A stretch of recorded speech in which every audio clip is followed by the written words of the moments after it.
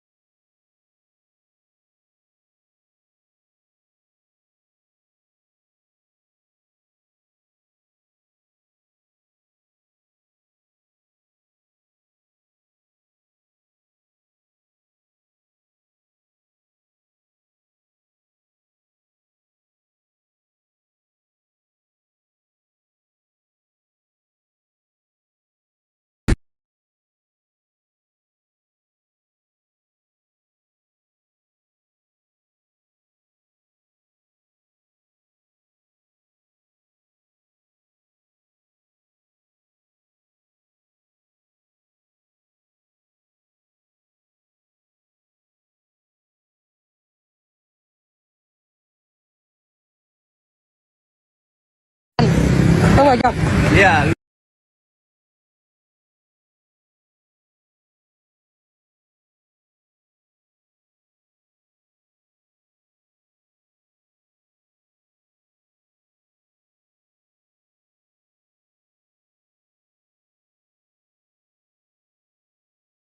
bagi kita bahwa selaku umat Islam wajib hukumnya mengikuti apa yang dicontohkan oleh Nabi Muhammad, apa yang diperintahkan kemudian oleh Allah melalui baginda Rasulullah Muhammad SAW.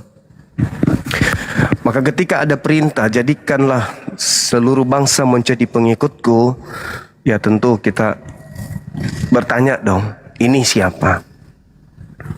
Katanya sih sosok Nabi, katanya sih inkarnasi Tuhan, teofani Tuhan. Teofani Tuhan turun ke bumi kemudian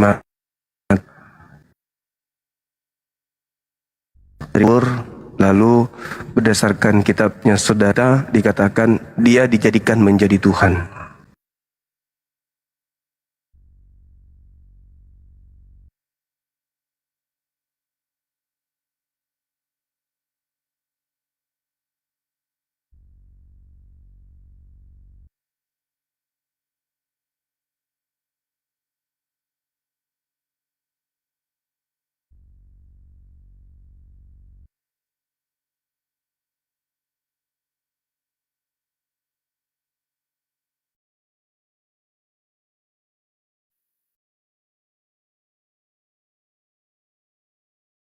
Kita dari non-muslim untuk kemudian menjelaskan kepada kita yang dibunuh ini siapa gitu ya. Benarkah yang dibunuh itu Tuhan, atau yang dibunuh atau yang disalib itu adalah manusia biasa? Lalu kalau dia adalah manusia biasa, kenapa kemudian dia bisa disembah, jadikan murid dan seterusnya, jadikan guru dan seterusnya? Maka saudara-saudara kita lah. Halo, selamat malam Bro Juma. Iya, malam. Silakan buka kameranya Bang, biar kita diskusi untuk buat apa buka edukasi kamera, Bro? Kamu tutup kamera juga nggak apa-apa lah. Buka maskermu dulu baru saya buka kamera. Silakan Bang, kita bukan mau bertengkar, kita mau berdiskusi, kita memberi edukasi. Kalau saudara tidak bisa kemudian buka kamera, ya sudah, silakan Anda turun. Gak ada paksaan kok di sini. Ya, kami umat Islam ini cuma tidak mau jadi korban untuk menjadi pengikut makhluk Iya. yang keluar dari kubur tersebut. Ya, silakan. Buka masker dulu baru saya buka kamera. Enggak usah, ngapain harus buka masker? Loh, kan kamu nggak buka masker. Ya ngapain buka Kalau masker? buka Hari ini masker saya buka kamera. enggak perlu. Coba. Ini bahas aja dulu. Silakan saudara bahas ke kami siapa makhluk yang keluar dari kubur itu dan Iya, buka masker dulu. kenapa kemudian Katanya harus tadi nyuruh saya buka kamera. Sekarang Kenapa saya dia harus minta buka mati masker gitu? dulu kamu. dan yang membunuhnya ini siapa? Yang melakukan pembunuhan terhadap orang yang keluar dari kubur ini siapa? Pahlawankah bagi Anda atau dia adalah Yang bunuh penjahat? dari kubur. Silakan. Gimana bro? Ulang sekali lagi. Yang membunuh di kubur. Yang membunuh manusia yang keluar dari kubur itu siapa? Orang Yahudi. Apakah dia pahlawan? Orang Yahudi. Nah, Orang Yahudi itu meracuni Nabi sehingga Nabi metong. mati di atas salib. Yohanes 19 nomor 30 Iya, itu ya. orang Yahudi meracuni Nabi sehingga Nabi minum anggur habis itu dia orang mati, Yahudi bukan mati di salib meracuni tapi mati di racun Nabi gitu. sehingga Nabi metong. Itu dia. Oke. Yohanes 19 nomor 30, setelah dia meminum anggur asam itu maka matilah dia. Itu ya maksudnya. Oh. Iya, orang Yahudi meracuni Nabi makanya metong. Oh, sayang sekali, kasihan. Kok Tuhan mati, Bang? Kok bisa? Tuhan kok mati? Heran saya. Tuhan kok bisa mati diracun gitu loh. Enak aja ya yang meracun. Kok Tuhannya bisa bisa dibunuh gitu loh dengan racun. Kasihan kali lah. Halo, selamat malam.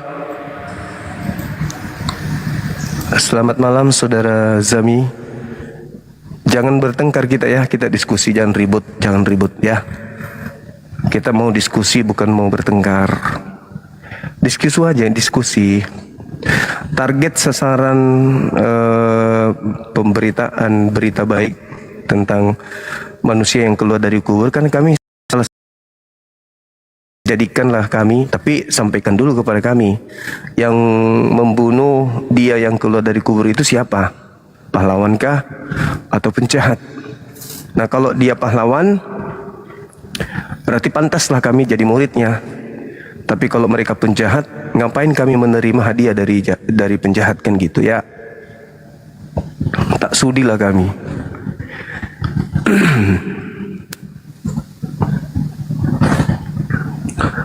Silakan Saudara Bule. Selamat malam. Selamat malam, assalamualaikum Bang Suma. Waalaikumsalam. Dari sekte mana abang? Saya Dari dari agama Riau, mana Bang. maksudnya? Dari Agamanya maksudnya? Islam, Bang. Islam, Oh Bang. iya. Iya. Saya menengok. Gimana bang? Saya lihat terus setiap malam, Abangku Bang. Afida Barak.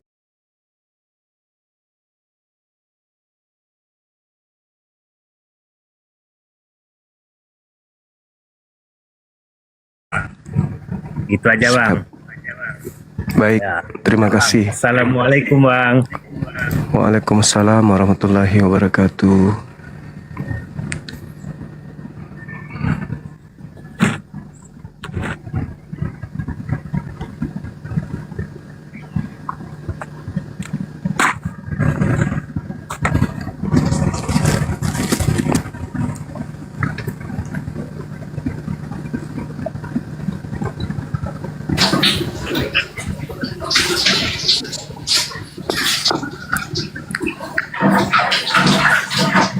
Halo, selamat malam. Selamat malam. Halo.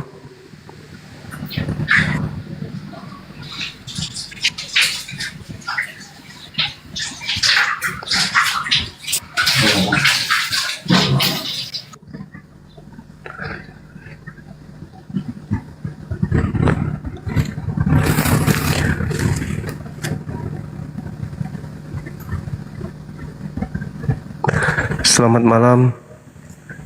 Cek. Halo, selamat malam saudara Zaki. Apa kabar?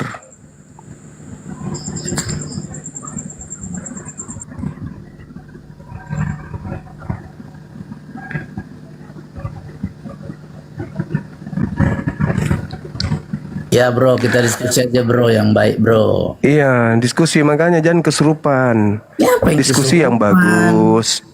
Jangan Iya. kemudian mau bertengkar di sini. Buka kameranya. Itu tema tuh, udah jelas sekali tuh temanya tuh.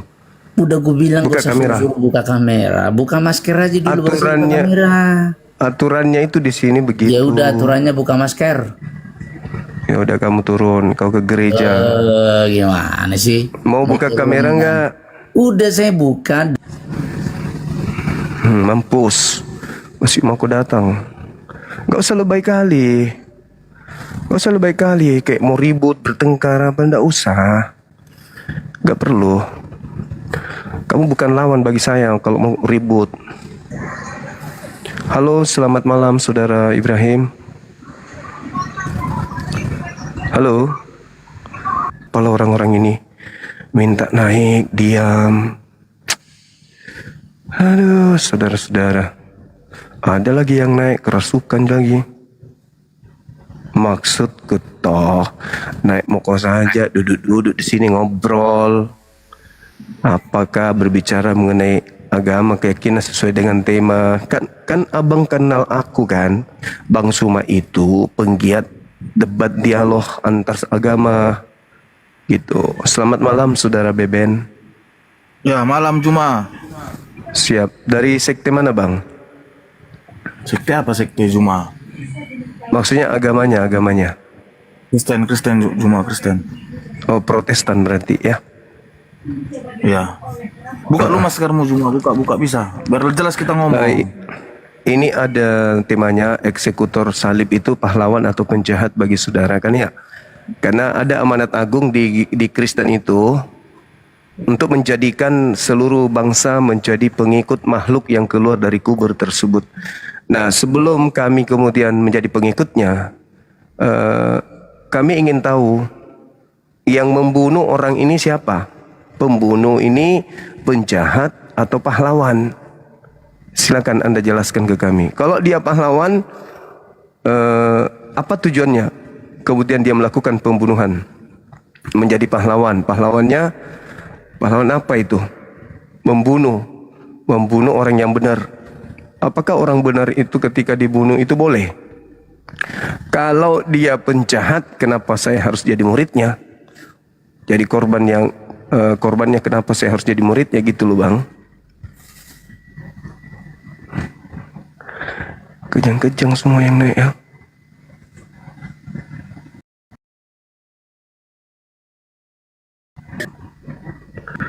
Teriak pakai sound. Marilah kita semuanya menuju kepada anak-anak Tuhan. Di sini diajak diskusi, menjelaskan diam. Halo, selamat malam. Iya, selamat Halo. malam juga. Iya, saudara Diran, bisa buka kameranya bang? Abang Juma juga buka maskernya ya. Aku buka kamera nanti gimana? Deal? Tidak perlu, kenapa harus lihat hidung saya? Soalnya nggak enak dengarnya bang, nggak enak dengarnya. Banyak kali alasannya ini, Aku kan teman-temanku dulu bang. Kristen ini. Buka dulu maskermu. Ini saya tinggal tekan ini abang turun. Turunlah buat apa bang nggak deal itu? Buka dulu maskernya, baru nanti apa cukup on okem juga aku. Gimana? Deal? Bilang aja nggak sanggup membela agamamu. Apa nggak Nggak usah sanggup? terlalu Maksudnya banyak lebay. abang itu ngomongnya apa? Maksudnya nggak jelas gitu karena pakai masker. Oh, kuping harus dibawa ke bengkel berarti. Itu bau kali maskernya bang, udah lama maskermu tuh. Enggak, lebih bau lagi sempak yang kau sembah. Sempak Tuhanmu kau sudah ganti Aku rupanya. serius bang Juma, itu bau kali itu maskernya. Soalnya pernah Sempak pasang Tuhanmu abang kau tuh, sudah. tangis itu. Emang gue makan babi. Yang makan babi napasnya bau pasti bau babi. Sorry ya. Halo saudara Dio. Jangan mau aja saya bertengkar ya. Santai aja. Dia Ya, pengen silakan saudara Dio, dari Katolik, Protestan. Halo? Saudara Dio Protestan, Katolik. Halo Bang. Bang Dio. Bang Dio.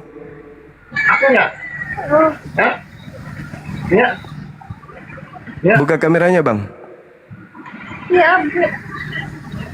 Halo.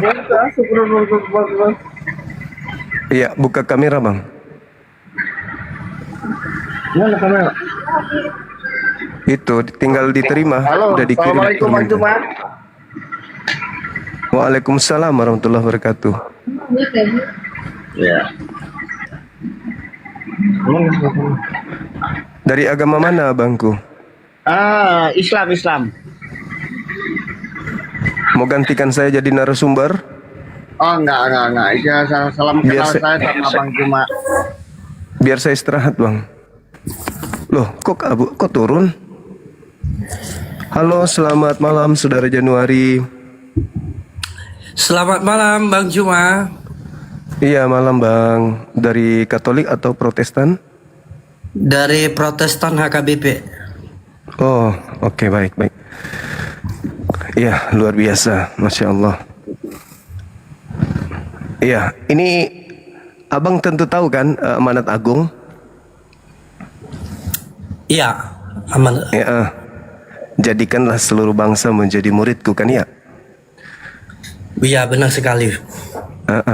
Artinya kami pun jadi sasaran tembak dari pergerakan mengkristenkan dunia kan gitu. Nah, yang ingin kami tahu sebelum kami menjadi murid dari manusia yang keluar dari kubur ini, kami ingin tahu yang melakukan pembunuhan terhadap dirinya sampai dia harus keluar kubur untuk kemudian mencari pengikut, itu pahlawan bagi Anda atau penjahat? Pahlawan atau penjahat gitu ya? Siap. Saya itu penjahat. Penjahat. Iya, karena dia menyalibkan orang yang bagi sepengetahuan saya orang yang tidak bersalah. Jadi orang tidak bersalah ini disalib oleh penjahat. Tapi lalu hasil dari pekerjaan mereka menyalib ini, apakah ada sesuatu yang saudara terima dari pekerjaan mereka yang jahat?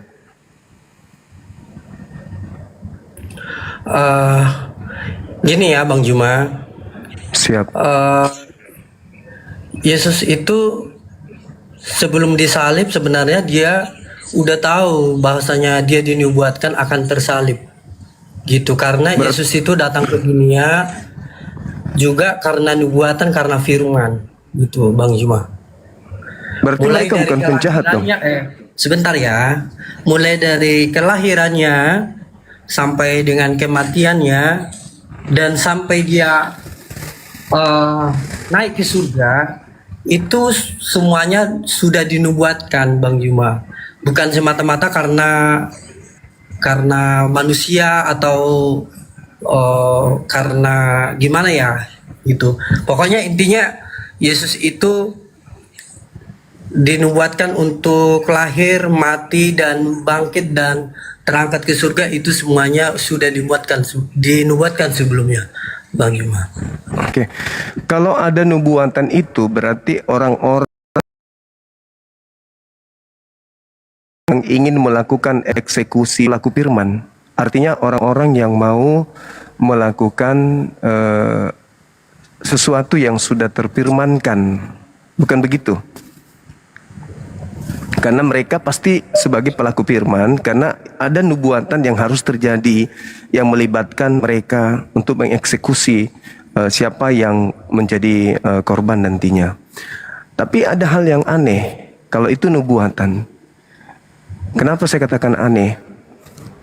Karena orang-orang yang ingin membunuh Yesus itu, kok Yesus sebut sebagai orang yang tidak memiliki firman di dalam dirinya. Bahkan disebut Yesus sebagai anak-anak iblis.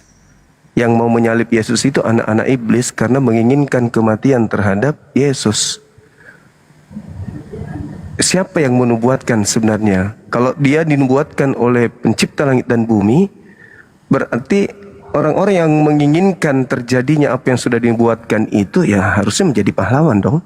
Karena dia selaku pelaku firman. Tapi kalau misalnya dia dianggap anak-anak iblis, berarti tidak sinkron.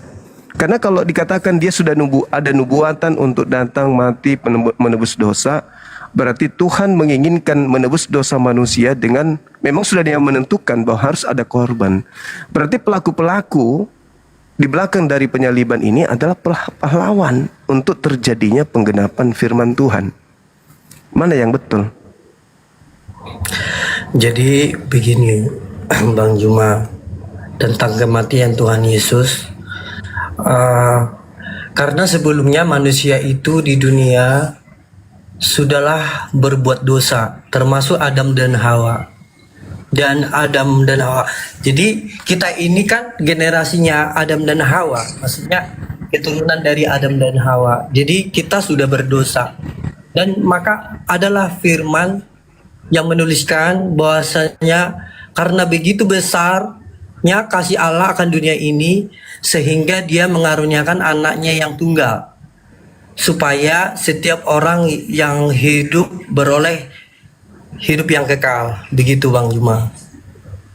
Jadi Iya. dia disalib, dia metong gitu ya, dia metong ya memang karena hanya untuk menebus dosa-dosa manusia. Terserah itu kalau misalkan dari agama lain tidak menerima bahwasanya kematian Yesus itu bukan untuk dia, itu urusan dia. Tapi yang sebenarnya adalah kematian Tuhan Yesus itu untuk seluruh manusia. Tidak tertutup mungkin karena agama lain, agama ini, agama sana gitu kan, Bang Juma. Dengan pernyataan saudara saya ini jelas sekali bahwa kedudukan mereka yang menyalib Yesus itu adalah pahlawan, karena ternyata kematian Yesus di atas salib itu adalah untuk menyelamatkan manusia dari dosa. Artinya orang terselamatkan dari dosa karena Yesus itu disalib. Yesus disalib itu karena ada yang mengeksekusi. Akibat dari mereka para eksekutor ini kemudian, maka miliaran manusia itu bisa dosa-dosanya ditebuskan. Maka yang pantas dinobatkan sebagai pahlawan sebenarnya bukan Yesus, tetapi mereka yang mengeksekusi Yesus. Itulah pahlawan sejati. Karena mereka lah sampai Yesus menjadi korban, dan akibatnya orang-orang Kristen mendapatkan keselamatan yang ternyata memang sudah direncanakan gitu loh Bang. Tanpa mereka yang menyalibkan Yesus, Yesus menebus dengan cara apa?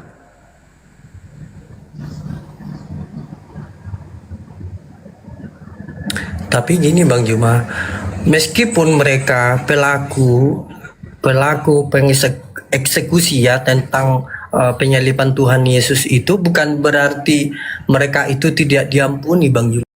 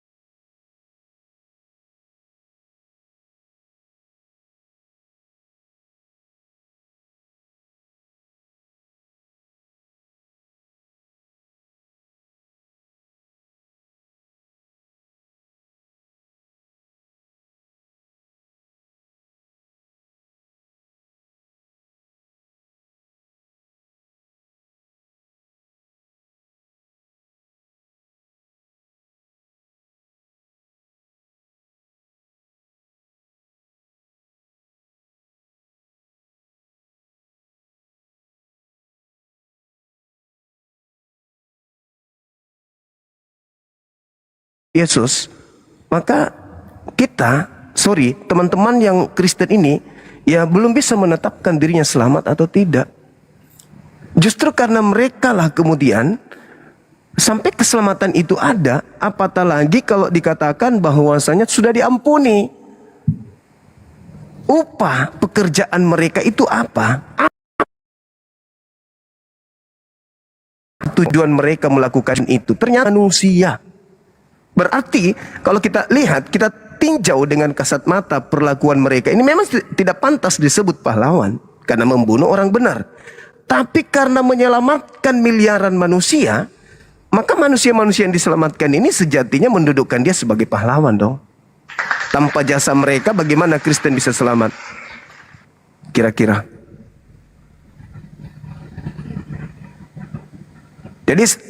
Jadi pelaku eksekusi mati ini itu seperti ini, seibarat seperti Robin Hood. Dari pandangan orang dia jahat, tapi manfaat daripada kejahatannya itu dinikmati oleh orang banyak. Itu fakta, itu real.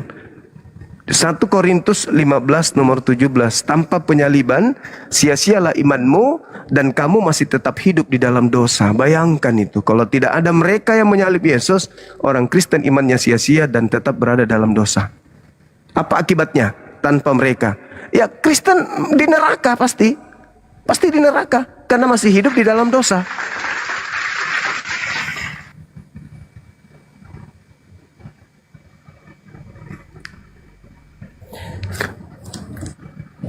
Berarti sama lah halnya seperti ini Bang Jumat.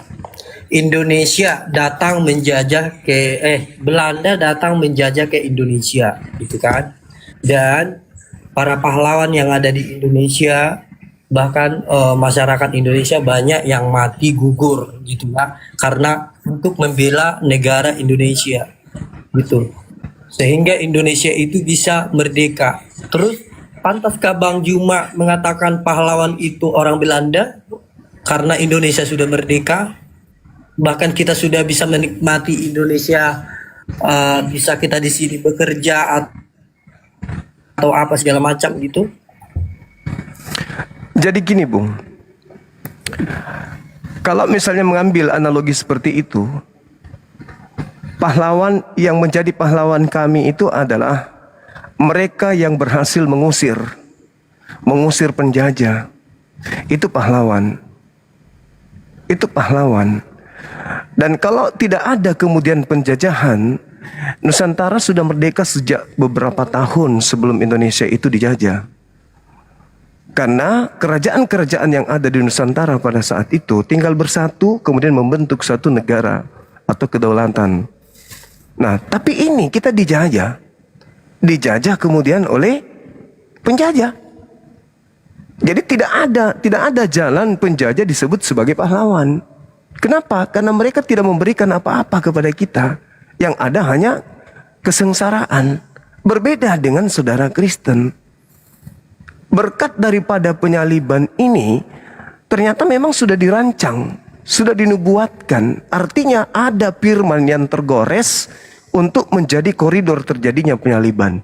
Nah, oknum-oknum yang terlibat di sana tentu adalah orang-orang yang sudah ditentukan, termasuk iblis yang terlibat merasuki Yudas itu adalah oknum yang sudah ditentukan. Makanya yang membuat saya heran, kenapa Yesus di dalam Yohanes 8:37 orang-orang yang ingin membunuhnya itu dianggapnya sebagai orang yang tidak melakukan firman Tuhan. Tapi katanya nubuat. Bahkan kalau kita lihat ketika Yesus ingin ditangkap, apa kata Yesus kepada orang-orang yang ingin menangkapnya? Yesus mengatakan mereka itu adalah kuasa kegelapan. Di Markus 22 nomor 52-53. Sangkamu aku ini penyamun, sampai kau datang ingin menangkap aku, lengkap dengan pedang dan pentungan. Padahal setiap saat engkau bersama dengan aku mengajar di dalam bait suci. Tetapi inilah saatmu dan saat kuasa kegelapan. Jadi penyaliban itu, penangkapan itu, termasuk pembunuhannya, itu adalah kuasa kegelapan. Dengan kata lain, ya saudara harus berterima kasih kepada kuasa kegelapan. Karena orang-orang Yahudi ketika mau menebus dosa, mereka hanya mereka hanya mengorbankan binatang, domba, kambing, sapi, lembu. Dan mereka tidak pernah diajarkan dosa waris, bahwa harus ada yang mati untuk nebus dosa manusia. Itu nggak ada. Siapa yang berdosa itu yang berkorban. Bukan korban untuk seluruh umat manusia. Tapi perlakuan yang dilakukan oleh orang-orang yang menyalib Yesus ini sangat luar biasa karena itu berlaku untuk dunia. Ya, pahlawan dong, bukan sembarangan mereka itu.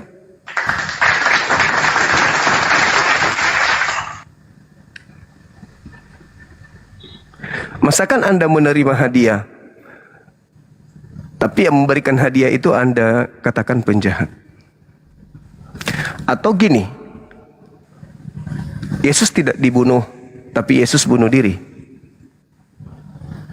Tapi kalau itu yang terjadi, menyalahi konsep. Karena yang ada di Markus 9 nomor 30-31, mereka menangkap dia, anak manusia diserahkan kepada mereka, bunuh dia, bukan bunuh diri.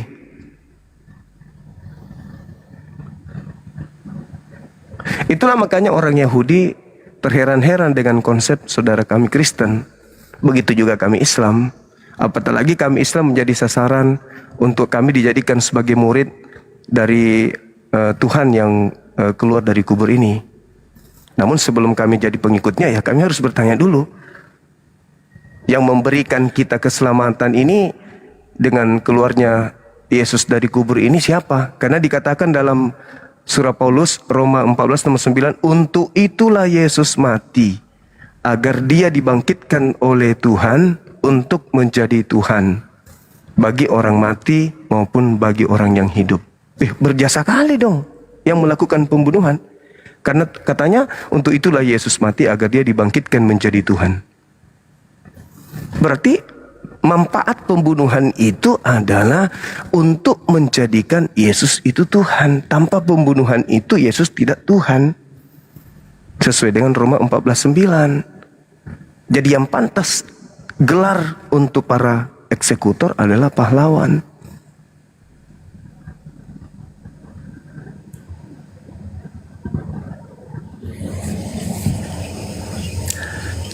Tadi Bang Juma bilang pembahasannya sebenarnya tentang pergilah kamu, jadikanlah bangsa menjadi muridku.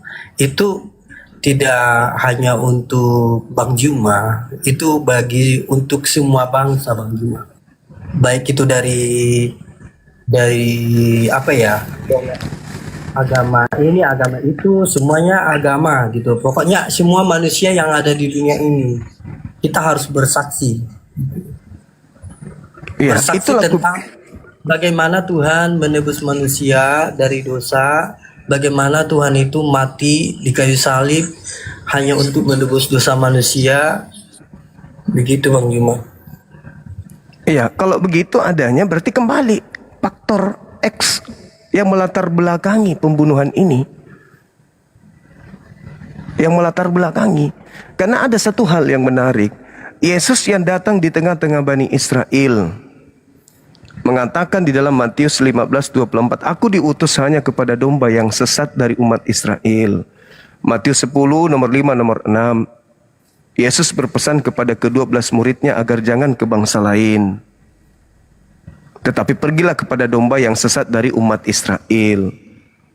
Tok tiba-tiba yang keluar dari kubur mau supaya seluruh manusia jadi pengikutnya. Sedangkan Yesus mengaku jangan ke bangsa lain.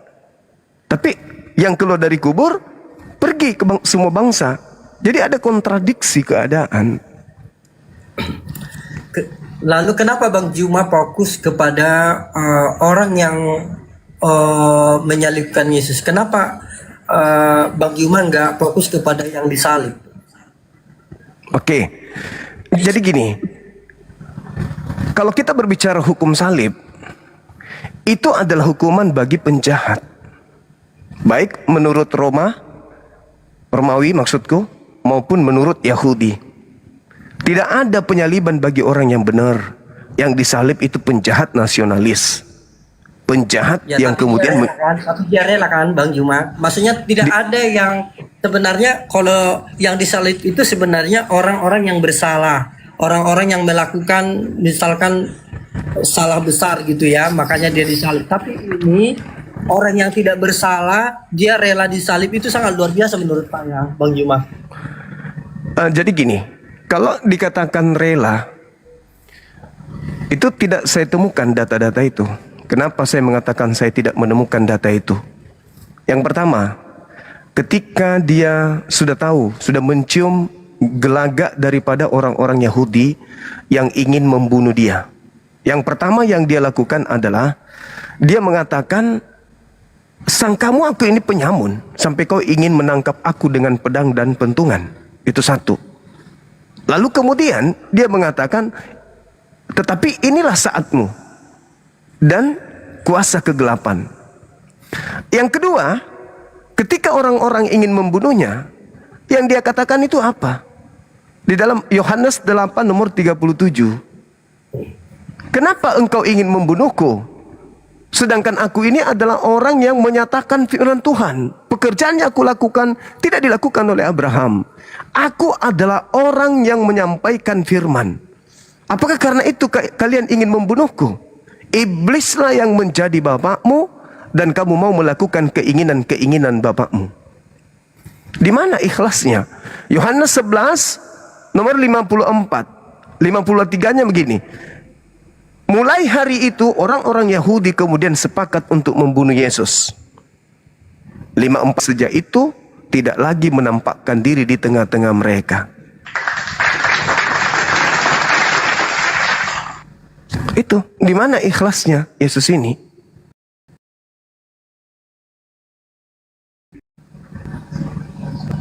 Pada saat kemudian ada tragedi, bahkan dia mengatakan, jangan kau membunuh. Kenapa kau ingin membunuhku? Apakah kamu sangka aku ini adalah penjahat? Nah, terus kalau dia ikhlas, kenapa harus ada iblis di situ? Di dalam Yohanes 6 nomor 70, bukankah aku yang memilih engkau yang 12 ini, dan satu di antaramu adalah iblis? Kenapa harus dia mengatakan iblis kepada Yudas? Bukankah kalau dia ikhlas, bukankah kalau itu sudah dirancang, harusnya dia mengatakan Yudas itu adalah pahlawan? Karena akibat dari Yudas berkhianat, membocorkan tempat persembunyiannya, maka eksekusi mati itu terjadi. Jadi Yudas tidak boleh disebut sebagai iblis. Harusnya Yudas itu disebutnya sebagai malaikat. Karena engkau yang menyampaikan kepada mereka, sampai tempat persembunyianku itu diketahui, akibatnya apa? Aku disalib, dosa-dosa kalian ditebus. Engkau adalah pahlawan. Tapi kok disebut iblis? Bukankah itu rancangan Tuhan? Bukankah itu nubuatan? Terus kenapa? Kalau nubuatan itu, kenapa orang-orang yang terlibat di sana dikatakan penjahat, dikatakan kemudian iblis? Bukankah pahlawan? Karena tidak mungkin iblis berkarya untuk menyelamatkan orang. Tidak mungkin. Harusnya pahlawan. Kecuali. Memang benar iblis yang melakukan kejahatan, penjahat yang melakukan kejahatan, dan yang dieksekusi ini bukan Yesus. Nah, itu baru betul. Karena ada satu hal, ketika Paulus bersurat ke Galatia, ke orang-orang yang ada jemaat Galatia, di dalam Galatia 3:13, Kristus telah menebus kita dari kutuk hukum Taurat dengan jalan menjadi kutuk karena kita. Yesus mati dengan jalan kutuk karena kita. Ini Paulus dapat ilmu dari mana coba kira-kira? Paulusnya dapat ilmu dari mana kalau Kristus itu mati menebus Taurat? Menembus kutuk hukum Taurat dengan jalan kutuk. Ini Paulus ilmunya dari mana? Dari Elohim tidak, dari Yesus pun tidak. Kristus telah menebus kita dari kutuk hukum Taurat dengan jalan menjadi kutuk karena kita. Sebab ada tertulis, terkutuklah orang yang mati digantung di atas tiang salib. Kok kejam kali terhadap Yesus Paulus ini? Kok bisa-bisanya?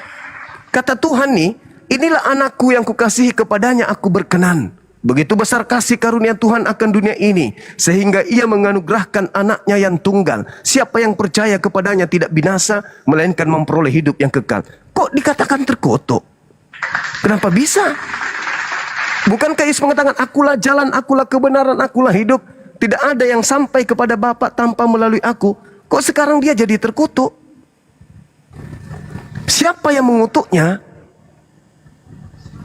Sementara Bapa hanya mengutuk pelaku dosa. Ulangan 21 nomor 22-23. Apabila ada orang yang melakukan dosa yang sepadan dengan hukuman mati, lalu kau hukum mati dia. Jangan kau biarkan mayatnya semalam-malaman. Sebab orang yang digantung terkutuk oleh Elohim. Jangan biarkan dia menyentuh tanah yang diwariskan Tuhan kepadamu. Berarti Yesus ini pelaku dosa yang sepadan dengan hukuman mati. Dan Yesus ini adalah orang yang dikutuk. Apa betul? Jadi pelakunya itu adalah iblis.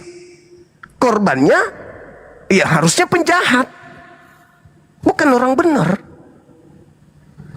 Jadi kalau iblis bersekongkol ingin membunuh orang benar, pencipta langit dan bumi masa tinggal diam?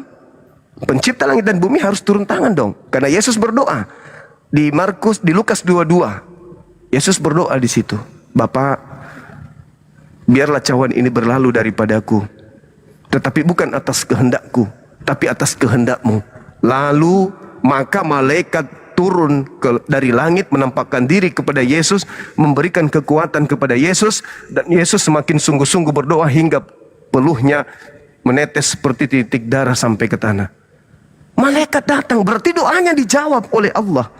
Untuk Yesusnya ini dilindungi, diselamatkan. Berarti yang disalib oleh mereka adalah salah satu dari penjahat ini.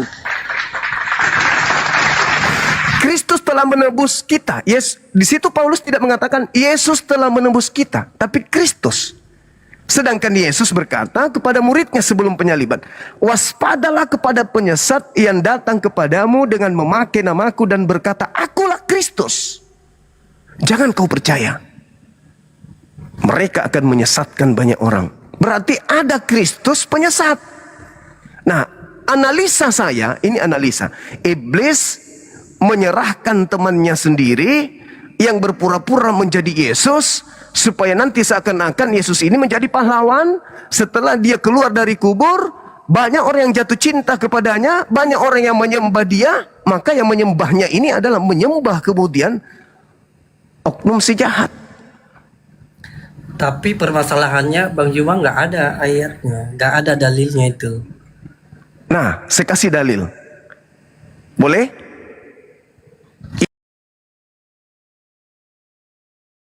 Yesus sejenak daripada penyaliban, Yesusnya sendiri yang menerangkan kepada murid-muridnya.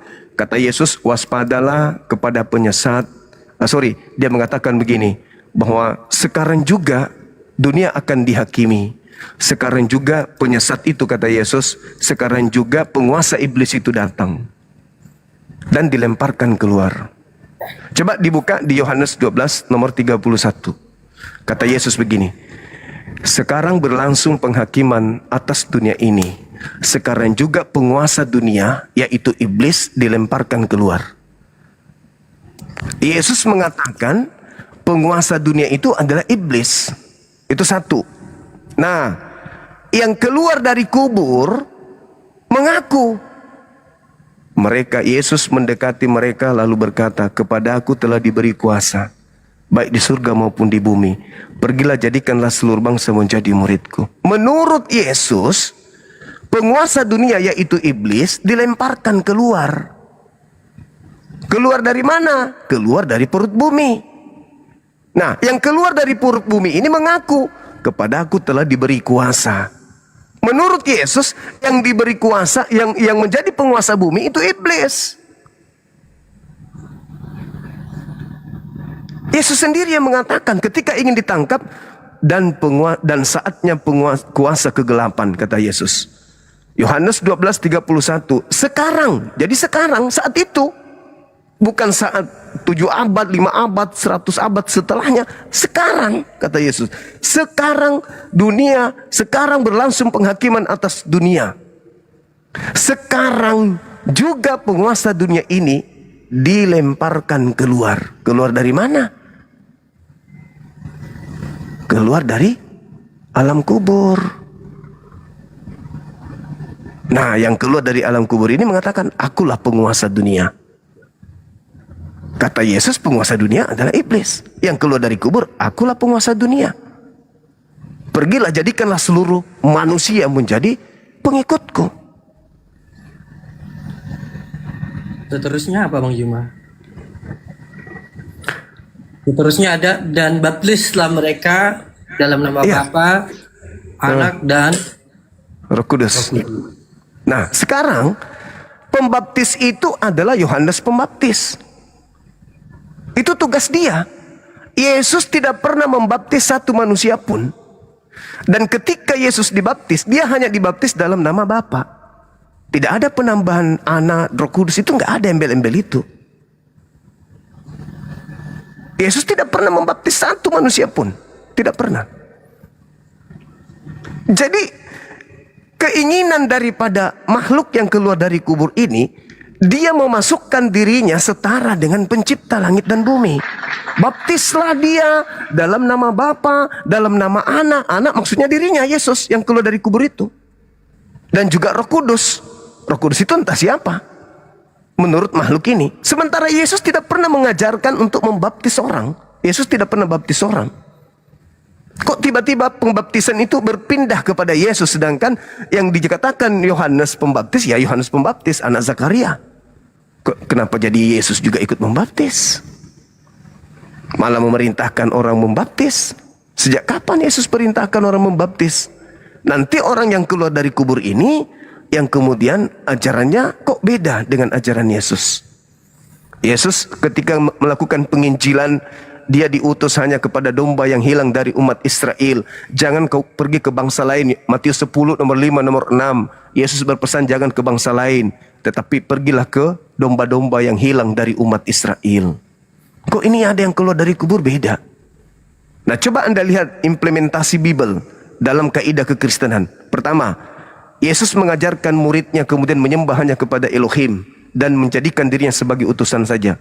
Yang kedua, Yesus mengajarkan sabat. Yang keempat, Yesus mengajarkan sunat.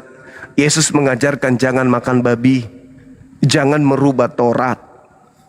Tapi begitu yang keluar dari kubur ini, semuanya berubah. Yang tadinya dikatakan dalam kitabnya orang Yahudi bilangan 23:19, Aku Tuhan bukan manusia dan bukan anak manusia.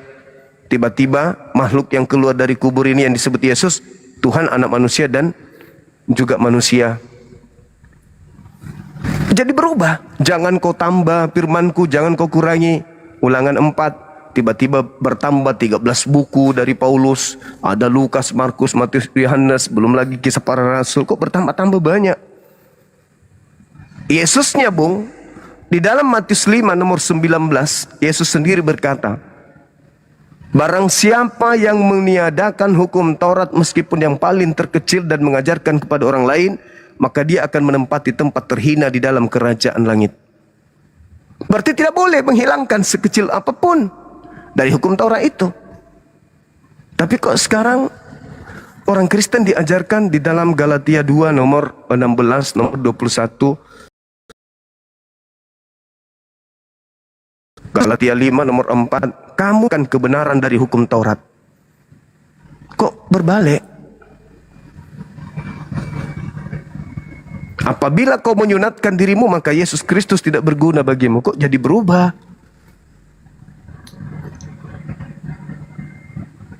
Akhirnya apa yang terjadi? Saudara saya Kristen itu serba salah. Kalau memang betul penyaliban itu dilakukan karena mau digenapi, berarti iblis yang terlibat di dalam proses ini adalah pahlawan semua, pelaku firman semua. Dibilang pahlawan, tidak masuk akal. Dibilang penjahat, juga tidak masuk akal. Dibilang penjahat, tapi kok bisa menghadiahkan keselamatan. Dibilang pahlawan, tapi kok dia membunuh. Jadi serba salah. Karena gini Bang Juma, kalau peristiwa itu tidak terjadi, maka firman atau nubuatan itu nggak bakalan terjadi Bang Juma. Kenapa nggak ambil nubuatan yang lainnya? Seperti misalnya nih, seperti ketika Yesus berkata di dalam Lukas 24 nomor 44, harus digenapi semua yang tertulis tentang aku di dalam kitab Taurat. Nah, di dalam Kisah Para Rasul 4 nomor 11 dikatakan Yesus adalah batu penjuru yang dibuang oleh tukang-tukang bangunan. Itu penekanannya jelas. Yesus adalah batu penjuru yang dibuang oleh tukang bangunan. Di dalam Mazmur ada batu penjuru yang dibuang oleh tukang-tukang bangunan yang berkata dengan mulutnya sendiri, aku tidak akan mati. Siapa tadi yang tukang bangunan, yang batu yang dibuang ini, batu penjuru? Yesus. Siapa yang mengatakan harus digenapi apa yang tertulis di kitab Mazmur? Yesus. Berarti yang berkata di dalam Mazmur 118 nomor 17, aku tidak akan mati melainkan aku hidup. Lalu yang mati ini siapa? Nah, Amsal 21:18, pengkhianat menjadi ganti orang yang jujur, orang fasik sebagai tebusan orang yang benar. Nah, Paulus mengatakan terkutuklah orang yang mati di atas tiang salib. Di dalam Ulangan 27 nomor 25 dikatakan,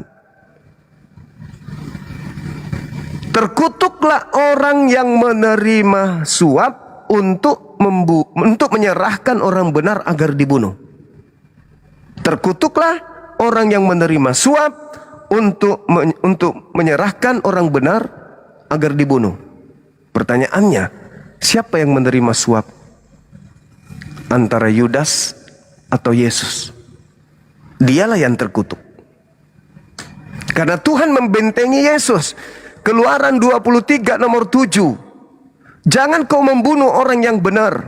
Jangan kau membunuh orang yang tidak bersalah. Sebab aku Tuhan tidak akan membenarkan orang yang salah. Yesus orang benar. Yesus orang yang tidak bersalah. Apa perintahnya? Jangan kau bunuh. Amsal 6 nomor 16. 6 perkara yang dibenci oleh Tuhan, bahkan 7 kekejian di dalam hatinya, yaitu menumpahkan darah orang yang tidak bersalah. Berarti membunuh Yesus adalah kekejian bagi Tuhan, hal yang dibenci oleh Tuhan. Berarti membunuh Yesus bukan menebus dosa, tapi melahirkan dosa. Makanya Yesus mengatakan, iblislah yang menjadi bapakmu dan kamu mau melakukan keinginan-keinginan bapakmu, yaitu mau membunuh aku. Itu ucapan Yesus. Lalu di mana entry pointnya tentang penyaliban ini? Orang-orang Kristen menerima kemudian hadiah, tapi hadiahnya itu datang belakangan. Maksudnya teori-teori itu dibangun strukturnya itu belakangan.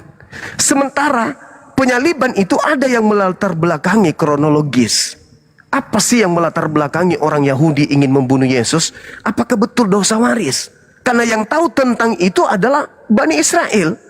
Kalau orang Kristen ditanya, saudaraku, kenapa Yesus harus mati? Oh, dia harus menggenapi kitab perjanjian lama. Loh, kalau memang ada nubuatan itu, kenapa mahkamah agama, imam kepala, orang-orang Farisi, ahli Taurat, membuat kesaksian palsu untuk membunuh Yesus? Tidak ada yang bisa menemukan kesalahan Yesus. Tak ada. Harusnya pada saat mereka tidak menemukan kesalahan Yesus, imam kepala Kayafas mengumpulkan imam-imam kepala dan juga orang Farisi ahli Taurat. Kumpul, Yesus, sini Yesus. Kamu sudah dinubuatkan kan? Ya. Nah, sekarang saatnya. Yesus akan mengatakan siapa eksekutornya, siapa yang ambil kayu salib, siapa yang akan mencambuk saya, siapa yang memaku. Ayo tentukan hari apa nih kita lakukan ini semuanya. Itu pasti terjadi. Tapi faktanya kronologis kian penyaliban terhadap Yesus itu jelas tertulis di dalam Yohanes 11 nomor 45. Apa yang terjadi di sana? Apa kronologis yang melatar belakangi penangkapan dan ingin membunuh Yesus? Ternyata karena kecemburuan sosial politik. Bukan karena dosa waris, bukan karena ada nubuat. Bahkan hari itu juga mereka ngarang-ngarang nubuat. Coba Anda baca deh, Yohanes 11 nomor 45 sampai nomor 57. Di situ lengkap apa yang melatar belakangi Yesus itu ingin mereka bunuh. Dan ternyata mereka membunuhnya karena mereka takut orang Roma merampas tempat suci mereka dan bangsa mereka. Di situ dikatakan ketika mereka melayat Maria, banyak orang-orang melihat apa yang dilakukan oleh Yesus, yaitu membangkitkan Lazarus. Maka orang-orang ini sebagian datang kepada orang Farisi melapor. lapor. Yesus ini bahaya. Kenapa? Kalau kita biarkan Yesus ini begitu saja, maka dia akan mempengaruhi banyak orang untuk percaya kepada dia. Karena dia banyak kekuatan, mujizat, tanda-tanda. Nah, kalau itu terjadi, maka bangsa Roma akan datang merampas tempat suci kita dan merampas bangsa kita. Maka mereka kemudian memanggil imam kepala, memanggil kemudian mahkamah agama, memanggil kemudian ahli Torah, orang Farisi. Mereka kemudian rapat kilat saat itu juga. Apa yang harus kita lakukan? Imam Kayafas sebagai imam besar tahun itu berkata, kalian tidak insaf dan kalian tidak tahu bahwa adalah lebih baik satu orang Yesus mati daripada seluruh bangsa kita binasa. Tuh, lebih baik satu orang Yesus mati daripada seluruh bangsa kita binasa. Maka tahun itu juga imam kepala Kayafas, imam besar Kayafas bernubuat. Apa isi nubuatnya? Yesus harus mati untuk bangsa kita, bangsa Israel. Nomor 53-nya, maka mulai hari itu mereka sepakat membunuh Yesus. Karena ketakutan-ketakutan inilah, maka mereka di dalam Matius 26 nomor 4, mereka melakukan tipu muslihat. Nomor 5, nomor 59, imam-imam kepala dan mahkamah agama mencari kesaksian-kesaksian palsu untuk membunuh Yesus. Kenapa nggak jadikan nubuat yang Kristen bilang? Kenapa harus mencari kesaksian-kesaksian palsu untuk membunuh Yesus? Nah, sekarang permasalahannya, ketika orang-orang fasik, ketika pengkhianat ini, orang tidak setia ini, bersekongkol ingin membunuh orang benar, apakah Bapak yang mengutusnya tinggal diam? Itu pertanyaan besarnya.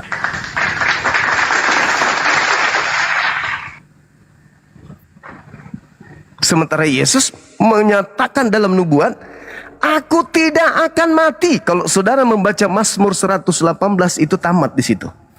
Aku tidak akan mati, tetapi aku akan melakukan pembalasan terhadap mereka yang ingin mencelakai aku, yang ingin kemudian membunuh aku, tetapi aku tidak mati. Makanya ada tadi, aku Yesus adalah batu penjuru yang dibuang oleh tukang-tukang bangunan. Malah dia berdoa, ya Tuhan berikan kesempatan kepadaku untuk membalaskan musuh-musuhku. Dia mau membalas kemudian orang-orang yang melakukan aniaya terhadap dirinya. Bukan ikhlas. Tapi nggak ada di itu tertulis Bang Juma. Yang ada dia Bapak ampunilah mereka sebab mereka tidak tahu apa yang mereka perbuat. Itu yang ada. Oke, baik. Boleh nggak Anda bantu saya membaca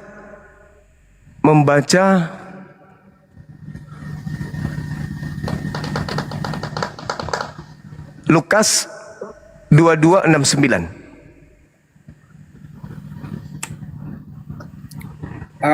Kebetulan saya tidak bawa Alkitab Bang Juma. Saya lagi di Oke, baik. Jadi kalau Anda mengatakan Bapak sama ketika dia teriak, Eli Eli lama sabachthani. Yesus seumur hidup tidak pernah memanggil Tuhannya dengan panggilan Eli. Itu dulu. Jadi ini sudah oknum lain. Kalau dia mengatakan Bapak ampunilah mereka sebab mereka tidak tahu apa yang mereka kerjakan. Apa yang mereka kerjakan? Sebenarnya yang mereka salib itu bukan Yesus, tapi aku. Aku ini penggantinya. Tapi mereka nggak tahu. Sebab meskipun aku berbicara, mereka tidak akan percaya. Di mana orang yang disalib ini mengatakan itu? Itu tadi di Lukas 22 nomor 68-69. Ketika orang itu dibawa nih sama tentara di sidang. Dia sementara di sidang nih. Katakan kepada kami kalau engkau adalah Yesus anak Elohim, engkau adalah Mesias, anak Allah katanya. Apa kata oknum yang disalib? Apalagi gunanya aku menjawab? Apa gunanya aku menjawab? Meskipun aku menjawab, kau tidak akan percaya. Meskipun aku bertanya, kau tidak akan menjawab. Apakah engkau anak Mesias? Apakah engkau adalah anak Allah Mesias? Apa kata oknum tersebut? Engkau yang mengatakan itu. Nomor 69. Sekarang juga Yesus sudah duduk di sebelah kanan Tuhan Elohim. Sekarang juga katanya orang yang di sidang yang katanya Yesus itu berkata, sekarang juga Yesus itu sudah duduk di sebelah kanan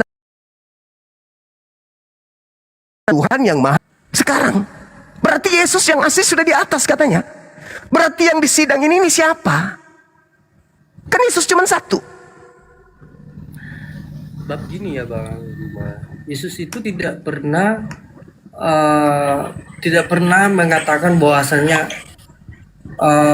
ibaratnya identitasnya gitu kan. Selalu dia berkata Allah Bapa gitu dia Bang. Tidak pernah dia ibaratnya akulah orangnya, saya lah orangnya. Dia nggak pernah begitu. Selalu dia mengatakan akulah dia kok. Tapi saat itu dia tidak mengatakan kata itu. Dia mengatakan sekarang juga dalam bahasa Yunaninya non. Detik ini juga Yesus anak manusia itu sudah duduk di sebelah kanan Tuhan yang Maha Kuasa. Ini yang berbicara ini siapa? Yesus. Terus yang duduk di atas di sebelah kanan Elohim siapa? Yesus juga. Emang Yesus ada berapa?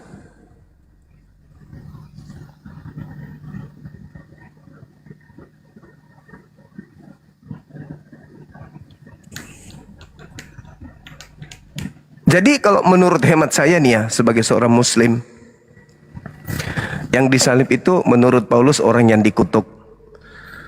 Menurut kitabnya Yahudi yang disalib itu adalah orang yang melakukan dosa sepadan hukuman mati yang dikutuk oleh Elohim. Menurut kaidah hukum salib, yang disalib itu adalah orang yang dikutuk sama Elohim. Kemudian Yesus berkata di dalam Yohanes 10 nomor 17 nomor 8, tidak akan ada orang yang sanggup membunuh aku. Tidak ada orang yang sanggup mengambil nyawaku, melainkan aku sendiri yang akan menyerahkan dan aku sendiri berhak mengambilnya kembali. Itu kata Yesus. Tidak ada orang yang bisa membunuh aku. Tapi di dalam Markus 9 nomor 30-31, mereka menyerahkan anak manusia kepada manusia, lalu mereka bunuh. Dan pada hari ketiga dia akan bangkit.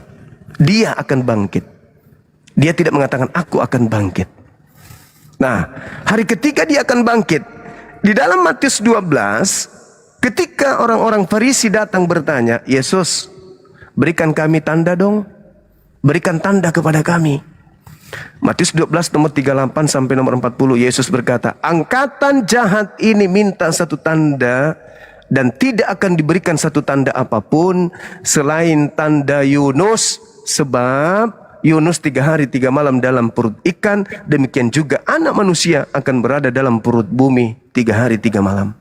Berarti hari ketiga anak manusia itu keluar. Nah, ini tanda untuk siapa? Orang benar atau angkatan jahat? Angkatan jahat. Jadi kalau Anda percaya kebangkitan hari ketiga, menurut Yesus Anda adalah angkatan. Itu aja. Saya nggak bisa lanjutkan. Karena Yesus mengatakan, waspadalah kepada penyesat yang datang kepadamu, memakai namaku dan berkata akulah Kristus. Dia akan menyesatkan banyak orang. Berarti banyak orang ini yang disesatkan ini adalah pengikut-pengikut Kristus yang palsu. Banyak orang menjadi pengikut Kristus yang palsu, yang adalah penyesat. Saya kalau ditanya, siapa di atas muka bumi ini banyak orang yang mengaku dirinya sebagai pengikut Kristus? Maaf, saya harus mengatakan dengan jujur, Kristen. Tapi kalau ternyata bukan Kristen, lalu mana pengikut Kristus yang palsu itu? Sedangkan di atas muka bumi ini, ya pengikut Kristus hanya Kristen aja. Kalau tidak ada, dan Kristen ini ternyata bukan pengikut Kristus palsu, berarti ucapan Yesus itu bohong. Katanya akan menyesatkan banyak orang. Nah, mana orang banyak itu? Bukan Kristen. Iya, oke. Tapi mana? Ada nggak selain Kristen? Nggak ada. Matius 7, nomor 22, nomor 23. Pada hari terakhir nanti banyak orang akan berseru kepadaku, Tuhan, Tuhan, Tuhan. Bukankah kami bernubuat pakai namamu, bermujizat pakai namamu, mengusir setan juga pakai namamu? Pada saat itulah aku Yesus berterus terang kepada mereka, enyahlah daripadaku. Aku tidak mengenal kalian, kalian semua adalah pembuat kejahatan. Siapa yang memanggil Yesus Tuhan? Siapa yang bernubuat mengusir setan, bermujizat pakai nama Yesus? Kan hanya saudara saya Januari dan teman-temannya. Tak ada yang lain. Mohon maaf ya Bang Juma, kalau Siap. membahas tentang apa ya, tentang yang namanya bukankah kamu bernubuat namamu itu, pembahasannya untuk tahap di sosial media ini menurut aku belum bisa dibahas Bang Juma, karena itu pengertiannya itu sangat dalam itu Bang Juma. Itu misalnya kalau untuk membahas itu kita sudah di tahap-tahap teologi. Bahkan orang-orang yang sudah mengerti banyak isi Alkitab itu Bang Juma. Kalau untuk tahap di dasar-dasarnya itu Bang Juma, itu belum bisa diterima. Boleh saya jelaskan sedikit, Bang? Ya, terlepas nanti Anda mau saya maklum itu. Cuman karena kita berdiskusi ini dan mengedukasi juga kan. Artinya ketika kami dijadikan sebagai sasaran empuk untuk dimurtadkan, kami memiliki alasan untuk tidak mau, kan gitu Bang. Nah, terkait dengan bermujizat, mengusir setan, bernubuat, kan itu sudah sangat jelas sekali. Yesus ketika mengajar bukan orang Kristen, bukan orang Roma, bukan Yunani, bukan orang Belanda, bukan orang Indonesia. Yang diajarkan Yesus itu Bani Israel. Matius 7 itu dimulai perikopnya nomor 15 sampai nomor 23. Apa kata Yesus kepada Bani Israel muridnya? Waspadalah kepada nabi palsu yang datang kepadamu menyamar seperti domba, tetapi sebenarnya dia adalah serigala yang buas. Siapa yang datang kepada murid Yesus di abad pertama? Mengaku murid Yesus, tapi dia di luar murid Yesus. Cuman satu oknum kan? Paulus.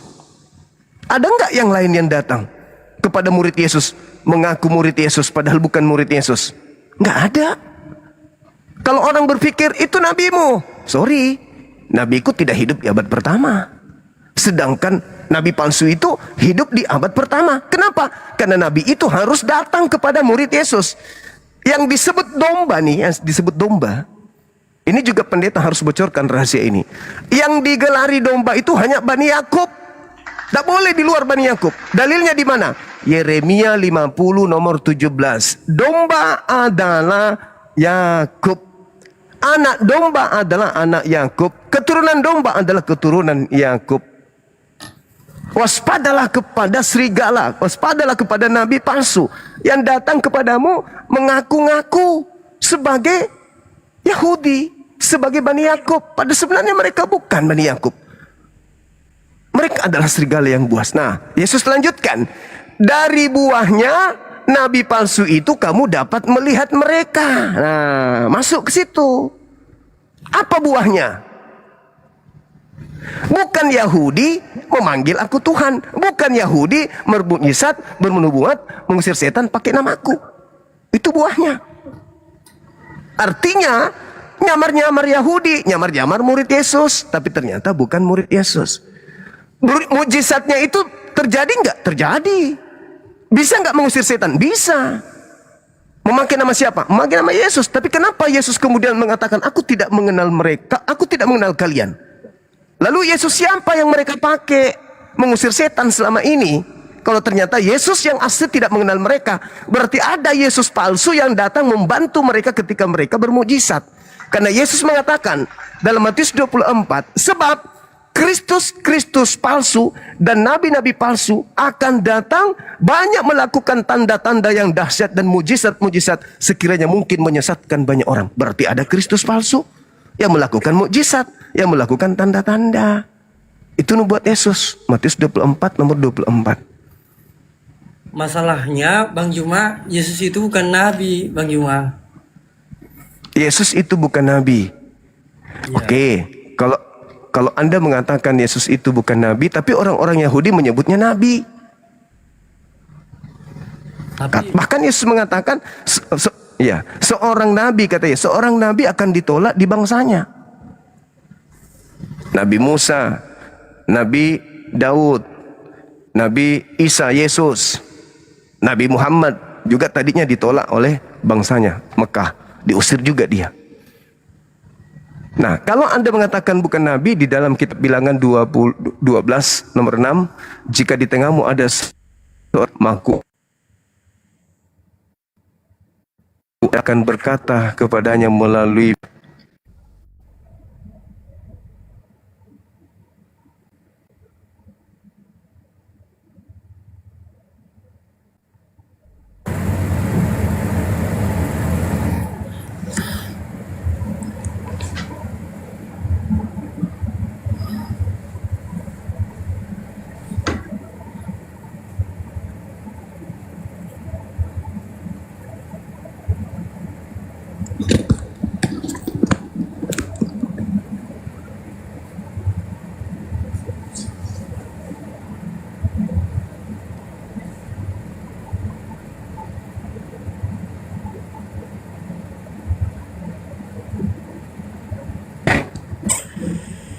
jaringan gangguan.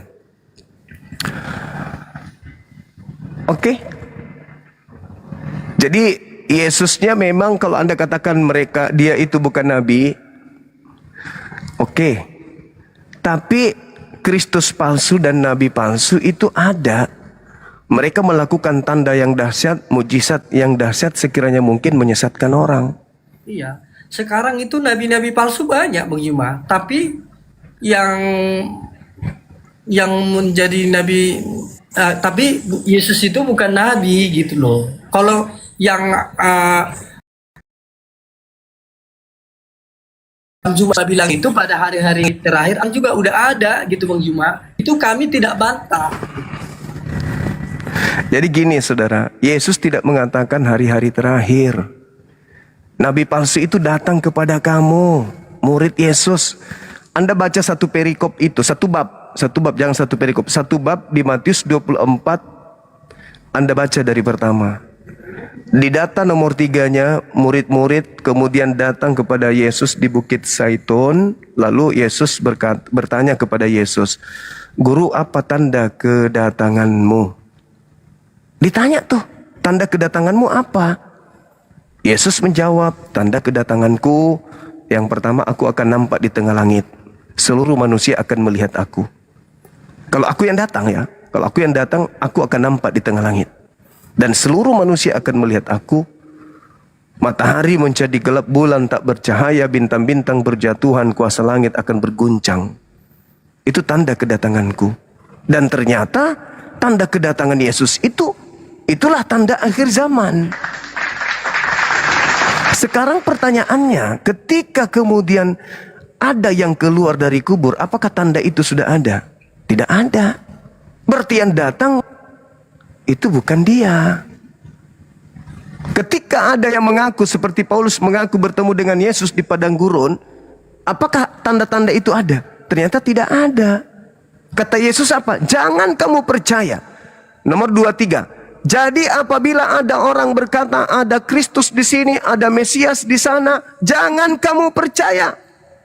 Sebab Kristus palsu dan nabi-nabi palsu akan datang menyesatkan, melakukan banyak mujizat dan tanda-tanda sekiranya mungkin menyesatkan banyak orang pilihan juga. Camkanlah, kata Yesus, aku telah mengatakannya terlebih dahulu kepada kamu. Kepada kamu, berarti kepada murid yang ada di Bukit Zaitun waktu itu. Jika ada orang berkata ada Kristus di padang gurun atau ada Kristus di dalam bilik, kata Yesus, jangan kamu percaya. Sebab sama seperti kilat memancarkan sinarnya dari timur sampai ke barat, demikianlah kelak nanti kedatanganku yang kedua. Berarti kalau ketika Paulus kemudian mengaku bertemu dengan Yesus di padang gurun ketika menuju ke Damsik, pesan pesan Yesus kepada muridnya apa? Jangan kau percaya. Ketika Paulus mengaku bertemu Yesus dalam bilik penjara, lalu menuliskan surat-suratnya, kata Yesus, jangan kau percaya. Sebab tanda-tanda ini akan menyertai aku kalau aku yang datang.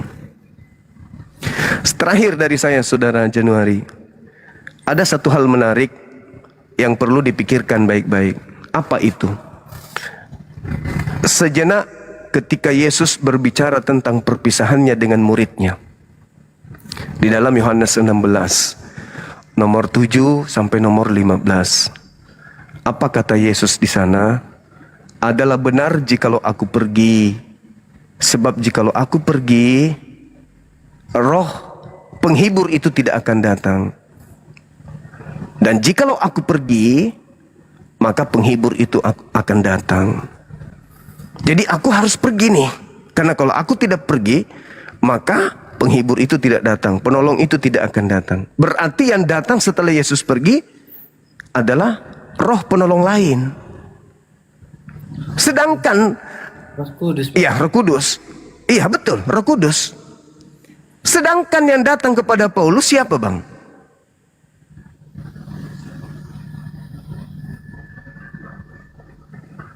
Siapakah engkau Tuhan? Apa kata sosok itu? Akulah Yesus. Loh, kata Yesus yang datang setelah dia, Yesus itu bukan. Adalah benar jikalau aku pergi, sebab kalau aku tidak pergi, maka penghibur itu, yaitu roh kebenaran itu, atau roh penghibur itu, atau roh kudus itu, tidak akan datang.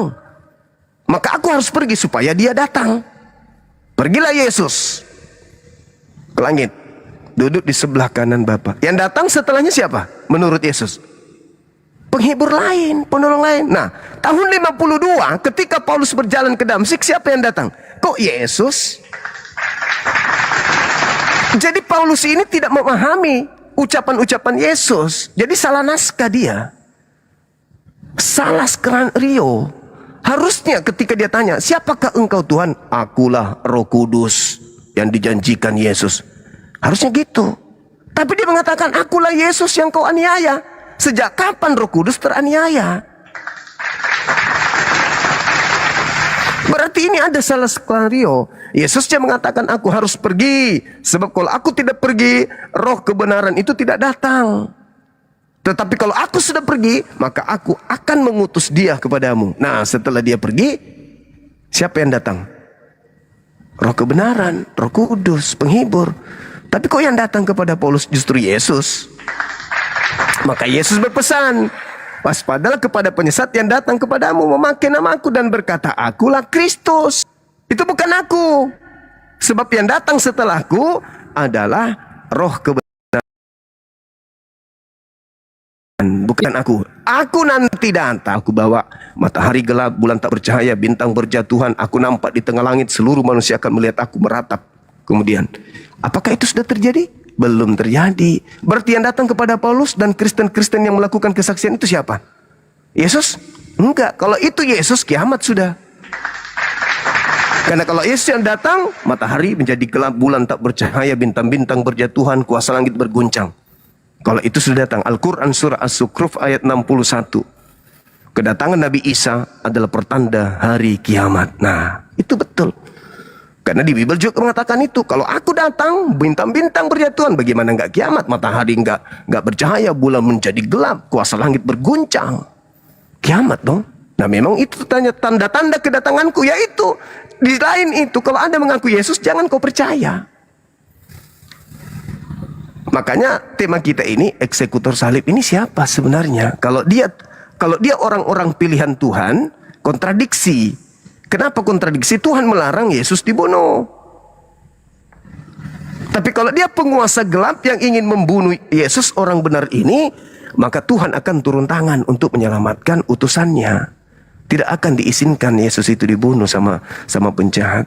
Yesus itu manusia suci, manusia yang selalu merendahkan diri di hadapan Tuhan. Yohanes 8:29, Yohanes 8 nomor 17, Tuhan tidak akan membiarkan aku seorang diri, sebab aku senantiasa melakukan apa yang berkenan kepadanya. Makanya dalam Islam itu yang kami imani, orang yang datang di tengah Bani Israel lahir tanpa ayah itu manusia suci terkemuka di dunia. Dia diberkati kapanpun dan dimanapun ia berada. Mustahil dia dihinakan. Sedangkan kalau di Kristen ditanya, siapa yang dikutuk di atas salib? Yesus. Siapa yang diludahi? Yesus. Yang digantung? Yesus. Yang ditombak? Yesus. Yang ditampar? Yesus. Yang ditelanjangin? Yesus juga. Yang dibunuh? Yesus. Yang keluar dari kubur? Yesus. Padahal Yesus mengatakan di dalam Yohanes 16 nomor 13-14, apabila roh kebenaran itu datang, maka dia akan memuliakan aku. Kami memuliakan beliau. Manusia suci terkemuka di dunia dan di akhirat kok jadi korban.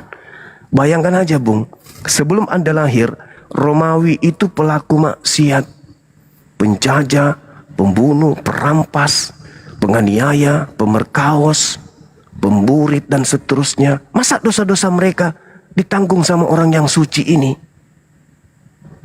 Orang suci yang menanggungnya enak kali. Mereka yang bermaksiat, mereka membunuh ibu kandung, mereka memperkaos anak kandung. Dosa-dosanya ditebus kemudian sama orang benar. Di mana kaidahnya? Tidak ada kaidah itu. Sedangkan di dalam kitabnya orang Yahudi 2 Tawarik 7 nomor 14, apabila hambaku mencari wajahku dan kembali dari dosa-dosanya, maka aku Tuhan akan mengampuni dosa mereka dari surga. Boleh enggak aku bertanya Bang Juma? Boleh, silakan. Silakan. Kenapa umat muslim tidak percaya kepada Yesus? Kami percaya kepada Yesus yang datang ke tengah Bani Israel. Kami tidak percaya yang keluar dari kubur itu, Bang. Kami tidak percaya yang dibunuh itu, kami tidak percaya. Tapi Yesus yang berkata di dalam Yohanes 17 nomor 3, hidup kekal itu adalah mereka mengenal Engkau satu-satunya Tuhan yang benar dan mengenal Yesus Kristus yang Engkau utus. Itu kami percaya. Karena kami mengenal Dia sebagai utusan. Makanya kami sebut Rasulullah. Rasul utusan Allah. Tidak sah iman Islam kalau tidak percaya Dia sebagai Rasul utusan Allah. Syarat memperoleh hidup kekal menurut Yesus Yohanes 17 nomor 3 adalah mengenal dirinya sebagai Rasul utusan Tuhan. Titik. Itu syaratnya. Padahal gini Bang Juma, kalau dari umat muslim nggak percaya Yesus berarti nggak digenapi dong firman Tuhan yang berkata, akulah jalan kebenaran dan hidup. Tidak ada sampai kepada Allah Bapa kalau tidak melalui aku. Oke, saya terangkan Abang. Akulah jalan, akulah kebenaran, akulah hidup. Tidak ada yang sampai kepada Bapa tanpa melalui aku. Umat Islam saya tanya, wahai umat Islam, bisa ndak Anda selamat tanpa mengimani manusia suci yang lahir di tengah-tengah Bani Israel yang diutus oleh Tuhan pencipta langit dan bumi sebagai jalan keselamatan bagi umatnya? Anda percaya atau tidak percaya? Umat Islam semua percaya. Berarti ketika kami berislam, kami menjadikan jalan yang ditempuh oleh Yesus itu sebagai jalan, yaitu beriman kepada Dia sebagai utusan Tuhan kepada Bani Israel. Wa isqala Isa bin Maryam ya Bani Israel, inni rasulullahi ilaikum. Kami beriman, maka tidak sah iman kami kalau kami tidak beriman kepada manusia yang lahir tanpa ayah, yang diberi hikmat Injil sebagai jalan keselamatan bagi Bani Israel. Kami percaya itu. Tapi kami tidak percaya kalau Dia adalah Tuhan, karena Dia bukan tujuan, Dia hanya jalan. Jalan menuju Monas, bukan Monas. Yesus hanya jalan menuju kepada Tuhan. Matius 19 ditanya oleh murid-muridnya, guru, bagaimana caranya supaya saya bisa masuk surga? Apa kata Yesus? Yang pertama, kamu harus melakukan segala perintah Tuhan. Di mana perintah Tuhan itu? Ajaran Musa. Jangan ini, jangan ini, jangan ini. Kata muridnya, itu sudah aku lakukan. Nah, kedua, kalau kau sudah lakukan itu, yang kedua adalah jual seluruh hartamu, berikan kepada si miskin. Jual hartamu, berikan kepada si miskin. Artinya berinfak, bersedekah, bayar zakat, dan bla bla bla seterusnya. Kata orang itu, kalau sudah selesai, apalagi? Barulah kau jadi pengikutku. Jadi untuk menjadi pengikut Yesus itu dua sesi yang harus dilalui. Yang pertama, melakukan hukum Taurat. Yang kedua, kemudian berinfak, bersedekah. Makanya Yesus mengatakan di suatu ayat, lebih mudah onta masuk lubang jarum daripada orang kaya masuk ke dalam surga. Berarti pengikutnya nggak boleh kaya, harus miskin. Karena syarat untuk memperoleh hidup yang kekal, jual seluruh hartamu, berikan kepada si miskin. Baru kau bisa jadi pengikutku. Tuh. Jadi hidup kekal itu menurut Yesus ya begitu. Padahal, bukan hanya Bang Juma, silakan. ya. Silakan. Padahal kan setiap Bang Juma berdoa, sholat, selalu Bang Juma mengatakan, tunjukkanlah jalan yang lurus. Padahal Tuhan sendiri sudah mengatakan, akulah jalan kebenaran dan hidup gitu. Lalu kenapa Bang Juma nggak percaya kepada Yesus? Itu aja Bang Juma.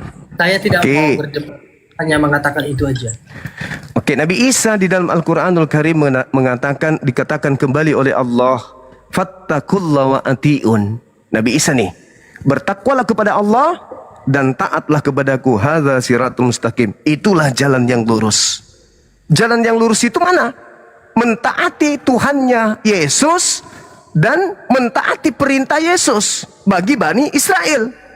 Jalan lurusnya apa? Menyembah kepada Allah. Jangan sampai belok menyembah kepada Yesus. Itu jalan lurus.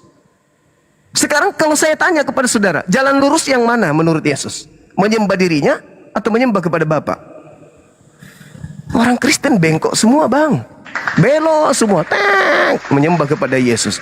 Jalan lurusnya itu adalah menyembah hanya kepada Dia yang mengutus Yesus dan mendudukkan Yesus sebagai Rasul utusan Tuhan.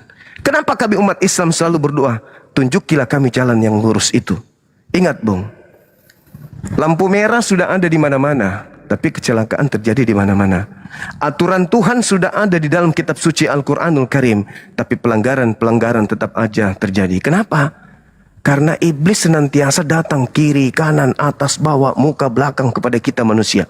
Kami hari ini ibadah di masjid, Allahu Akbar, memuji Allah. Kemudian meninggikan Allah, merendahkan diri kami, menghambakan diri. Saat itu kami bisa nangis. Tapi selangkah dari masjid, penguasa gelap sudah datang. Masuklah pikiran, gimana caranya anak saya bisa makan? Gimana caranya saya bisa dapatkan uang? Apa caranya supaya jabatan saya naik? Gimana caranya supaya ini? Iblis datang. Itulah kami selalu minta petunjuk. Petunjuk itu sudah ada. Jangan ini, jangan itu, jangan ini, jangan itu. Ada petunjuk itu. Tetapi kita senantiasa kemudian dibawa oleh syahwat kita untuk jauh dari Tuhan. Itu terjadi. Bagaimana orang Yahudi? Kata Yesus dalam Matius 23, nomor 1, nomor 23. Apa kata Yesus? Orang Farisi dan ahli Taurat itu sudah menduduki kursi Musa. Dengarkanlah apa yang mereka katakan, tapi jangan kamu mengikuti apa yang mereka kerjakan. Sebab mereka hanya berkata, tetapi mereka tidak mempraktekkan. Artinya mereka sudah tahu jalan lurus itu, mereka tahu, tapi mereka tidak mau melakukan itu. Nah, itulah yang terjadi di dalam ajaran agama Islam. Aturan apapun dalam Islam itu sudah sempurna, tetapi kami minta petunjuk supaya dikuatkan agar tetap berada pada koridor ini. Jangan sampai kami itu serong ke kiri atau serong ke kanan. Kami harus lurus ke depan karena Allah. Kami bersedekah, jangan bengkok. Harus karena Allah. Kami menyampaikan, jangan karena pamer, harus karena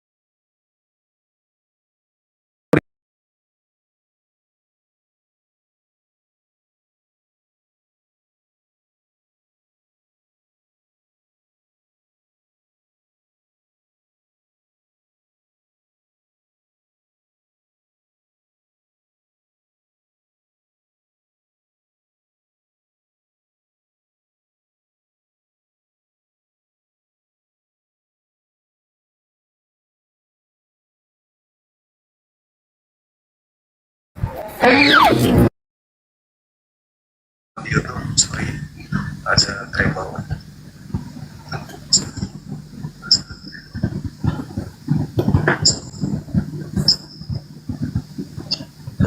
Maaf teman-teman di YouTube ya, senantiasa Anda terganggu dengan keadaan yang tidak mengenakan, di mana sinyal di tempat saya gangguan.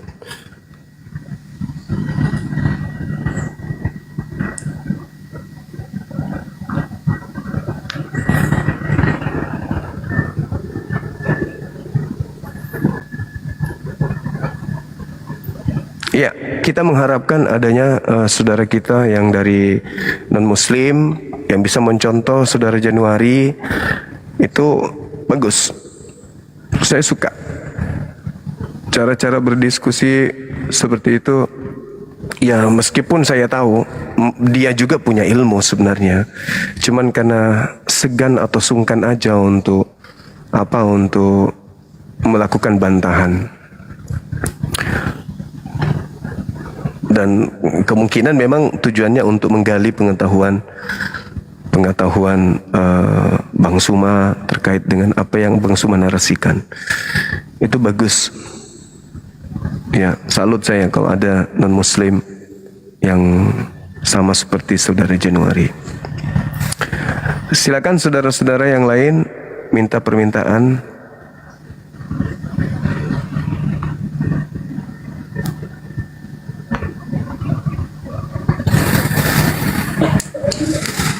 Halo saudara Kevin,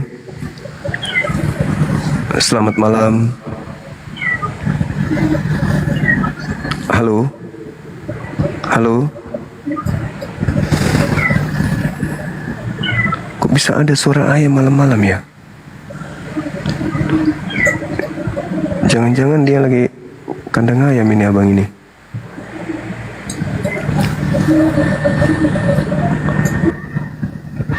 Halo. Halo, selamat malam. Halo. Bang Raja. Iya. Silakan Bang. Malam, Bang. Malam juga.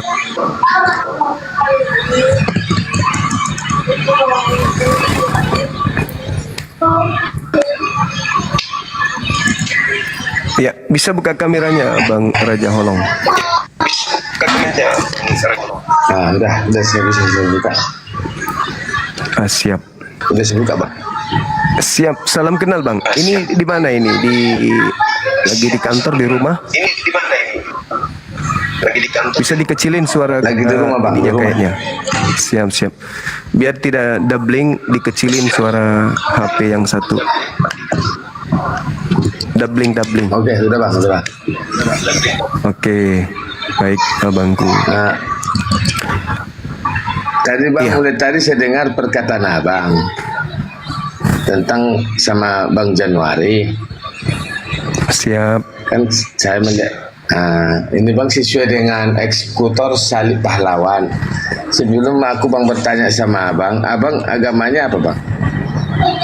Saya Muslim, abangku. Saya Muslim. Saya Islam. Oke, Islam. Saya Bang Iya, Kristen Protestan. Protestan abang ya. Oke, sip. Ya. Jadi kayak gini Bang, karena kita kan ini adalah makhluk Tuhan semua kan. Siap, betul Bang. Betul. Benar, Bang. Abang enggak membantah itu kan? Kita semua Enggak. makhluk Tuhan. Siap. Betul Bang. Karena sebelum kita berbicara Bang, aku perkenalkan dulu diri saya sama Abang ya. Siap. Kalau di komal saya dibuat ini Raja Holong. Tahu nggak Bang artinya Raja Holong? Raja Holong. Enggak, yang saya tahu raja aja. Oh, kalau Holong nggak tahu artinya Bang ya?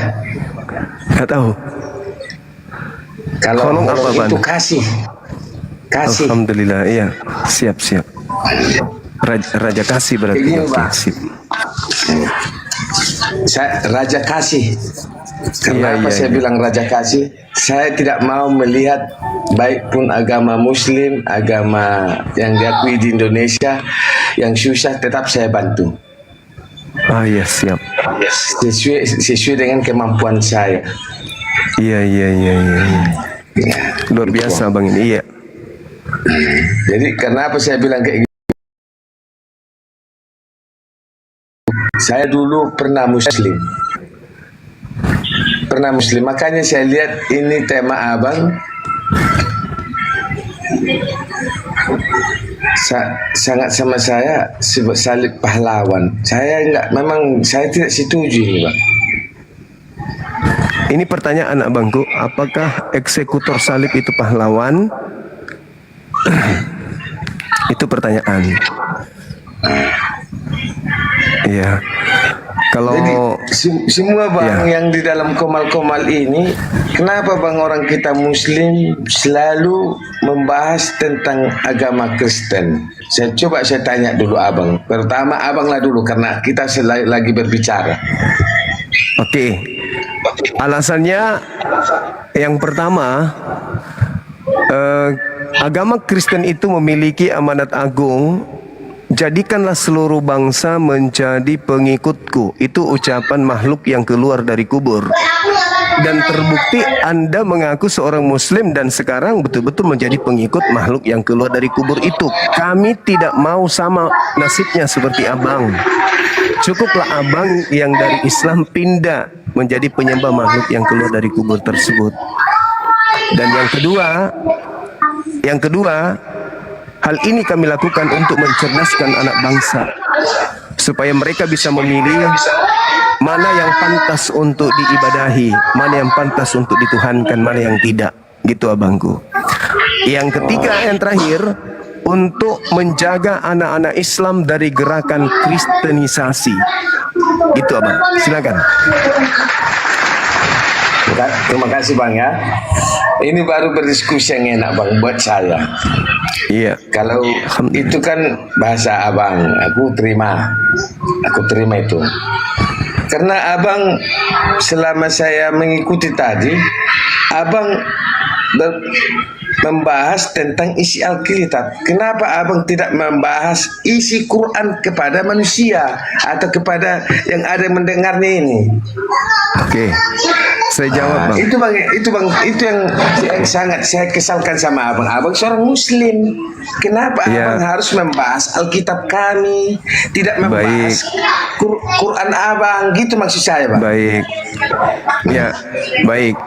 Al-Quran dan juga Bible itu berbicara mengenai salib. Meskipun kata salib itu diambil dari Al-Quran, tapi orang Kristen sudah familiar menggunakan bahasa Quran daripada bahasa Bible. Kalau di Bible itu artinya ksulon, bukan salib, ksulon. Ksulon dalam bahasa aslinya. Sedangkan ksulon itu dalam bahasa aslinya ketika diindonesiakan artinya adalah pohon. Kata salib itu hanya diambil dari Al-Quran, dipakai di Bible-nya Anda. Ya entah apa tujuannya. Yang pasti mungkin salah satunya adalah untuk memurtadkan seperti yang Anda alami. Nah ketika saudara saya ini bertanya, kenapa Anda harus membahas Bible? Kenapa nggak membahas Al-Quran? Tadi kan saya sudah sampaikan 3 hal yang tadi itu. Itu alasannya. Dan Al-Quran ketika berbicara mengenai penyaliban bang, itu sudah final. Nabi Isa yang suci ini itu tidak disalib, melainkan diangkat oleh pencipta langit dan bumi ke langit. Jadi tidak ada alasan bagi kami kemudian untuk mengatakan bahwa Nabi Isa keluar dari kubur adalah jelmaan Tuhan, inkarnasi Tuhan, bla bla bla bla bla bla bla. Itu nggak ada. Kami sudah final. Allah mengatakan inni mutawaffik wa rafi'uka ilayya wa mutakhiruka minal ladina kafaru. Aku mengangkat engkau, aku mengambil engkau ke hadiratku dan membersihkan engkau dari orang-orang kafir. Nah, salah satu bukti membersihkan Nabi Isa dari orang-orang kafir kami hadir untuk mengatakan bahwa Yesus itu tidak disalibkan. Yang disalib itu adalah orang lain. Dan itu Bible juga menguraikan indikasi itu secara kuat. Seperti itu abang. Itulah secara narasi abang menyampaikan itu sama saya lalu saya bilang ya, lain dari penonton kita yang di bawah. Kayak mana bang? Setuju nggak? Setuju banget. Oke. Jadi kayak gini bang, sebelum kita berbincang jauh lebih ke dalam kitab suci, kita ini kan memperkenalkan diri dulu kita bang ya, Bang Juma ya. Baik bang. Jadi kayak gini bang, Coba saya tanya dulu abang, mana lebih duluan Quran atau kitab Injil? Sabar bang, sebelumnya boleh anak-anak kecil suaranya, nanti kena pelanggaran kita. Oke. Anak-anak nanti kena pelanggaran rungkat komal kita ini, anak-anak kecil ini. Oke. Udah bang? Masih ada Udah jelas? anak-anak kecil ribut. Tunggu bang bentar ya, saya apa kalau sama anak saya? Siap. Ke dalam kamar kalian, tutup, ke dalam kamar, jangan main HP kalau bermain. Tutup ke dalam kamar, suara itu kuat. Bapak lagi ngomong. Ya nak ya, masuk ke dalam kamar, masuk nak. Oke bang, udah? Siap.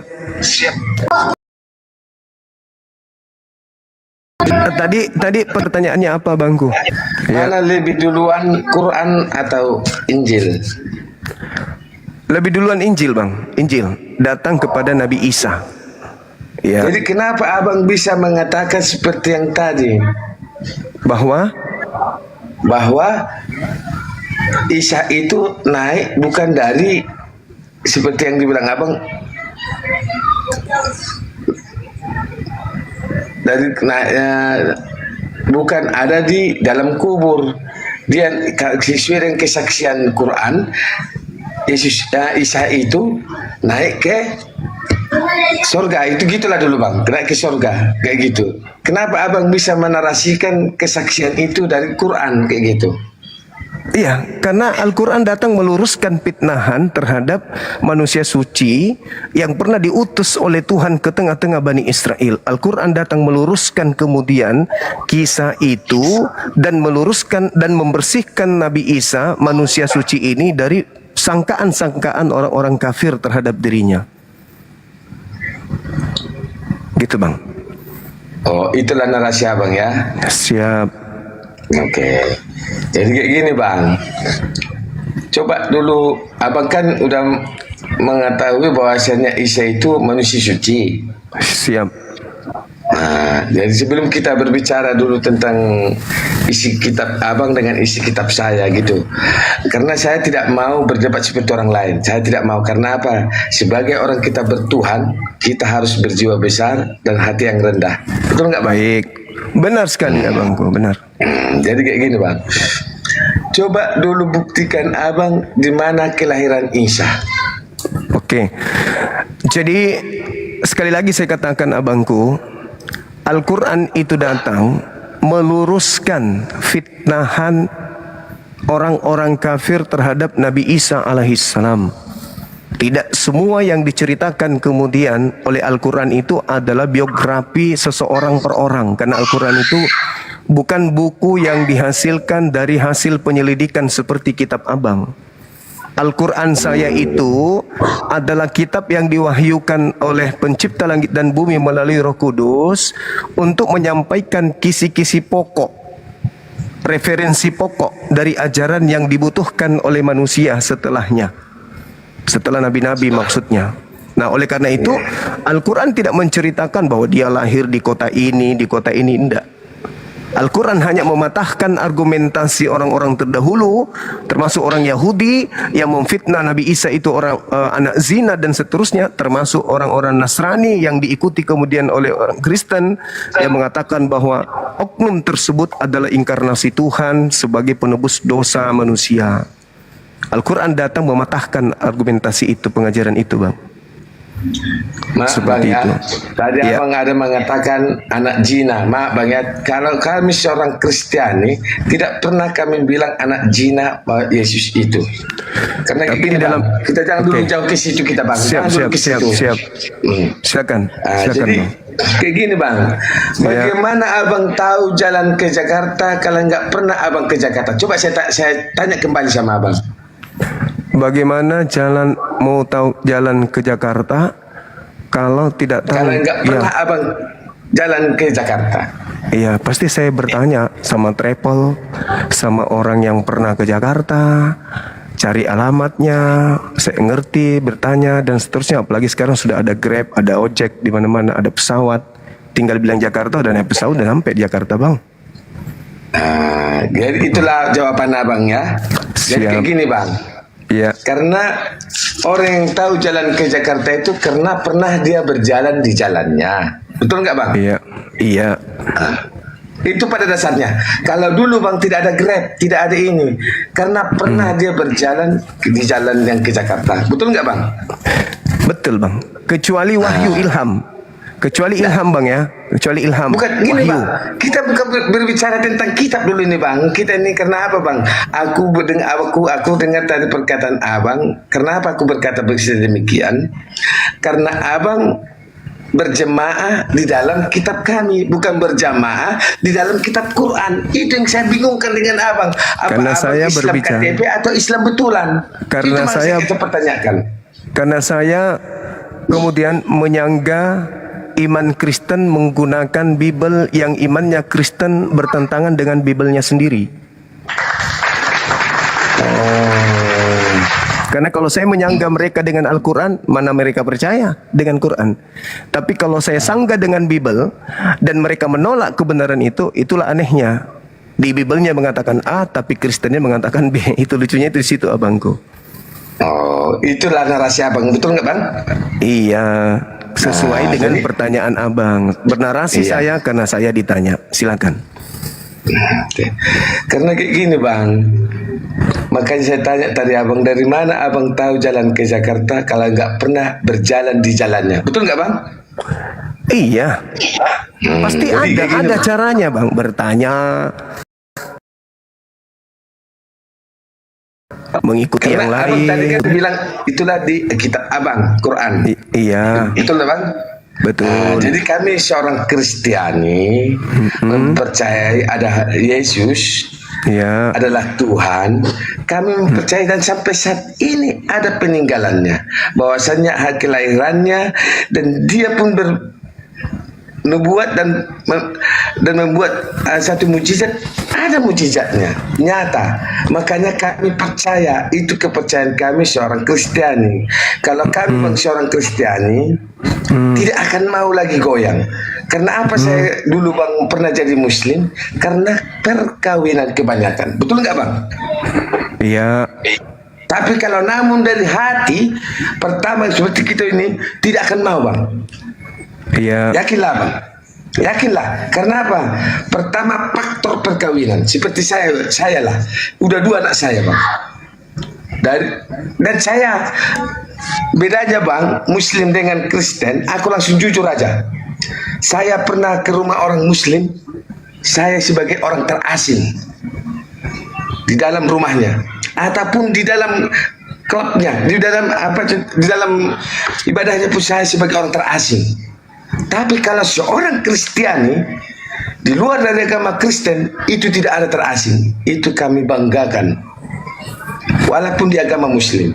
Seperti contoh anak saya lah, sampai saat ini masih ada 2 Muslim. 2 Muslim. Itu saya bilang sesuai dengan kita ini negara pemerintahan bang ya. Sesuai dengan pasal 29 ayat 2. Tiap warga negara berhak memiliki agama sesuai dengan kepercayaan masing-masing. Dan saya mengakui itu karena saya adalah rakyat bangsa Indonesia. Dan saat ini anak saya ada 2 di dalam saya, tidak saya paksakan agama Kristen. Karena apa? Sesuai dengan alur kepercayaan dia, sesuai dengan ada di negara kita. iya, Karena apa? Antara Tuhan dengan manusia dibagi kami orang Kristen itu per individu, bukan bisa membawa anak atau istri sesuai yang pernah yang saya ajarkan di Muslim. Anak katanya bisa dibawa, istri bisa dibawa, nenek bisa dibawa. Maka saya bingung. Dari mana bang? Coba buat abang dulu yang sesuai dengan Quran abang. terkait apa ini abangku? Pernah aku dengar bang berjemaah, anak kita bisa kita bawa ke dalam surga, istri kita bisa kita bawa ke dalam surga, Betul. dan nenek kita bisa kita bawa ke dalam surga. Iya, Kalau antara Tuhan dengan manusia itu per individu. oh kalau kami enggak. Kami enggak bang, kami ada amal jariah. Kami ada amal jariah dalam Al-Quran surah Ar-Ra'd ayat 23. Kami umat Islam itu berkumpul kembali dengan keluarga kami di surga. Dan kalau tadi Anda mengatakan Anda merasa asing di Islam, berarti oknum atau Anda yang kemudian memiliki sesuatu yang mungkin masyarakat tidak terlalu nyaman dengan itu. Karena kalau kita berbicara mengenai kitab suci, di dalam Al-Quran surah Luqman ayat 13-14, umat Islam ketika orang tuanya beda keyakinan, wajib hukumnya mereka kemudian untuk taat kepada kedua orang tuanya. Itu perintah Al-Quran. Hanya ada yang satu mereka tidak taat. Ketika orang tuanya mengajak mereka murtad, itu enggak boleh mereka ikuti. Tapi yang lainnya wajib hukumnya mereka menghormati, mentaati, mengayomi, melindungi, menjaga kedua orang tuanya. Itu wajib. Al-Quran surah Luqman yang mengatur itu. Sedangkan kalau di dalam Bible, Ulangan 13, anak kita, saudara kita, istri kita, orang tua kita, siapapun keluarga inti yang paling terdekat mengajarkan kita pindah agama, menyembah kepada Tuhan lain, wajib dibunuh. Oh, tidak ada bang, tidak ada. Silakan Anda baca di dalam kitab saudara Ulangan 13 nomor 14 dan seterusnya. Ulangan 13 nomor 14 dan seterusnya.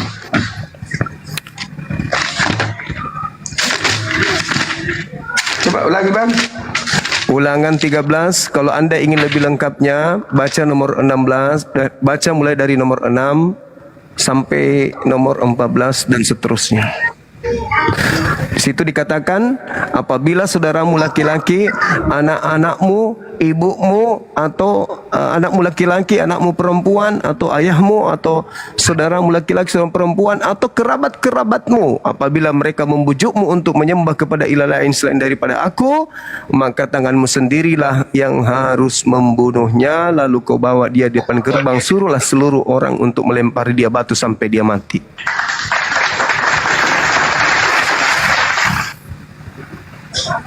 Tak ada bang tertulis di sini bang bilang kayak gitu bang.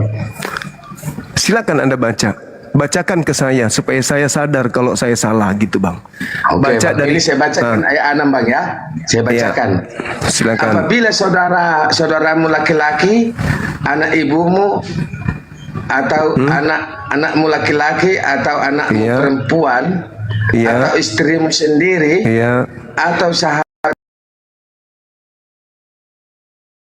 karibmu, ya, tanya ya. marilah kita berbakti kepada Allah lain yang Siap. tidak dikenal olehmu ataupun oleh nenek moyangmu. Tidak ada di Iya. sini bunuh. Tidak ada. Baca bang, baca terus bang, baca. Nah, oke. Ini ayat 7-nya. Ayat 7 ini bang ya. Iya. Salah satu Allah bangsa-bangsa sekelilingmu, baik yang dekat kepadamu maupun yang jauh daripadamu, dari ujung bumi ke ujung bumi. Tidak ada bang. Nomor 8.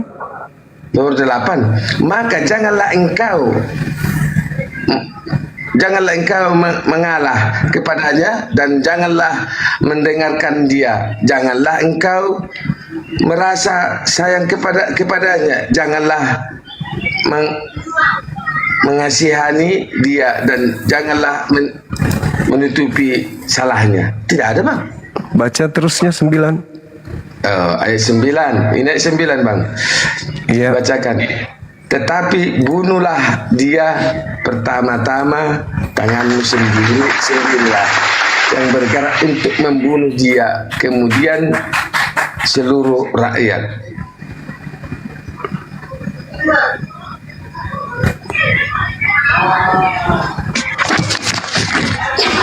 Tetapi bunuhlah dia pertama-tama, tanganmu sendirilah yang bergerak untuk membunuh dia, kemudian seluruh rakyat. Engkau harus melempari dia dengan batu sehingga mati, karena ia telah berkhianat, menyesatkan engkau daripada Tuhan Allahmu yang telah membawa engkau keluar dari tanah Mesir, dari rumah perbuatan. Oh, beda itu bang. Beda itu bang Juma. Beda itu bang Juma. Dari situ bisa saya bacakan.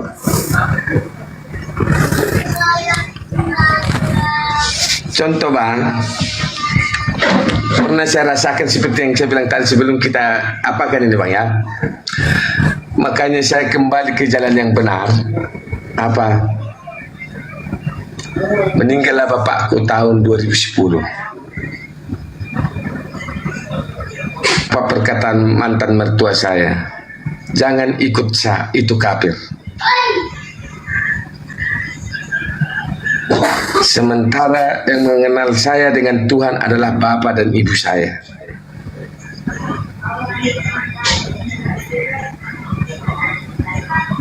Setelah itu, orang mantan istri saya,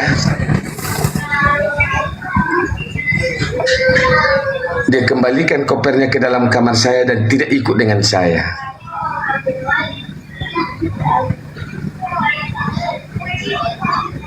Maka dalam hati kecil saya, mulai hari ini engkau bukan istriku lagi, karena kau mendengar perkataan ibu bapakmu, karena kau tidak pernah mendengar perkataan suami.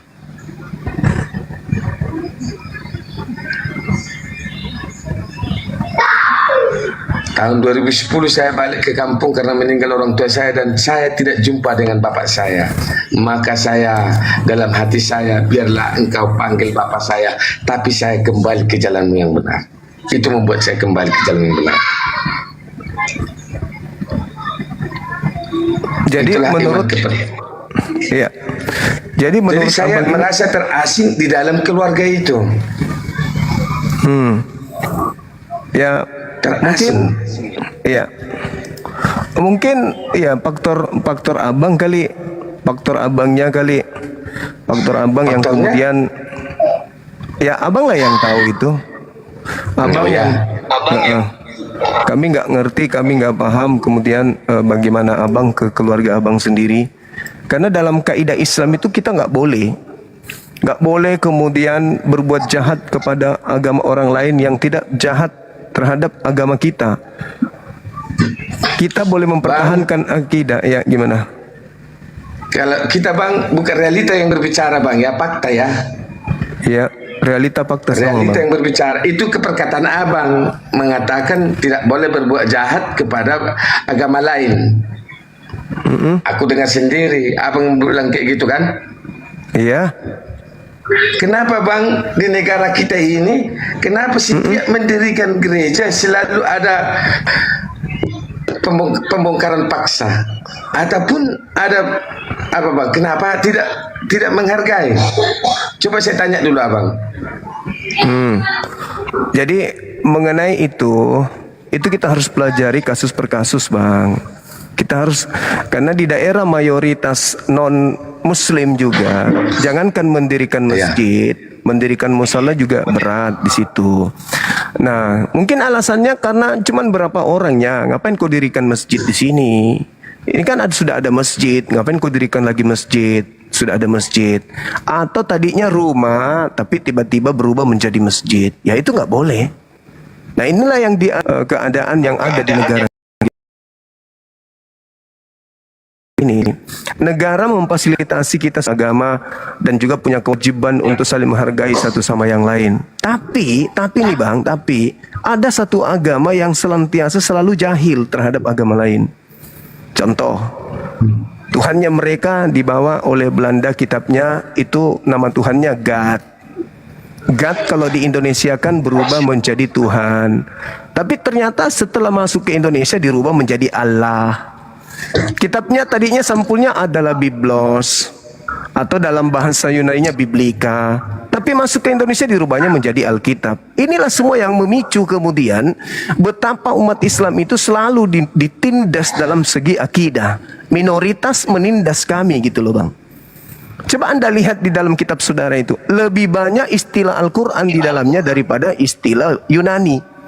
Padahal kitab Anda itu berasal dari Yunani, bahasa Yunani. Kok di dalamnya penuh bahasa-bahasa Quran? Sampulnya aja di depan nih, kayak ini. Alkitab. Ini dari mana kata Alkitab ini? Ini satu-satunya sumber dari Al-Quran. Kok bisa ada di sini? Tapi apakah saudara Kristen itu bisa sadar? Enggak. Taunya menyerang, taunya merasa tersakiti, taunya merasa dizolimi. Padahal kami 86%, saudara cuma 6%. Tapi titik demi titik kalian kumpulkan itu, kalian jadikan sebagai satu kesakitan yang sangat dahsyat. Padahal sejarah menorehkan ya penjajah di atas muka bumi ini yang melakukan pembumbun sehingga jutaan manusia jadi terlantar, jutaan manusia kehilangan rumah, jutaan manusia kehilangan keluarga, anak-anak menjadi yatim, ibu-ibu menjadi janda, suami menjadi duda. Pelakunya siapa? Orang yang beragama seperti Bapak ini. Tuhannya siapa? Tuhan yang sama seperti Bapak. Adakah kami mengatakan bahwa agama Anda itu adalah agama penjajah? Enggak. Enggak ada. Tapi ketika ada kesalahan prosedur, selalu Islam yang dibawa. Oknum yang melakukan, Islam yang dibawa. Tapi kalau giliran yang membumbun, kayak di Makassar ini Bang, di Sulawesi Selatan ini, ada satu pemakaman isinya 40.000 jiwa. Pelakunya itu adalah dari agama saudara. 40.000 jiwa Bang, satu makam dibunbun oleh orang yang seakidah, seagama dengan abang. Tapi kami tidak mencap kalian itu sebagai agama penjajah, enggak. Berbeda dengan kalian ketika gereja diprotes, yang kalian bawa Islam. Ketika gereja diprotes, yang kalian bawa Islam. Padahal Al-Quran menggariskan, Qul lilladzina amanu yaghfiru lilladzina la yarjuna ayyamallah. Jadi Allah menggariskan suatu kaidah di Islam. Katakanlah wahai Nabiku Muhammad kepada orang-orang yang beriman, hendaklah mereka memaafkan orang-orang yang tidak takut kepada Allah. Memaafkan. Makanya di Islam di Indonesia ini Bang, kalau Anda melihat kami 80%, 86, kalian 6%, kalian dicintai, disayangi sama masyarakat Indonesia. Kami sayang sama kalian. Tapi mungkin dalam perlakuan kehidupan kita sehari-hari, ya setiap ada kesalahan Islam, setiap ada kesalahan Islam, setiap ada sesuatu Islam. Padahal Islam tidak mengajarkan itu. Tidak ada dalil di dalam Al-Quranul Karim untuk memerintahkan umat Islam merusak rumah ibadah. Tak ada. Dalam keadaan damai maupun dalam keadaan perang. Bahkan dalam perang pun umat Islam haram hukumnya merusak rumah ibadah agama lain di luar Islam. Haram hukumnya membunuh tokoh-tokoh agama lain, imam, pendeta, dan itu tidak boleh. Di Islam loh itu seperti itu Bang. Nggak boleh. Nah, sedangkan kalau kita baca di Bible, bunuhlah. Jangan kau biarkan apapun yang bernapas. Anak-anak, ibu-ibu yang menyusui bla bla bla bla bla, bunuhlah. Itu ada perintah dalam Bible Bang. Tapi kami umat Islam ketika kalian melakukan pembun-bun, kami tidak mengatakan lah ini Kristen ini, memang agamanya mengajarkan. Padahal di Bible mengajarkan loh Bang. Coba Anda baca di Ulangan 20 nomor 10, apabila engkau mengepung suatu wilayah untuk kau perangi, tawarkan kepada mereka perdamaian. Kalau mereka menerima perdamaian itu, jadikanlah mereka budakmu dan ajaklah dan suruhlah mereka bekerja rodi untukmu. Tetapi kalau mereka tidak mau berdamai, bunuhlah semua laki-laki yang ada di dalamnya. Itu yang diperhatikan Belanda. Ulangan 20 nomor 10, nomor 11 dan seterusnya abangku. Kalau di Islam ada nggak perintah seperti itu? Carikan saya di Al-Quran kalau ada. Saya keluar dari Islam kalau ada data-data seperti itu dalam Al-Quran. Coba abang baca Ulangan 20 nomor 10 nomor 11. Itu kan perkataan Abang Juma berkata itu yang ada di Bible. Itu di Bible Bang. Saya membaca yang ada di Bible. Iya. Tapi Bang, kalau sesuai dengan realita yang saya dapat selama saya pada saat itu, berbeda dengan yang abang ungkapkan sekarang. Karena Islam tidak mengajarkan itu. Ada orang Islam yang jahat orangnya karena agamanya bilang Bang. Muslim Bang, bukan saya bilang Islam, bukan. Karena Ya, tapi saya nangkapnya begitu. Berbeda dengan bukan saya agama bilang saudara. Muslim atau Muslim yang berbuat sedemikian. Karena apa? Pada saat itu saya di dalamnya mereka berbohong kepada saya. Nah itu oknum. Anda kan mengatakan Anda murtad, berarti oknum. Iya. Makanya saya bilang berbohong kepada saya Bang. Contoh salah satunya Bang ya. Ini bukan saya berbohong. Ini fakta realita berbicara. Iya, Aku silakan. tanya imamnya beda bahasanya. Aku tanya imamnya beda bahasanya. Aku tanya makmumnya beda bahasanya. Tidak ada yang sama. Contoh Maksudnya salah apa? satu. Contoh. Contohnya gini bang, kita kan kalau sembahyang itu kan kita kan berdoa. Ya. Nah, berdoa. Contoh kalau kita Muslim bilang Al-Fatihah, ya bang. Nah, saya bacakanlah dulu bang ya sampai ini ya bang ya. Saya Iya. bacakan, masih ingat sampai sekarang. Iya, A'udzubillahi minasyaitonirrajim. Bismillahirrahmanirrahim. Alhamdulillahirabbil alamin. Arrahmanirrahim. Maliki yaumiddin. Iyyaka na'budu wa iyyaka nasta'in. Shiratal mustaqim shiratal ladzina an'amta 'alaihim ghairil maghdubi alaihim waladdallin. Itu bang saya tanyakan sama imamnya, dia pun tidak tahu katanya. Enggak tahu apanya abangku. Artinya bahasa Indonesianya. Dia enggak paham. Ya. Tapi dia Saya sudah tanya, menang. Tapi dia sudah Tunggu, menang Bang. satu. Tapi dia sudah menang satu. Dia Dengar sudah dulu, memiliki. Bang. Gimana? Dengar dulu. Jadi setelah saya tanya lagi yang dekat dengan saya, aku aja pun apa nggak tahu. Jadi kemana Oke. abang mempercaya adanya Tuhan? Oke. Sementara yang kau baca itu pun tidak tahu kau ulang.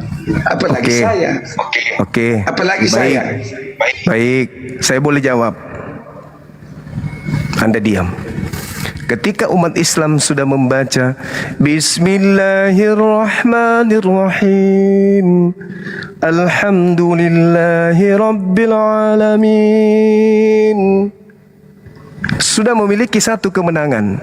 Apa itu? Mereka sudah membacakan firman Tuhan. Yang tahu, yang maha tahu adalah Tuhan, pencipta langit dan bumi, yang maha alim, yang maha mengetahui. Artinya umat Islam meskipun dia tidak paham artinya, dia sudah membacakan firman Tuhan, sudah pahala. Sudah pahala. Nah, kewajiban di dalam ajaran agama Islam itu adalah berilmu. Maka dia salah. Kenapa dia salah? Karena dia tidak mau berilmu. Padahal kaidah Islam itu, wahyu pertama yang diturunkan oleh Allah, Iqra, disuruh baca, disuruh pelajari. Kalau dia tidak ngerti, berarti dia masih iman Islamnya Islam standar. Tapi dia sudah paham tentang firman Tuhan, yaitu Tuhannya berfirman dalam bahasa Quran, Alhamdulillahirabbil alamin. Kalau dia mau tahu artinya, tinggal buka buku terjemah. Dia sudah tahu artinya pasti. Alhamdulillahirabbil alamin, dia pasti sudah bisa baca. Segala puji bagi Allah Tuhan semesta alam. Dia dua dapat poin. Yang pertama, dia mengerti bahasa asli kitabnya. Yang kedua, dia bisa mengerti terjemahannya. Sekarang kalau Anda sekarang yang masuk kembali ke jalan kebenaran menurut Anda, tolong Anda katakan kepada saya, apa firman pertama yang Yesus sebutkan untuk pengikutnya Bani Israel? Firman pertama yang disebut Yesus, karena Yesus mengatakan di dalam Yohanes 17:8, segala firman yang engkau berikan kepadaku telah aku sampaikan kepada mereka. Ingat, Yesus bukan orang Yunani. Yesus menggunakan bahasa Aramaik atau bahasa Ibrani.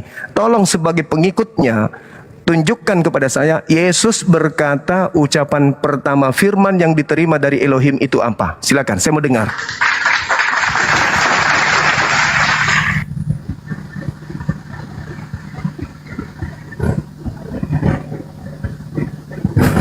Buka mute-nya bang. Dibuka mic-nya bang.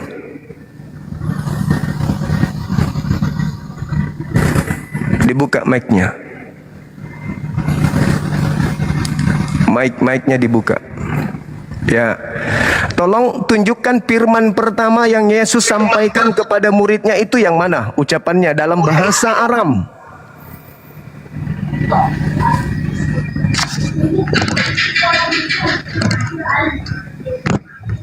Coba ulangi bang. Tolong Coba diulangi bang. tunjukkan Coba kepada diulangi. Nggak dengar jelas. Di dalam kitab Wahyu 1 nomor 1 dikatakan, inilah wahyu Yesus Kristus yang dikaruniakan Tuhan kepadanya untuk disampaikan kepada hamba-hambanya. Tolong tunjukkan wahyu pertama yang Yesus sampaikan kepada muridnya itu wahyu yang mana? Dalam bahasa Yesus, bukan bahasa Indonesia. Silakan. Oh, bang, kita ini bang, kalau bahasa Yunani bang saya nggak paham bang, jujurlah. Jujur saya kata. Tapi kalau bahasa Indonesia, berarti lebih beruntung umat Islam. Dia tidak tahu arti, tapi dia tahu firman yang turun kepada nabinya Nabi Muhammad. Anda bisa bahasa Indonesia, mengerti, kebalikannya Anda tidak mengerti firman Tuhan yang datang kepada Yesus itu apa. Yesus itu bang, dalam Yohanes 1 ayat 1, kami sudah dibahas di sini. Pada mulanya adalah firman. Itu bukan ucapan Yesus abangku, itu ucapan pengarang Yohanes. Yang saya minta ucapan asli dari Yesus. Apa yang Anda tahu? Ucapan aslinya Yesus apa? Ucapan Gelap, gelap bang, gelap. Gelap. Kalian tidak mengerti firman yang diterima Yesus itu, kalian tidak tahu. Firman yang diterima Yesus itu kalian gelap. Sama sekali Anda tidak tahu. Umat Islam meskipun mereka tidak mengerti, tinggal buka terjemah. Mereka sudah sampai padanya firman Tuhan yang diterima oleh nabinya. Subhanallah, Masya Allah, Masya Allah. Nah sekarang saya mau tanya, mana ucapan Yesus? Ucapan Yesus pertama kali mana? Yang mana? Bang, kalau dalam Yohanes 14 ayat 6 bang, kata Yesus kepadanya, akulah jalan kebenaran dan hidup. Tidak ada Sahabatku Ain, barakallahu fiik. Iya, bukan masalah itu abangku. Yang saya tanya ini kan Anda bertanya tentang Al-Quran. Anda ke masjid, Alhamdulillahi Rabbil Alamin. Sekarang saya balik bertanya. Coba bang, kenapa bang? Kenapa bang hilang bang? Saya hilang ya? Ada kok bang, ada bang. Enggak, Ada ini saya. apanya menghilang? Oh, udah jelas bang, udah jelas, udah bisa. Ya, Anda Dan saya bisa mengatakan menghilang loh. Anda bertanya kepada orang yang ada di masjid, imam dan makmum. Apa artinya? Enggak tahu. Tapi mereka enggak kehilangan arah. Mereka tinggal buka terjemah. Tinggal buka terjemah. Oh, ini artinya. Nah, sekarang Anda yang ditanya nih. Apa yang Anda tahu dari firman yang Yesus ajarkan? Apa yang Anda tahu dari firman yang Yesus ajarkan? Ya. Pada saat itu bang, saya kan masih pada saat itu saya memang Muslim. Pada saat itu. Iya. Setelah saya di dalam itu bang, saya kan perlu tahu apa yang harus saya sembah dan apa yang harus saya yakini. Betul nggak bang? Betul. Kenapa Anda nggak belajar? Tunggu dulu bang.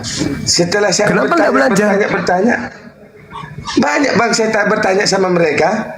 Jadi Ya, Andanya kenapa nggak belajar?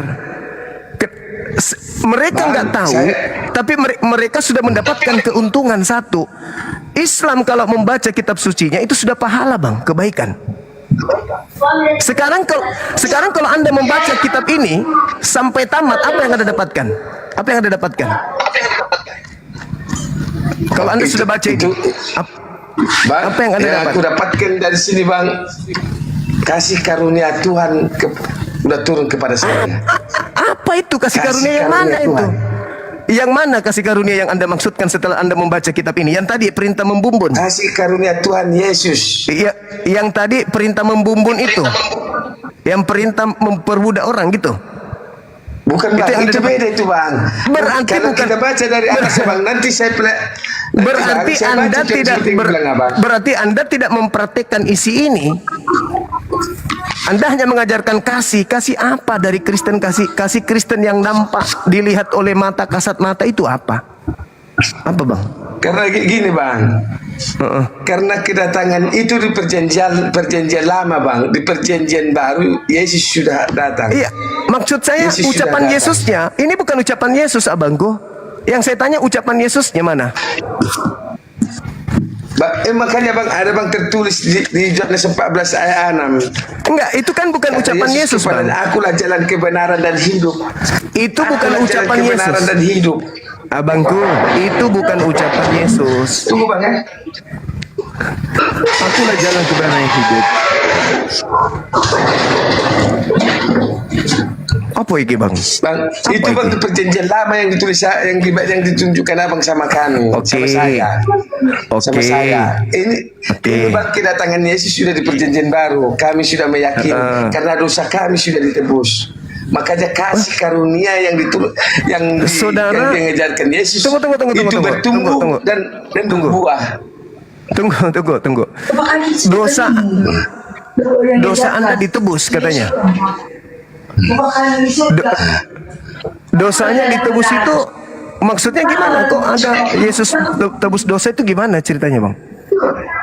Kami percaya kepadanya dan kami kasih dan karunia-Nya udah berturun, maka kami mengasihi sesama, Bang.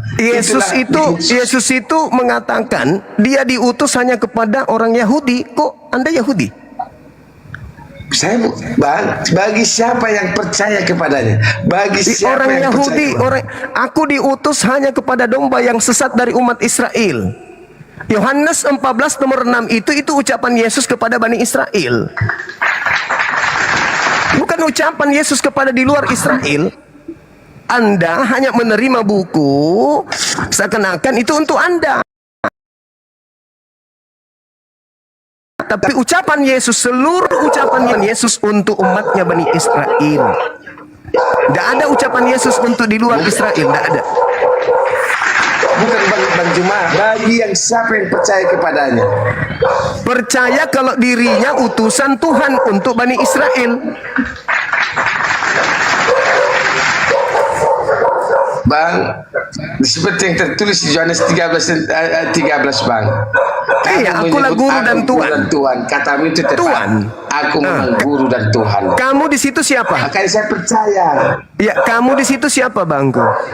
Siapa kamu di situ? Kamu menyebut Saya sebagai dombanya Tuhan saya dombanya yang sesat. Saudara, Wahyu 3 nomor 9, kalau ada bukan orang Yahudi mengaku domba, itu disebut jemaat iblis. Kitab Anda sendiri yang mengatakan itu, bahwa Kristen itu disebutkan di situ yang mengatakan dirinya sebagai jemaat Yahudi atau jemaat Israel tapi bukan jemaat Israel, maka dia adalah jemaat iblis. Bible yang mengatakan itu. Jangankan abang, orang-orang Kanaan saja ketemu langsung dengan Yesus minta tolong agar anaknya disembuhkan. Yesus menyebutnya sebagai asu, Bang. Usir dia, karena dia dari tadi mengikuti kita. Wanita Kanaan itu datang, tolong Yesus sembuhkan anakku. Apa kata Yesus? Tidak layak roti yang disediakan untuk anak-anak diberikan kepada asu. Apa kata wanita Kanaan itu? Betul. Tapi bukankah asu makan remah-remah yang jatuh dari meja tuannya? Apa kata Yesus? Besar imanmu, ibu. Jadilah seperti apa yang engkau inginkan. Jadi orang Kanaan saja yang bertemu langsung dengan Yesus aja disebut asu, Bang, apalagi abang. Makanya di dalam Matius 7 nomor 22 nomor 23, ketika nanti abang bertemu dengan Yesus, abang akan berkata, Yesus, bukankah kami yang bernubuat mengusir setan, bermujizat pakai namamu? Apa kata Yesus? Pada saat itulah aku akan berterus terang kepada mereka, enyahlah daripadaku, aku tidak mengenal kalian, kalian adalah semua pembuat kejahatan. Apa enggak malu abang diusir sama Yesus? Oh, bukan, Bang. Kalau yang dibilang abang itu, Bang, enyahlah kamu. Bagi yang ada yang, Bang, kalau itu, Bang, masalah itu, Bang, enyahlah kamu katanya. Itu, Bang, yang banyak saksi-saksi palsu. Oh, enggak. Bukan itu. Baca dalilnya. Matius 7 nomor 15 sampai nomor 22. Saksi palsu, Bang. Enggak ada dikatakan seperti itu. Matius 7. Nomor 15. Ya, nomor 15 sampai nomor 23. Tunggu bentar, Bang, ya. Saya usir dulu bukunya. Iya.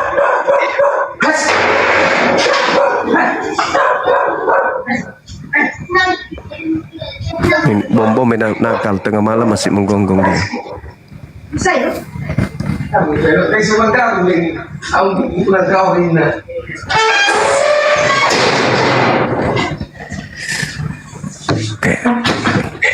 Oke, Bang. Ya, Di Matius lanjut. berapa tadi, Bang? Matius 7 nomor 15 sampai nomor 23. Hai pengajaran yang sesat. Tengok abang, Bang. Hai pengajaran sesat itu, Bang, saksi pengajaran sesat itu, Bang. Makanya dibilang Iya, silakan. gitu. Silakan Anda baca.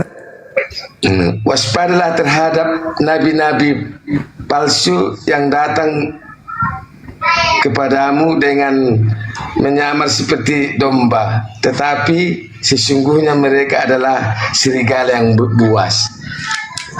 Dia bang datang dia sebagai contohnya bang pendakwah, dia juga bahasa apa ini ya, dia berjemaah, tapi dia berbahasa kata Tuhan, tapi dia lebih dari serigala. Itu makanya itu bang, itu yang dikatakan itulah saksi palsu. Oke, sekarang Yesus mengatakan itu kepada siapa waktu itu? Pada saat itu bang, pada saat itu Yesus tunggu bang ya, Berbicara kepada orang Yahudi kan? dari buahlah kamu akan mengenal mereka. Bukan, Yesus menasihati Yahudi kan agar waspada. Ya. Lalu siapa di luar Yahudi yang datang menyamar-nyamar seperti menjadi murid Yesus? Islam atau Kristen? Bang, kalau masalah itu bang, udah ada tertulis itu bang dalam kitab ini. Pertanyaan saya sederhana. Besarnya bang, itu nanti saksi Kristus. Saksi dari bukan. nanti, bang. Yang datang menyamar seperti domba, seperti Yahudi, Islam atau Kristen? Kristen bang, Kristen. Oke.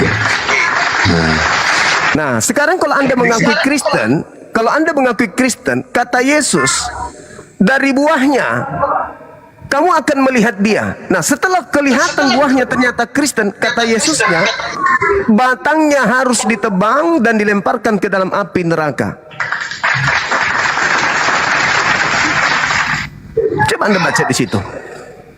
Bukan buahnya lagi. Kalau sudah kelihatan buahnya sesat, yaitu Kristen, maka batangnya harus ditebang. Siapa batangnya? Paulus. Agamanya harus ditebang. Ajarannya yang harus, ini saksi Yehova, ini salah, ini Advent salah, ini enggak. Apabila sudah menemukan kemudian di luar Yahudi melakukan hal itu tanda-tanda buah-buahnya, maka batangnya yang harus ditebang. Berarti kalau batang ditebang, seluruh buahnya mati, masuk dalam api neraka. Maafkan saya bang, itu tertulis dalam kitab saudara. Saya tidak ngarang-ngarang. Di dalam Matius 7 jelas di situ bahwa Anda sendiri yang telah menyebutnya bahwa itu adalah Kristen. Berarti seluruh Kristen akan digarami dengan api neraka. Bukan bang, bukan kayak gitu pengertiannya itu bang.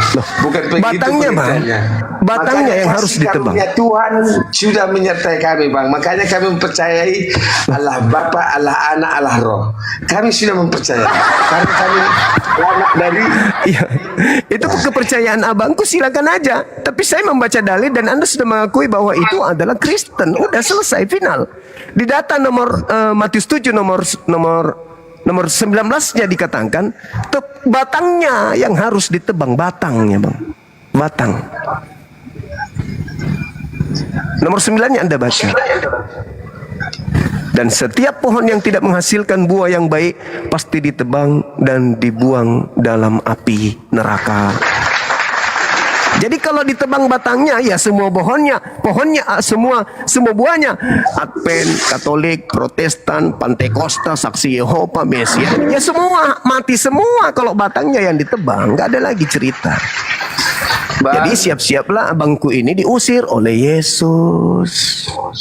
Oh, kalau kami bang sudah di dalam kitab kami bang, karena di dalam kitab ini bang perjemahannya harus dibaca dengan detail. Oh iya. Apa? Kalau bisa itu kita iya. Sesat bang di dalam kalau kita tidak detail. Betul sekali. Makanya saya katakan baca nomor 9-nya supaya detail.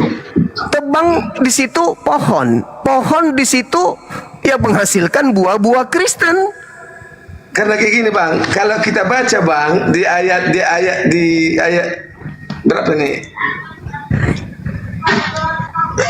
Di Matius 7 di apa ini dibacakan bang, dari buahlah kamu akan mengenal mereka. Dapatkah orang memetik buah anggur dari semak duri atau buah ara dari rumput duri? Jadi kita bang harus kita mengerti. Harus kita mengerti buah kasih yang diturunkan, kasih karunia Tuhan Yesus kepada manusia melalui kasih karunia yang diturunkan Tuhan Yesus kepada kami. Lah, kasih itu, saudara, kasih itu ada dua. Kasih kepada Tuhan, kasih kepada manusia. Kasih kepada Tuhan mentaati perintah Tuhan. Perintah Ya. Tuhan yang mana kemudian yang saudara lakukan sampai Anda menyembah Yesus, makan babi, tidak bersunat, ibadah minggu? Perintah Tuhan yang mana? Di mana Tuhan memerintahkan ibadah minggu? Di mana Tuhan memerintahkan Natal? Di mana Tuhan memerintahkan makan babi? Di mana Tuhan memerintahkan menyembah Yesus untuk kemudian memelihara kulub? Itu perintah Tuhan yang mana? Berarti tidak ada. Kalau begitu Anda tidak kasih kepada Tuhan. Anda tidak melakukan kasih yang pertama, yang terutama, yaitu mentaati perintah Tuhan. Kata Yesus ketika ditanya, Yesus, Guru, apa yang harus aku lakukan sampai aku bisa memperoleh hidup yang kekal? Matius 19 nomor 16. Apa kata Yesus? Lakukan segala perintah Bapa. Perintah Bapak ibadah Sabat atau ibadah Minggu? Perintah Bapak makan babi atau jangan makan babi? Perintah Bapak kulub atau jangan kulub? Inilah makanya Yesus mengatakan, aku tidak mengenal kalian. Kalian semua adalah pembuat kejahatan. Bapakku mengajarkan A, kalian mempraktekkan Z. Sebelum Anda diusir, Bang, kalau Anda tidak mau kembali ke Islam, silahkan aja. Tapi kalau saya, sebelum Anda diusir, pikirkan lagi deh. Anda sudah pernah masuk ke dalam Islam hanya gara-gara orang itu tidak mengerti arti Al-Fatihah, Anda keluar. Hanya gara-gara Anda tidak diterima di keluarga Anda sendiri, Anda keluar. Padahal Anda sudah diberi kesempatan satu kali, Masya Allah. Karena permasalahannya itu Bang, permasalahannya kayak gini Bang. Di dalam kasih karunia Tuhan, kami sudah jelas Bang. Apa Kami yang sudah jelas, Abang? Kalau begitu tolong saya minta data jaminan Yesus kepada orang yang menyembahnya itu tertulis di mana? Oh. Ini Bang. Nah, Aku di Yohanes 14 kata Yesus kepada Akulah akulah jalan kebenaran dan hidup. Iya. Jalan kebenarannya Tidak ada apa? seorang pun yang datang kepada Bapa kalau Tanpa. tidak melalui aku. Nah, sekarang Itu jalan kata Yesus. jalan kebenaran yang merupakan jalan Yesus itu yang mana? Menuhankan Dia. Bang, kami bersaksi bahwasannya Yesus itu adalah firman Tuhan, anak yang diutus Tuhan kepada manusia. Melalui Yesus datang ke dunia, itulah rupa dan rupa Allah Bapa yang di sorga. Melalui Yesus. Kesaksian Kasih Anda itu karunia-Nya. salah. Kesaksian Anda itu ditolak oleh Yesus. Yesus bersaksi di dalam Yohanes 5 nomor 36. Ada kesaksianku yang lebih penting dari kesaksian Yohanes Pembaptis. Apalagi kalau hanya sekedar Kristen. Tidak dikenali oleh Yesus. Apa pekerjaan yang aku lakukan? Pekerjaan itulah yang bersaksi tentang aku bahwa Bapa yang telah mengutus aku. Berarti Yesus ini utusan Tuhan, bukan Tuhan. Menurut siapa? Menurut Yesus. Bang Juma, kami sudah percaya di dalam Yohanes 1 Bang. Pada Nah, itu Yohanes. pada mulanya adalah firman. Itu Yohanes. Itu bersama-sama dengan Allah. Dan firman itu adalah Allah. Itu yang menyerupai datang ke dunia melalui rupa. Itulah salah. Sebenarnya. Salah. Anda sebagai Kristen tidak duduk di situ, abangku. Kristen itu duduknya di Filipi 2 nomor 6, nomor 7, nomor 8. Itu Anda di situ. Di situ di Filipi 2 dikatakan di surat Paulus bahwa Theos tidak mempertahankan keteosannya, melainkan mengosongkan dirinya dan mengambil rupa hamba, lalu menjadi manusia, lalu taat sampai mati, bahkan taat sampai mati di atas tiang salib. Nah, itu konsep ketuhanan Anda. Jangan Anda sembunyikan. Inilah Kristen kelemahannya. Karena sebenarnya kalau Anda hanya berfokus kepada Yohanes 1 nomor 1 itu nggak ada masalah. Kenapa nggak ada masalah? Karena firman itu menjadi daging. Kita semua ini juga adalah firman menjadi daging. Mana dalilnya? Matius 4 nomor 4. Manusia, kata Yesus, manusia hidup bukan dari roti saja, tapi dari setiap firman yang keluar dari mulut Tuhan. Sedangkan Yesus yang Anda sembah itu Filipi 2, abangku. Filipi 2 nomor 6. Theos, dewanya Romawi, mengosongkan dirinya, lalu turun menjadi manusia, lalu taat sampai mati di atas tiang salib. Bukan bukan Yohanes 1. Kalau Yohanes 1 itu bang, firman datang kepada Roh Kudus atau Gabriel datang di bulan ke-6 menyampaikan kepada Maria. Maria, ya paman, Tuhan yang Maha Tinggi menginginkan kamu hamil. Oh ya? Iya. Apa yang terjadi? Hamil. Berarti firman itu menjadi manusia. Betul.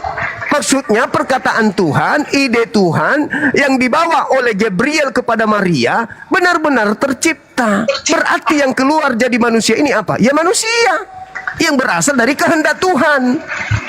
Nah, sedangkan yang Anda sembah itu Filipi 2 nomor 6. Dia adalah dewa, turun ke bumi, berteofani, berinkarnasi menjadi manusia, taat sampai mati, menebus dosa-dosa pengikutnya, yaitu Kristen. Kalau mengenai firman jadi manusia, di dalam Yesaya 55 nomor 11, firman yang keluar dari mulutku tidak akan kembali kepadaku dengan sia-sia sebelum apa yang aku inginkan itu terkabul. Iya memang. Mazmur 33 nomor 9, aku hanya memberi perintah maka semuanya ada. Aku hanya mengatakan maka semuanya jadi. Innama amruhu idza arada syai'an ayaqula lahu kun fayakun. Tuhan hanya berkata jadi maka jadilah. Hamil, hamillah. Lahirkan Yesus, maka lahirlah Yesus. Bukan Tuhan berkata lahirlah Yesus, Tuhannya langsung turun ke bumi menjadi manusia. Bukan. Apa yang Tuhan katakan itu yang terjadi. Tuhan mengatakan hamil, hamil, maka dicatat oleh Yohanes. Pada mulanya Yesus itu adalah firman, firman yang bersama-sama dengan Tuhan, dan firman itu adalah Tuhan. Firman itu telah menjadi daging. Artinya perkataan yang dihantarkan oleh Gabriel kepada Maria telah benar-benar menjadi daging, yaitu Yesus. Itu tak ada masalah bagi orang Yahudi. Firman menjadi daging, firman menjadi matahari, firman menjadi bulan, firman menjadi alam semesta. Itu tak masalah. Yang bermasalah Kristen karena memahami konsep firman itu dengan filsafat Helenisme. Oke, abang tadi kan sudah menerangkan tentang kebenaran, tentang kelahiran Yesus. Ya. Coba abang Juma saya tanya kembali sama abang. Abang Juma percaya tidak sama Yesus? Kalau yang datang di tengah Bani Israel mengajarkan Bani Israel untuk kembali kepada hukum Torah, lahir tanpa ayah, yang adalah nabi dan rasul untuk Bani Israel, lahir tanpa ayah, yang tidak dikutuk oleh Tuhan, tidak dibunuh oleh manusia, maka saya percaya beliau adalah utusan Tuhan untuk Bani Israel. Bukan. Coba saya tanya dulu kembali sama abang, percaya enggak sama Yesus? Saya percaya bang, dia nabi rasul untuk Bani Israel. Tapi saya tidak percaya dia keluar dari kubur jadi Tuhan. Aku bukan tanya yang itu bang, bukan tanya ini atau Saya percaya bukan Yesus. aku tanya nubuatnya ataupun Tidak ada nubuatan itu, tidak ada. Itu dikarang-karang oleh gereja. Tidak ada nubuatan Tuhan mati dibunuh. Tidak ada itu bang. nubuatannya ataupun apa namanya mujizatnya, bukan aku tanya itu bang. Abang percaya nggak sama Yesus? Saya percaya kepada Yesus bermukjizat, membangkitkan orang mati, orang lumpuh, orang buta, diobatinya. Saya percaya. Dia utusan Tuhan. Dia manusia suci yang datang di tengah-tengah Bani Israel. Karena Iya. gini bang, aku karena ini saya kan ada mau perlu saya, makanya saya tanya itu bang. Nanti kita lanjut, Iya. kita berdialog lebih lama lagi. Baik Gini, abangku. bang. Nah, kita berdialog dengan baik, jadi gini, Baik. bang, makanya saya tanya tadi sama abang. Abang percaya nggak sama Yesus? Percaya. Iya, saya percaya. Terima kasih kepada Tuhan. Jadi kayak gini bang, kalau abang percaya kepada Yesus, kenapa abang menghujat Yesus? Di mana saya menghujat? Kalianlah yang menghujat Yesus. Yesus itu orang suci. Ketika Paulus mengatakan Yesus dikutuk oleh Elohim, kalian aminkan. Ketika orang Yahudi menampar Yesus, kalian aminkan. Diludahin, kalian aminkan. Ditonjok, diusung, kemudian diarak seperti maling ayam, kalian percaya. Ditombak, dibunuh, kalian percaya. Sementara Yesus sendiri mengatakan, tidak ada yang bisa membunuh aku. Yohanes 10 nomor 17-18. Tidak ada orang yang bisa mengambil nyawaku. Sementara dia di dalam Mazmur 118 nomor 17, Yesus mengatakan, aku tidak akan mati tetapi aku hidup. Aku tidak mati tetapi aku hidup. Dan Tuhan tidak membiarkan Yesus mati. Yang dibunuh oleh orang-orang jahat adalah salah satu dari mereka sendiri. Sementara Anda Kristen ini datang belakangan dari Roma, bukan datang dari Yahudi. Orang Roma diajarkan kemudian oleh orang Farisi. Ingat bang, Yesus itu ketika datang di tengah Bani Israel terpecah menjadi dua golongan. Yang pertama menjadi pengikutnya, yang kedua menjadi musuhnya. Siapa yang mendirikan agama Kristen? Paulus. Apanya Paulus Yesus itu? Musuhnya. Bukan murid-murid Yesus yang mendirikan agama Kristen, bukan. Tapi musuhnya Yesus. Sekali lagi saya katakan, Bani Israel ketika Yesus turun, Bani Israel terpecah menjadi dua. Yang pertama yang mengikutinya, kelompok kecil, kelompok besar yang membencinya. Siapa kemudian yang membantai murid-murid Yesus? Pembenci Yesus dan pembenci muridnya. Siapa itu? Paulus, pendiri agama Anda. Jadi Kristen itu berasal dari musuh Yesus, bukan berasal dari murid Yesus. Apa buktinya? Anda baca sekarang Galatia 2 nomor 8. Apa katanya? Petrus diutus kepada orang-orang yang bersunat. 1. Matius 10 nomor 5 nomor 6. Yesus berpesan kepada muridnya agar jangan ke bangsa lain, melainkan pergi kepada domba-domba yang sesat dari umat Israel.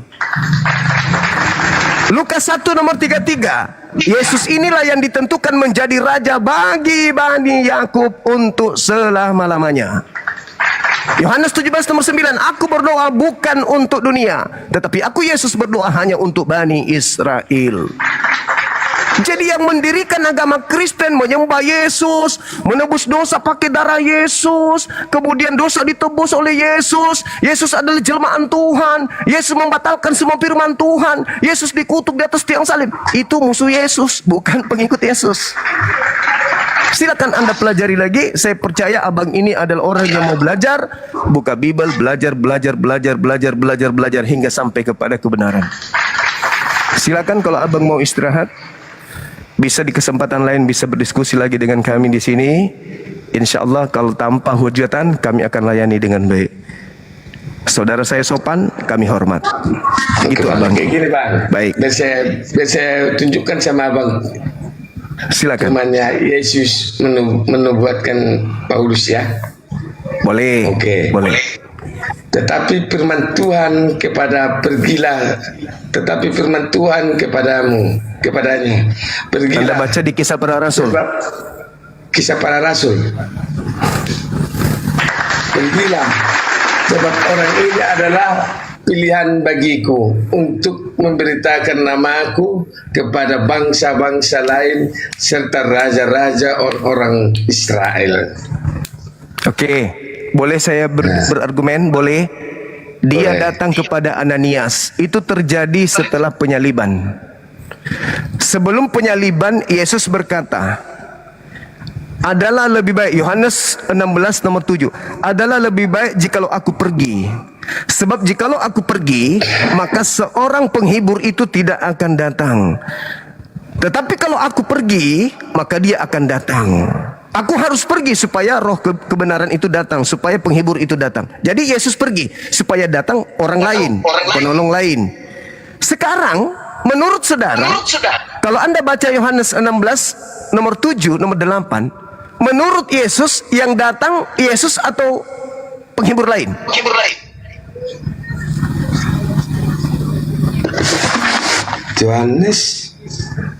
Yohanes 16 nomor 7 Anda baca, nomor 8 Anda baca.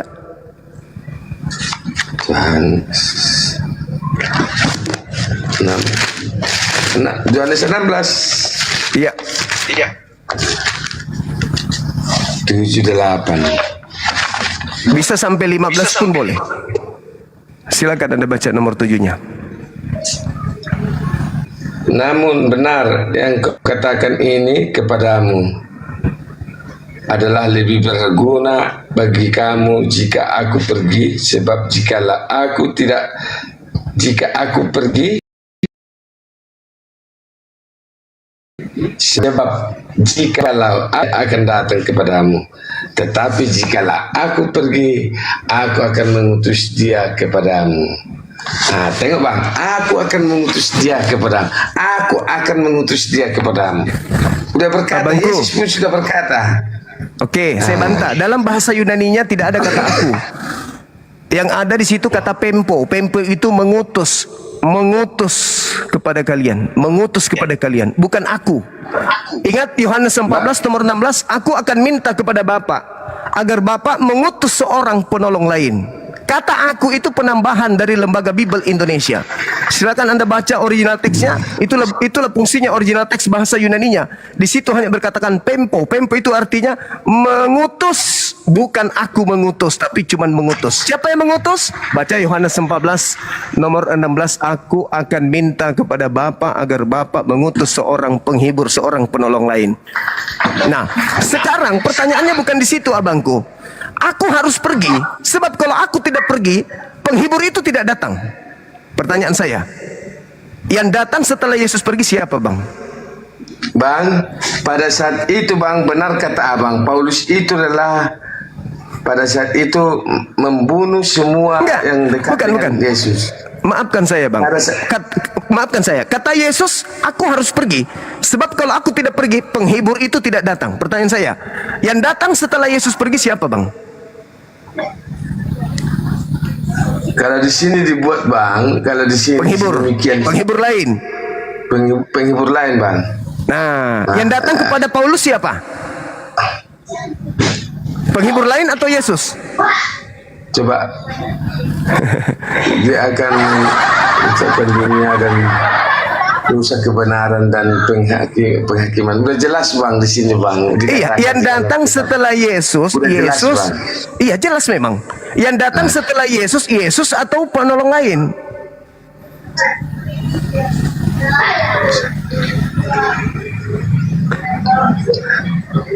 Sedangkan Yesus berkata dalam Matius 24 nomor 4 nomor 5, waspadalah kepada penyesat yang datang kepadamu dengan memakai namaku dan berkata akulah Kristus. Berarti yang datang ada dua. Yang pertama adalah roh penghibur lain, bukan Yesus. Kalau itu bang bukan ke situ bang. Kalau yang dibilang abang itu ada bang. Karena abang yang dibilang di situ itu akan mengaku-ngaku dia nabi dan dia mengaku aku nabi dan dia menyebut aku. Itu bukan Paulus bang. Abang Dia, bukan. Saya tidak menuduh Paulus. Nabi, bang. Saya tidak menuduh Paulus. Saya hanya mengatakan Yesus berpesan kepada kedua ke murid-muridnya. Satu, Yesus berpesan, aku harus pergi. Kalau aku tidak pergi, maka roh kudus atau roh kebenaran itu atau roh penghibur itu tidak datang. Berarti ada roh kebenaran datang setelah Yesus pergi. Ada juga penyesat yang datang, satu, mengaku-ngaku Yesus. Penyesat datang memakai namaku dan berkata akulah Kristus, jangan kamu percaya. Jadi menurut Yesus ada dua yang datang setelah dia pergi. Yang pertama adalah roh kebenaran atau penghibur. Yang kedua adalah roh penyesat mengaku Yesus. Pertanyaan saya kepada abang, yang datang kepada Paulus mengaku sebagai penghibur atau mengaku sebagai Yesus? Kalau dia mengaku Yesus, berarti dia adalah penyesat. Kalau dia mengaku penolong atau penghibur, berarti dialah penolong yang dinubuatkan Yesus yang harus datang setelah Yesus pergi. Silakan Anda renungkan. Silakan Anda pikirkan. Silakan Anda istirahat. Silakan Anda murtad semurtad-murtadnya. Sederhana saja. Waspadalah kepada penyesat yang datang kepadamu memakai namaku dan berkata akulah Kristus. Yang datang kepada Paulus mengaku siapa? Yesus Kristus. Padahal yang datang setelah aku adalah benar jikalau aku pergi. Sebab kalau aku tidak pergi, penolong itu, penghibur, parakletos itu tidak akan datang.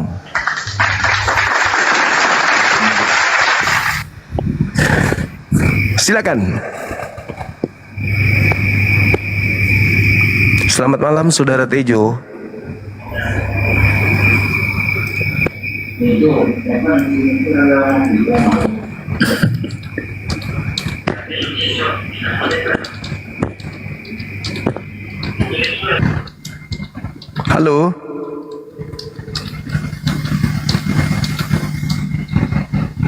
Halo. Halo.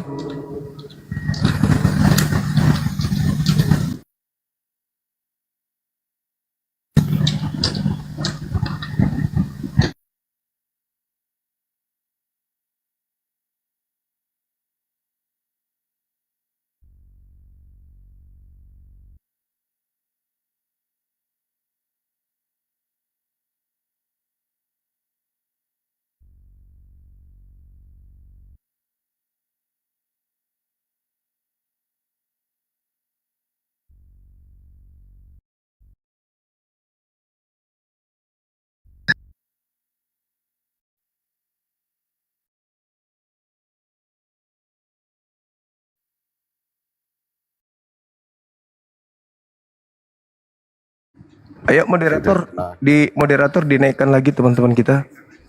Halo. Ini. Ya, Yuk. silakan buka kameranya, Bang. Di sini lampunya mati nih. Tinggal ditekan tombolnya, Bangku.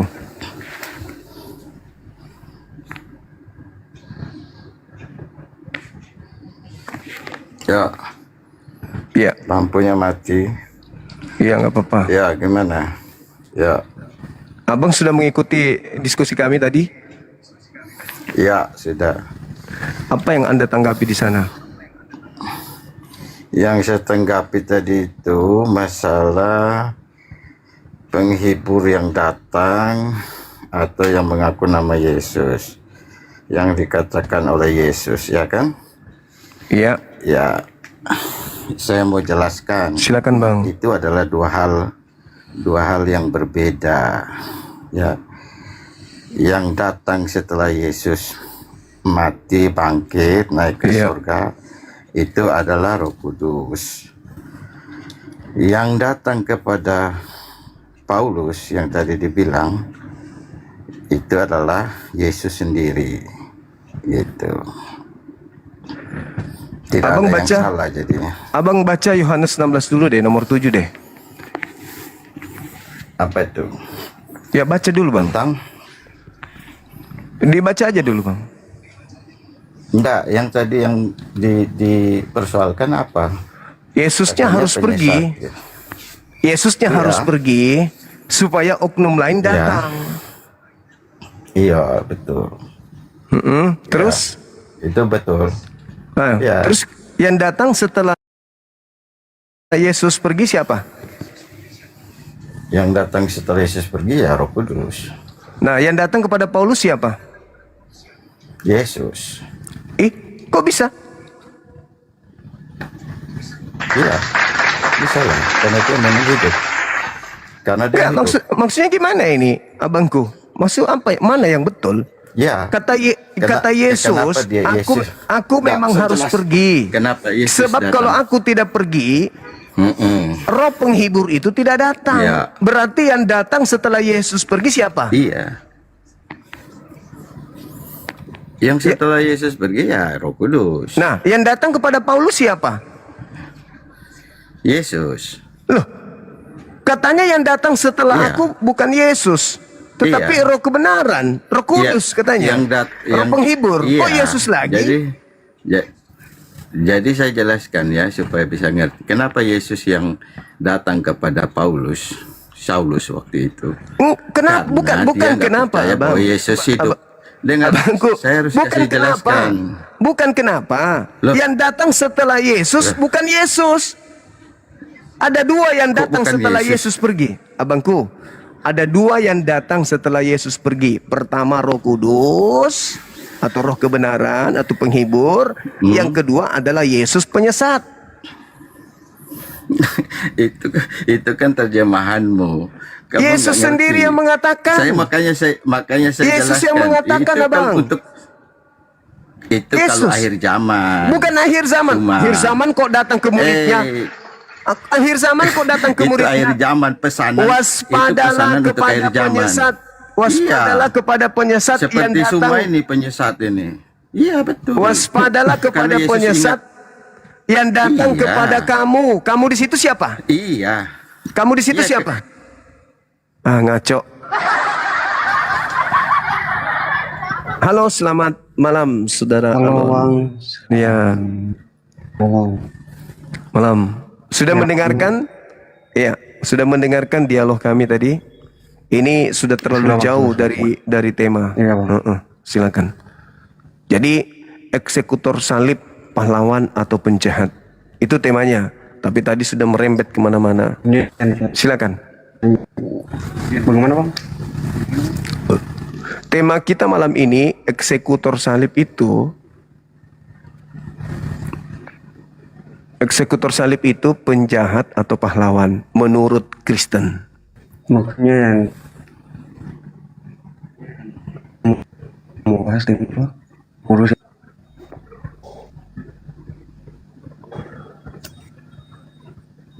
Yang membunuh Tuhan saudara itu pahlawan atau penjahat.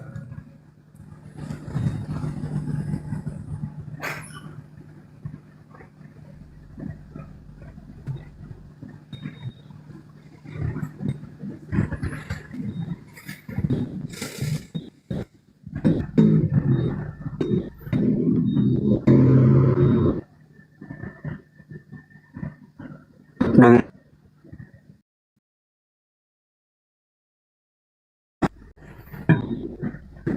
Jaringannya sulit. Jaringan saudara sulit untuk kemudian berfungsi dengan baik. Iya Bang, iya. Bagaimana yang membun-bun Tuhan Anda ini pahlawan kah atau penjahat? Kan gitu, Bang.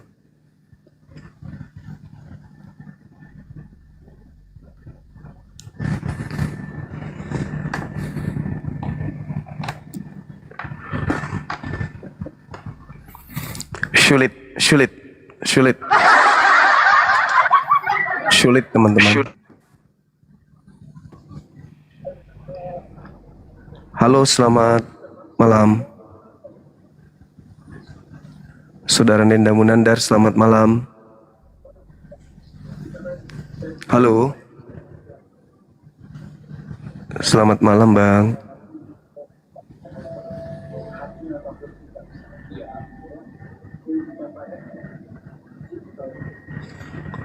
Halo, selamat malam.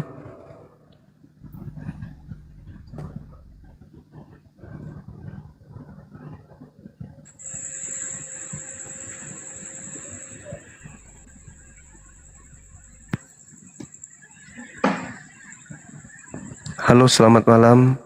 Selamat malam. Iya. Boleh buka kameranya, Bang? Boleh tak buka kamera? Ya, silakan buka.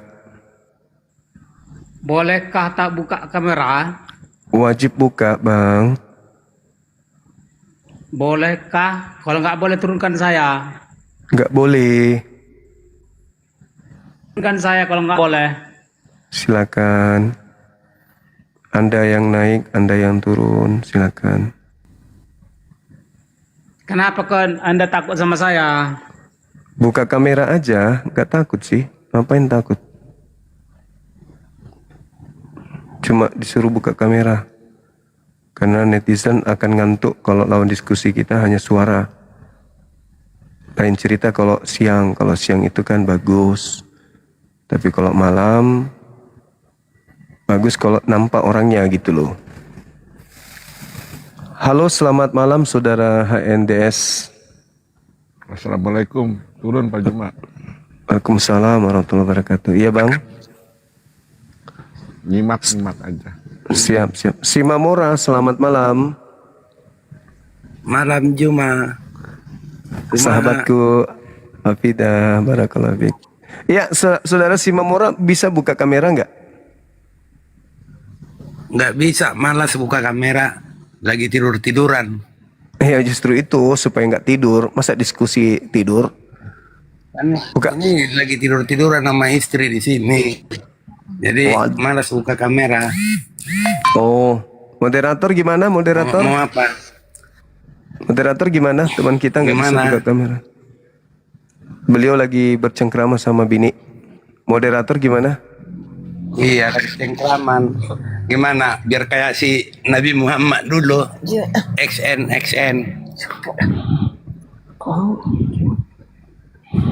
Katanya ajaran kasih bang. Saya nggak mengganggu abang loh. Iya, nggak diganggu. Terus kenapa Iya, nggak abang? ngeganggu. Nah, terus kenapa kemudian abang mengucapkan kata-kata seperti itu? Kasih nih ya.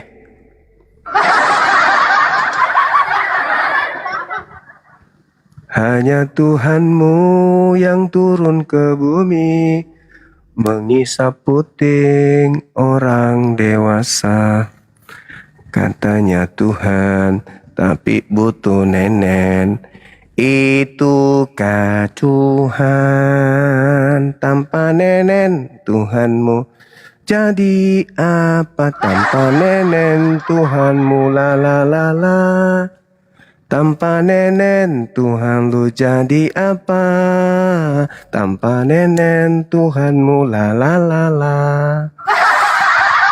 Halo, selamat malam saudara.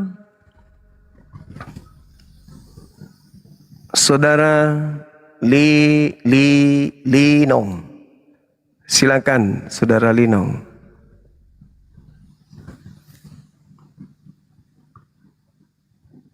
Ini kalau Islam, you zolim.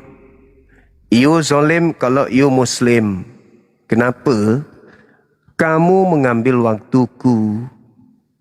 Kalau kamu Muslim, minta naik sini, diam-diam aja.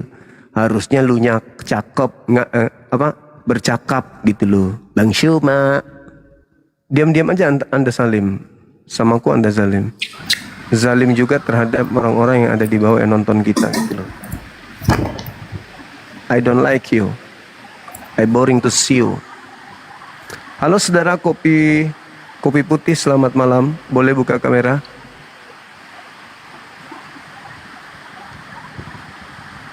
Ya, Assalamualaikum. Banyuma. Waalaikum. Masya Allah. Dari apa bang? Katolik bang? Oh Muslim. Masya Allah. Sorry, maaf. Astagfirullahaladzim. Maafkan saya bangku, maafkan saya. Iya, di mana posisi ini? Masoi. Masih ada di peta itu? Ada. Ya ada lah. Oh iya. Di mana tadi? Masohi. Iya. Indonesia itu kan ya bang ya? Ya Indonesia lah. Oh, Masya Allah. Aman lah kalau gitu. Ya, salam Banyuma. Siap abangku, siap. Umur panjang. Ya, amin. Abang juga ya. Ya, tetap amin. Semangat. Oke. Bang Handi mana? Bang Handi lagi masak kopi campur es balok. Masako. Oh. Iya, Masako. Halo saudara Taripang. Halo. Iya. Bisa buka kameranya, Bang? Ya, halo. Ya. Buka kamera boleh. Oh. Belum bisa, Pak. Belum bisa ya? Koinnya belum cukup, ini apanya? Koinnya. Bukan koinnya, pengikutnya.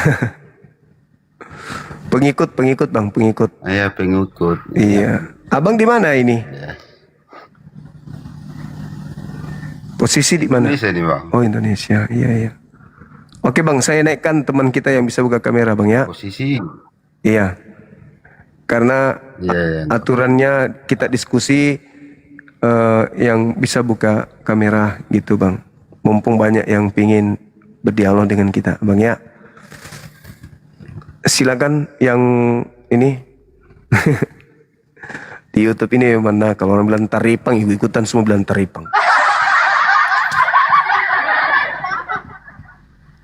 Halo, selamat malam. Halo.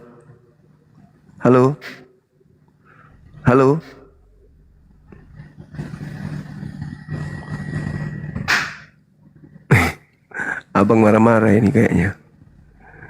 Dibawa Bang ya, dibawa. Jaga sendal dibawa Bang ya.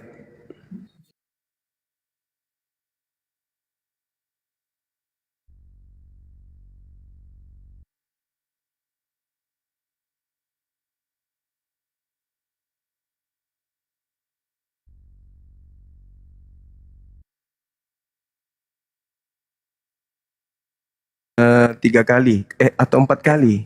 Sudah 3 kali apa 4 kali Komal ini keluar sendiri gitu. Saking kencangnya nih tombakannya tentara di bawah, tentara Romawi di bawah. Halo, selamat malam pengikut Jalan Lemput. Buka kamera. Selamat malam. Buka kamera. Silakan buka kameranya, Bang. Halo. Buka kameranya. Selamat malam, Bang. Ya, saudara pengikut Jalan Lurus. Siap, ya, sama-sama pakai masker kita. Iya. Oh, rambut saya ini udah gondrong. Iya, nggak apa-apa.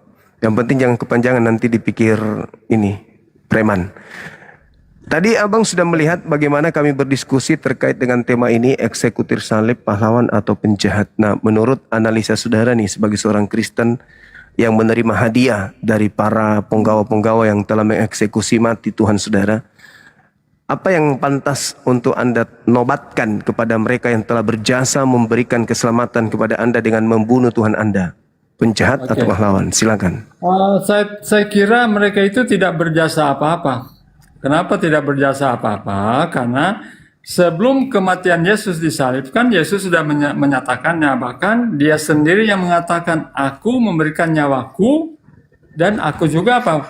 Aku berkuasa memberikan nyawaku dan aku berkuasa juga menerimanya kembali. Jadi sebetulnya tidak ada tidak ada andil ya para tentara Roma ya tentang penyaliban, karena memang itu sudah dilubatkan dan itu dilakukan juga oleh Yesus atas kehendak Bapaknya. Oke, tapi di Markus 9 nomor 30-31, anak manusia diserahkan kepada manusia untuk dibunuh.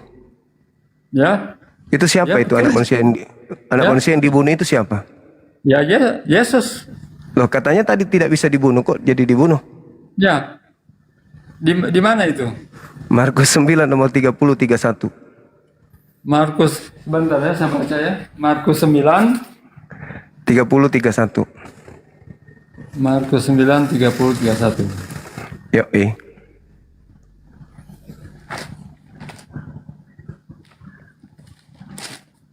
Markus 9 3-31. Markus 9 ayat 31 30-31 ya. Oke. Saya baca ya. Pemberitahuan tentang penderitaan Yesus. Iya. Yesus dan murid-muridnya berangkat dari situ dan melewati Galilea, dan Yesus tidak mau hal itu diketahui orang, sebab ia sedang mengajar murid-muridnya. Ia berkata kepada mereka, anak manusia akan diserang membunuh dia, dan 3 hari sesudah itu ia dibunuh dan ia bangkit. Terlaksana nubuatannya kan? Memang sebelum terjadi itu, dia sudah katakan kepada murid-muridnya bahwa dia akan dibunuh dan dia akan bangkit pada hari yang ketiga, dan itu tergenapi. Tapi Anda tadi mengatakan dia tidak bisa dibunuh kecuali dia yang menyerah diri. Nah, sekarang kenapa justru dalilnya dia mengatakan anak manusia akan diserahkan ke dalam tangan manusia dan dia akan dibunuh. Dia akan dibunuh. Tadi katanya tidak ada yang bisa membunuhnya kecuali dia sendiri yang menyerahkan nyawanya dan berkuasa mengambilnya kembali. Oke. Tadi saya tidak mengatakan bahwa dia tidak mau dibunuh. Ya, saya tidak mengatakan dia tidak mau dibunuh atau dia tidak bisa mati. Saya katakan bahwa dia menyerahkan nyawanya. Dia berkuasa menyerahkan nyawanya dan juga berkuasa menerimanya kembali. Itulah tugas yang aku terima dari Bapa. Jadi tapi dia mengatakan tidak ada yang bisa mengambil nyawaku. Itu kata dia. Tidak ada yang bisa mengambil nyawanya, artinya tidak ada yang bisa membunuhnya. Tapi kok di situ anak manusia, mereka akan membunuh dia, mereka akan membunuh dia. Artinya Yesus yang dibunuh ini ya orang yang dibunuh, namanya dibunuh ya, artinya dia tidak kuasa. Faktanya dia dibunuh. Kecuali dia bunuh diri. Nah, itu baru bisa masuk, karena tidak ada kekuatan yang bisa membunuh Yesus, enggak ada. Berarti anak manusia yang diserahkan kepada manusia ini bukan dirinya. Nah, sekarang percaya enggak Anda di dalam Kisah Para Rasul 4 nomor 11 itu, Yesus adalah batu penjuru yang dibuang oleh tukang-tukang bangunan. Percaya enggak Anda? Ya, itu kan kiasan. Yesus itu sebagai batu penjuru yang dibuang oleh tukang-tukang bangunan. Itu arti kiasan, bukan arti arah harfiah. Oke. Ketika kita melihat di dalam pernyataan Yesus di Lukas 24 nomor 44, dia mengatakan harus digenapi semua yang tertulis tentang aku di dalam kitab Mazmur. Anda percaya ucapan Yesus tersebut? Ya, betul. Yang ada di dalam Mazmur 118 nomor 17, aku tidak akan mati. Itu siapa? Mazmur 100 berapa? 100 dulu. 118. Mazmur 118 ayat 17. 117 ya. Mazmur 118 ayat 17. Mazmur 117 ayat 18. Mazmur 117 itu cuma 2 ayat, Bro. 118 nomor 17. Mau 118 ayat 17 ya. Aku tidak akan mati tetapi hidup, dan aku akan menceritakan perbuatan-perbuatan Tuhan. Di sini tidak berbicara tentang Yesus, saya kira. Ya. Yesus itu, Bang. Baca nomor 22-nya. Coba kita mulai dari ayat 1 ya. Nah, nyanyian puji-pujian. Bersyukurlah kepada Tuhan sebab Ia baik, bahwasanya untuk selama-lamanya kasih setianya. Biarlah Israel berkata, bahwasanya untuk selama-lamanya kasih setianya. Biarlah kaum Harun berkata, bahwasanya untuk selama-lamanya kasih setianya. Biarlah orang yang takut akan Tuhan berkata, bahwasanya untuk selama-lamanya kasih setianya. Dalam kesesakan aku telah berseru kepada Tuhan. Tuhan telah menjawab aku dengan memberi kelegaan. Tuhan di pihakku, aku tidak akan takut. Apakah yang dapat dilakukan manusia terhadapku? Jadi ini berbicara secara umum. Kalau kita baca terus, ini tidak merujuk pada penyaliban Yesus. Coba Anda baca di nomor 22-nya coba. Jangan tergesa-gesa, baca nomor 22-nya dulu. Nomor berapa? Nomor 22-nya Anda baca. Nomor 22? Iya. Nomor 22.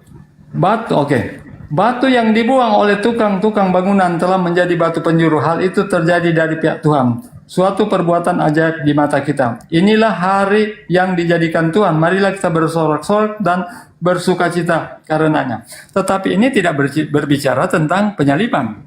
Iya. Kalau Anda juga mau dengar dulu Bang. Dengar dulu. Yesus mengatakan bahwasanya harus digenapi semua yang tertulis tentang aku dalam kitab Mazmur. Tadi di Kisah Para Rasul 4 nomor 11 Anda mengatakan itu Yesus. Itu Yesus kan? Berarti kalau dikatakan dalam Mazmur 18 nomor 22, batu penjuru yang dibuang oleh tukang bangunan itu adalah Yesus, berarti yang mengatakan aku tidak akan mati tetapi aku hidup. Dan di data nomor 18-nya itu sangat jelas dikatakan oleh Yesusnya, Tuhan telah menghajar aku dengan keras tetapi Tuhan tidak menyerahkan aku kepada kematian, kepada maut. Itu untuk Yesus, bukan untuk yang lain. Oke. Tapi itu tidak berbicara tentang penyaliban. Mari saya bawa Anda di Mazmur pasal 22. Tunggu dulu.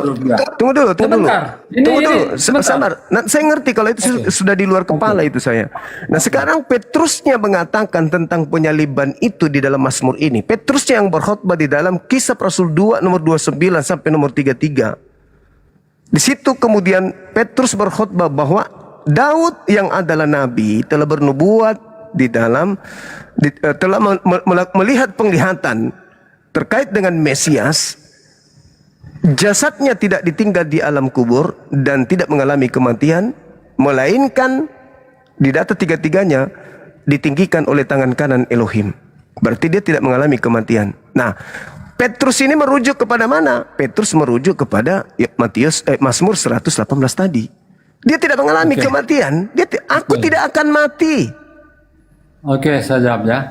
Jadi memang di situ batu yang dibuang oleh tukang-tukang bangunan, tetapi di situ bukan merujuk pada penyaliban. Aku tidak akan mati. Bentar. Itu merujuk kepada penyaliban. Ayat Itu- yang merujuk pada penyalipan yaitu di apa? Mazmur pasal 22. Saya baca. Sabar, ini kalau Anda mengapa engkau meninggalkan kalau Anda aku? mendalami Ini ketika- Mazmur, kalau Anda ini mendalami ketika Mazmur, Yesus sudah berada di tiang salib, ya. Kalau Anda Elohim. kalau Anda mendalami Mazmur 118 itu, di situ dikatakan, mereka mengelilingi aku seperti lebah. Mereka kemudian dikatakan mereka mengelilingi aku seperti lebah, lalu kemudian mereka menyala-nyala seperti api duri. Demi nama Tuhan sesungguhnya aku pukul mereka mundur. Aku ditolak dengan hebat sampai jatuh, tapi Tuhan menolong aku. Itu Oke. untuk Yesus Saya itu. lanjut. Itu untuk Oke, Yesus saya ya. lanjutkan ya. Bentar. Silakan. Saya lanjutkan ya. Jadi di Mazmur pasal 22 ayat 2, Allahku, Allahku, mengapa engkau meninggalkan aku? Ini ketika dia disalib. Kemudian di ayat 17, sebab anjing-anjing mengerumuni aku, gerombolan penjahat mengepung aku, mereka menusuk tangan dan kakiku, segala tulang-tulangku dapat kuhitung, mereka menonton, mereka memandang aku, mereka membagi-bagi pakaianku antara mereka dan mereka membuang udi. Ini yang terjadi kan ketika dia disalib, kemudian jubahnya itu apa? Diundi oleh Saudara, apa? Oleh Roma pada waktu itu. Jadi ini telah tergenapi. Tunggu, Tapi saudara. kalau Anda baca Mazmur Sabar. 118 itu tidak merujuk pada penyaliban. Sabar dulu. Sekarang apa kemudian menjadi acuan penulis atau pengarang kitab saudara tidak niru-niru supaya dicocokkan dengan Yesus, keadaan Yesus, supaya dicocokkan dengan keadaan ini? Apa yang menjadi jaminan? Sementara kemudian ketika Anda berbicara mengenai ini nubuatan, Yesusnya yang berkata, aku tidak akan mati. Tidak akan mati. Dan juga kemudian Anda lihat ketika Yesus ingin ditangkap di dalam kitab saudara di Lukas 22 itu, orang-orang datang kepada Yesus ingin menangkap. Apa kata Yesus? Kamu aku ini penyamun sampai engkau datang membawa pedang dan pentungan, padahal engkau setiap hari bersama aku di dalam bait suci. Tapi kamu tidak menangkap aku. Tetapi inilah saatmu dan saat kuasa kegelapan. Sekarang kuasa kegelapan berhasil tidak kemudian melakukan aksinya terhadap Yesus? Sementara Yohanes 14 nomor 30, Yesus mengatakan, iblis tidak berkuasa sedikit pun atas diriku. Betul. Ya.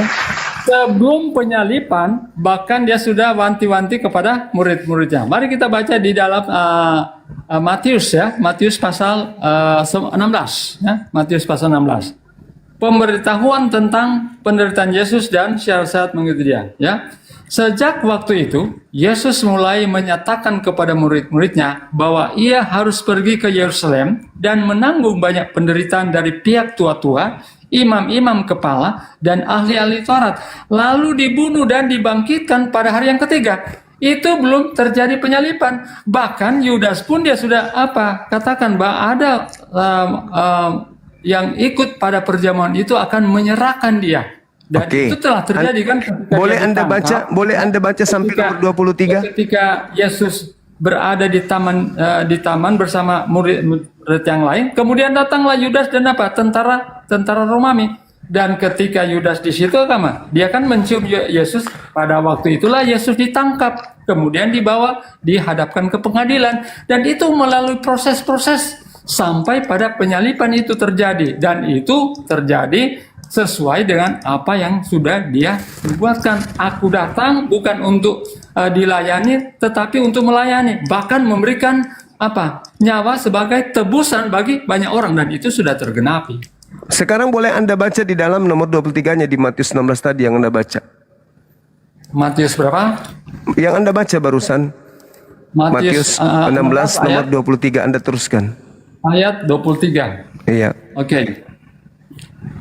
Ayat 23.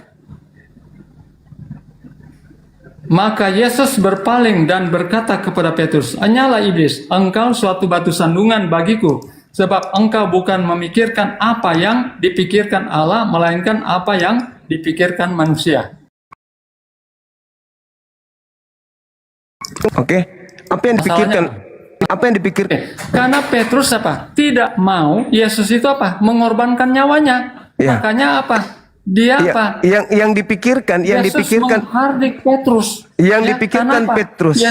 Petrus Yang- hanya memikirkan apa? Kepentingan dirinya sendiri. Dia Yang tidak mau dipik- Yesus mengorbankan nyawanya. Yang dipikirkan Petrus di situ, Yesus akan disalib atau Yesus tidak akan disalib sampai dia menarik ke samping. Ya.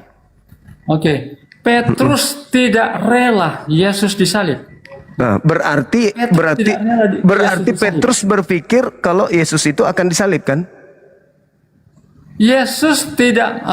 Petrus tidak mau kalau Yesus disalib. Tapi Petrus pikir bahwa dia akan disalib, tapi dia tidak mau. Nah, itu dia, Kata itu dia. hatinya tidak mau. Itu. Jadi Petrus menarik Yesus ke samping.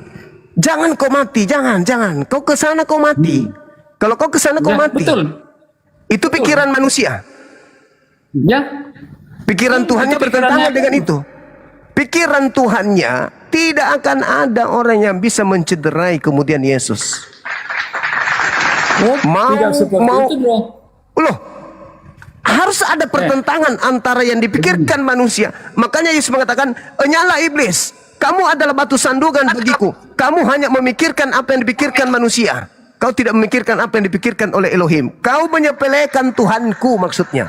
Tuhanku itu maha perkasa, maha kuasa. Dia akan melindungi aku. Itu maksudnya. Oh, bukan Makanya, seperti itu. sabar Bukan dulu. seperti itu, bro. Sabar. Kita buktikan. Ketika di Lukas 22 kemudian, nomor 4344. Orang-orang datang kan. Dia kan berdoa tuh. Sebelum tentara Romawi datang, dia berdoa dulu. "Ya Bapa, biarkanlah cawal ini berlalu daripadaku. Tapi bukan atas kehendakku, tapi atas kehendakmu." Maka seorang malaikat turun dari langit, datang kepada Yesus, memberikan kekuatan kepada Yesus. Dia semakin bersungguh-sungguh berdoa dan peluhnya seperti titik dar yang bercucuran ke tanah. Itu tujuan malaikat turun memberikan kekuatan kepada Yesus itu apa tujuannya? Oke, malaikat datang menguatkan Yesus supaya apa? Yesus itu apa? Kehendak Bapa yang terjadi, bukan kehendaknya. Secara manusia dia tidak sebentar. Secara manusia, ya, secara manusia dia tidak sanggup. Tetapi oleh karena Bapa mengutus malaikat untuk menguatkan dia sehingga apa? Apa yang terjadi? Kehendak Bapa yang terjadi. Itu yang terjadi. Oke, kita lihat. Terus izinkan saya berbicara. Jadi Yesus berdoa, malaikat turun untuk memberi kekuatan. Ketika di dalam Matius 4 atau Lukas 4, iblis mencoba Yesus. Kata iblis, "Yesus, jika engkau adalah anak Tuhan, jatuhkan dirimu ke bawah. Sebab ada tertulis tentang engkau bahwa Tuhan akan datang, Tuhan akan mengutus malaikatnya agar menatang engkau di tangannya, agar kakimu tidak terantuk kepada batu." Betul enggak? Anda akui enggak itu? Saya akui. Itu tertulis di mana? Sebab ada tertulis. Sebab ada tertulis. Tuhan akan mengutus malaikatnya agar menatang engkau di tangannya, agar kakimu tidak terantuk kepada batu. Itu tertulis di mana? Di Mazmur. Mazmur 91. Berarti Mazmur 91 itu adalah nubuat untuk Yesus kan? Oke. Boleh Anda bacakan Mazmur 91 dari data nomor 8-nya sampai data 16-nya boleh?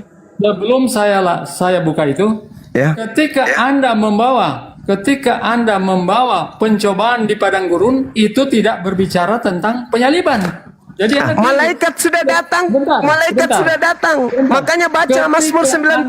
Membawa Matius pasal 4 itu, ketika Yesus setelah selesai berpuasa selama 40 hari 40 malam kemudian dicobai oleh iblis, itu tidak berbicara tentang penyaliban. Jadi Anda harus ingat itu. Ya. Jadi tunggu. Malaikat yang dinubuatkan itu betul-betul datang dan Anda sudah mengakui bahwa itu untuk Mazmur 91 itu untuk Yesus dan ya, malaikat betul, sudah datang. Dengar. Oke, betul untuk Yesus, tapi itu tidak merujuk pada penyaliban. Oke, saya baca dalilnya kalau begitu. Di dalam Mazmur 91 pada Matius pasal 4 ya. Oke. Saya baca juga dan Lukas 4. Nah, di situ dikatakan begini. Orang yang duduk di dalam perlindungan yang maha tinggi dan bermalam dalam naungan yang maha kuasa akan berkata kepada Tuhan, tempat tempat perlindunganku dan kubu pertahananku, Tuhanku yang kupercayai. Itu ucapan-ucapan Yesus tuh. Sungguh dialah yang melepaskan engkau dari jerat. Itu masih berkesinambungan. Lalu kemudian datang nomor 5. Engkau tidak usah takut terhadap gelapnya malam, dahsyatnya malam, terhadap panah, dan seterusnya, bla bla bla bla bla. Lalu dikatakan, walau 1000 orang rebah di sisimu dan 10.000 di sebelah kananmu, tetapi itu tidak akan menimpamu. Engkau hanya menonton, engkau hanya melihat dengan matamu sendiri dan melihat pembalasan terhadap orang-orang fasik. Fasik ini apa? Amsal 17:2. Fasik adalah orang yang menerima suap sendiri dan melihat pembalasan terhadap orang fasik. Sebab Tuhan adalah tempat perlindunganmu yang maha tinggi dan dia adalah tempat perteduhanmu. Terus, malapetaka tidak akan menimpa engkau, tulah tidak akan mendekati kepada kemahmu. Sebab malaikat-malaikatnya akan diperintahkannya kepadamu untuk menatang engkau di jalanmu. Mereka akan menatang engkau di atas tangannya agar kakimu tidak terantuk kepada batu. Itu untuk Yesus. Dengan panjang umur akan aku kenyangkan engkau dan aku perlihatkan kepadamu keselamatan daripadaku. Malaikat turun membawa Yesus terangkat dan Yesus hanya menonton orang fasik sebagai pembalasan. Oke. Silakan. Betul itu untuk Yesus. Tapi itu tidak berbicara, tetapi itu di luar konteks penyaliban. Loh, ya, kenapa? Terus kalau Anda mau mengatakan konteks penyaliban, silakan. Yesus sudah mengatakan kepada murid-muridnya bahwa apa? Dia akan pergi ke Yerusalem dan kemudian akan menerima apa? Perlakuan dari imam-imam kepala, ahli-ahli Taurat, kemudian apa? Dibunuh dan pada hari yang ketiga dibangkitkan, dan itu sudah terjadi. Jadi nubuatannya itu sudah digenapi. Tapi kalau Anda merujuk pada kitab Mazmur, itu juga menyatakan bertentangan dengan ucapan Yesus, bertentangan dengan nubuatan untuk Yesus. Dan Yesus pada saat Anda berbicara mengenai kitab Matius itu, Yesus hanya mengatakan anak manusia akan diserahkan kepada manusia. Mereka akan membunuh dia. Dia di situ siapapun boleh. Penggantinya boleh, pengkhianat boleh. Tidak bohong Yesus itu. Masalahnya sekarang adalah ketika Petrus menarik dia ke samping dan berkata, "Enyahlah iblis, kamu hanya memikirkan apa yang dipikirkan manusia." Nah, yang dipikirkan oleh Bapa, oleh Tuhan tentang anaknya, menyerahkan kepada orang yang salah atau menyelamatkan dia. Ingat Mazmur tadi? Yesus ini apa pertanyaan Anda? Sorry, apa pertanyaan Anda? Kan Petrus dikatakan, "Enyahlah iblis, kau hanya memikirkan apa yang dipikirkan manusia. Kamu tidak memikirkan apa yang dipikirkan oleh Tuhan." Apa yang dipikirkan Tuhan? Apa rancangan Tuhan? Apa ide Tuhan? Apa gagasan Tuhan tentang orang benar? Oke. Dibiarkan dibunuh atau dia menyelamatkan? Silakan. Kalau di konteks tentang Yesus itu adalah apa? Yesus menyerahkan nyawanya atas apa? Tentunya kehendak Bapaknya di surga. Karena segala sesuatu yang dilakukan oleh Yesus kan atas kehendak Bapaknya. Dia tidak melakukan di luar kehendak Bapa. Jadi makanya ketika dia berdoa, biarlah cawan ini berlalu daripadaku, tetapi biarlah kehendakmu yang jadi. Jadi apa yang sudah datang terjadi malaikat meminta Yesus itu atas kehendak Bapaknya di surga. Datang malaikat memberi kekuatan. Yang berikut, bukankah ketika dia sudah mau ditangkap dan dia katakan, "Saya tiap hari berada di bait Allah, kenapa kamu tidak menangkap saya?" Karena dia katakan, "Itu belum saatnya. Nanti saatnya tiba." Saat apa? Saat apa yang tiba? Saat apa yang tiba? Penyelamatan atau kuasa kegelapan? Penyaliban. Saat penyaliban. Saatnya kuasa kegelapan. Enggak, itu penyaliban. Tetapi inilah saatmu dan kuasa kegelapan. Oh, tidak seperti itu. Silakan Anda baca. Anda baca Lukas 22 nomor 53. Silakan. Matius. Ya di Matius. Oke. sebentar. Lukas 22 Ya, dan bentar. Lukas 22 nomor 53. Silakan Anda baca. Bentar.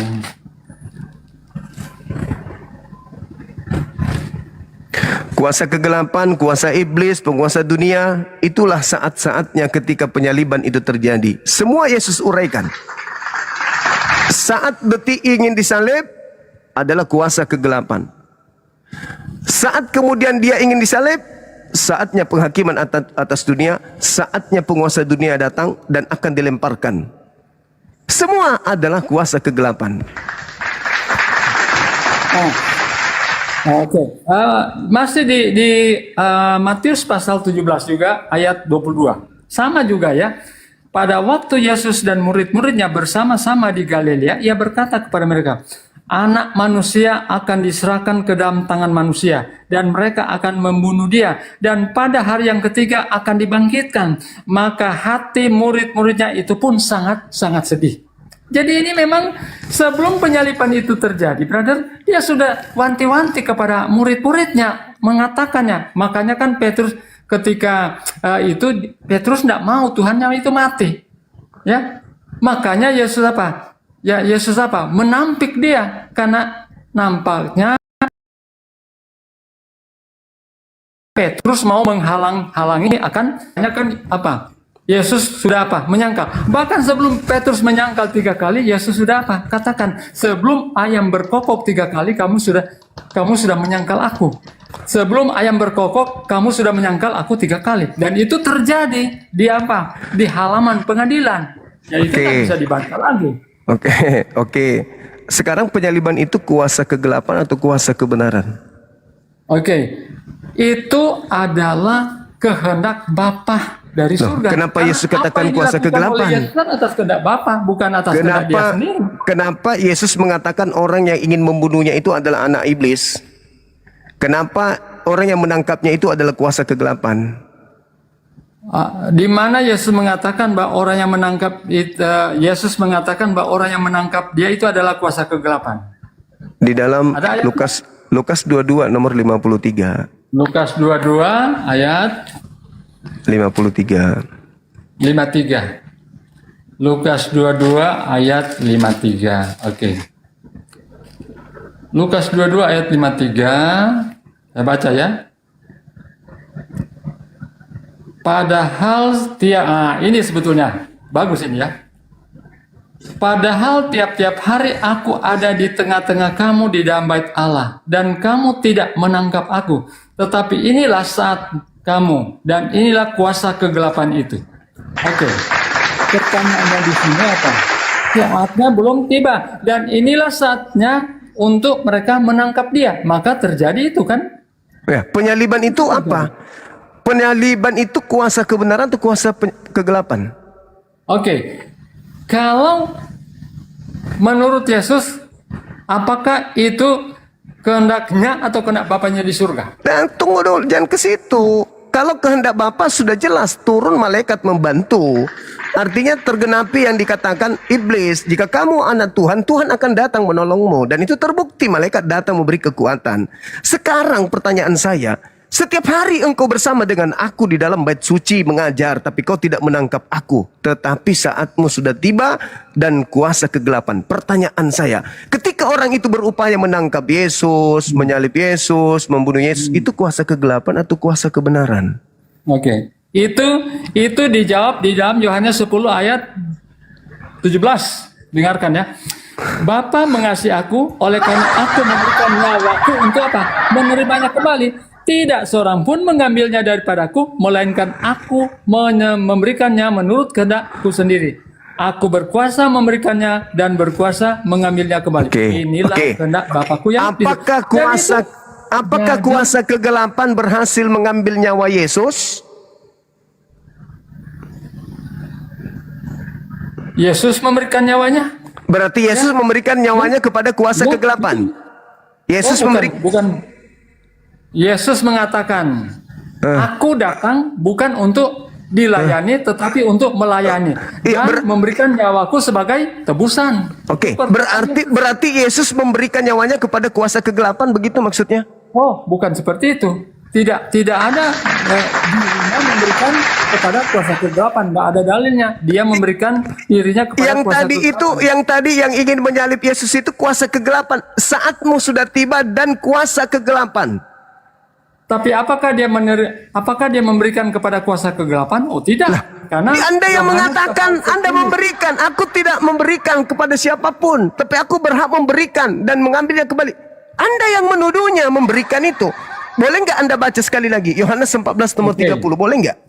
Saya baca ya. Yohanes 10 ayat 17 ya. Saya sudah paham kalau itu. Bentar. Bapa mengasihi aku oleh karena aku memberikan nyawaku untuk menerimanya kembali. Ketika Tidak kuasa seorang pun mengambilnya daripadaku. Berarti aku memberikannya menurut kehendakku sendiri. Aku berkuasa memberikannya dan berkuasa muter-muter ini. kembali. Berarti Yesus memberikan. Yesus memberikan. Berarti Yesus semuanya atas apa? Kehendak Bapa. Berarti Yesus memberikan nyawanya kepada kuasa kegelapan. Oh tidak, dia memberikan nyawanya tidak di situ tidak dikatakan memberikan nyawanya sebagai kepada kuasa kegelapan, tidak ada. Saatnya sudah tiba, yaitu saat kuasa kegelapan. Ketika orang-orang itu bersama dengan Yesus belum tiba saat kuasa kegelapan, mereka bersama tidak menangkapnya kok. Makanya dikatakan, sangkamu aku ini penyamun, sampai engkau datang ingin menangkapku lengkap dengan pedang dan pentungan.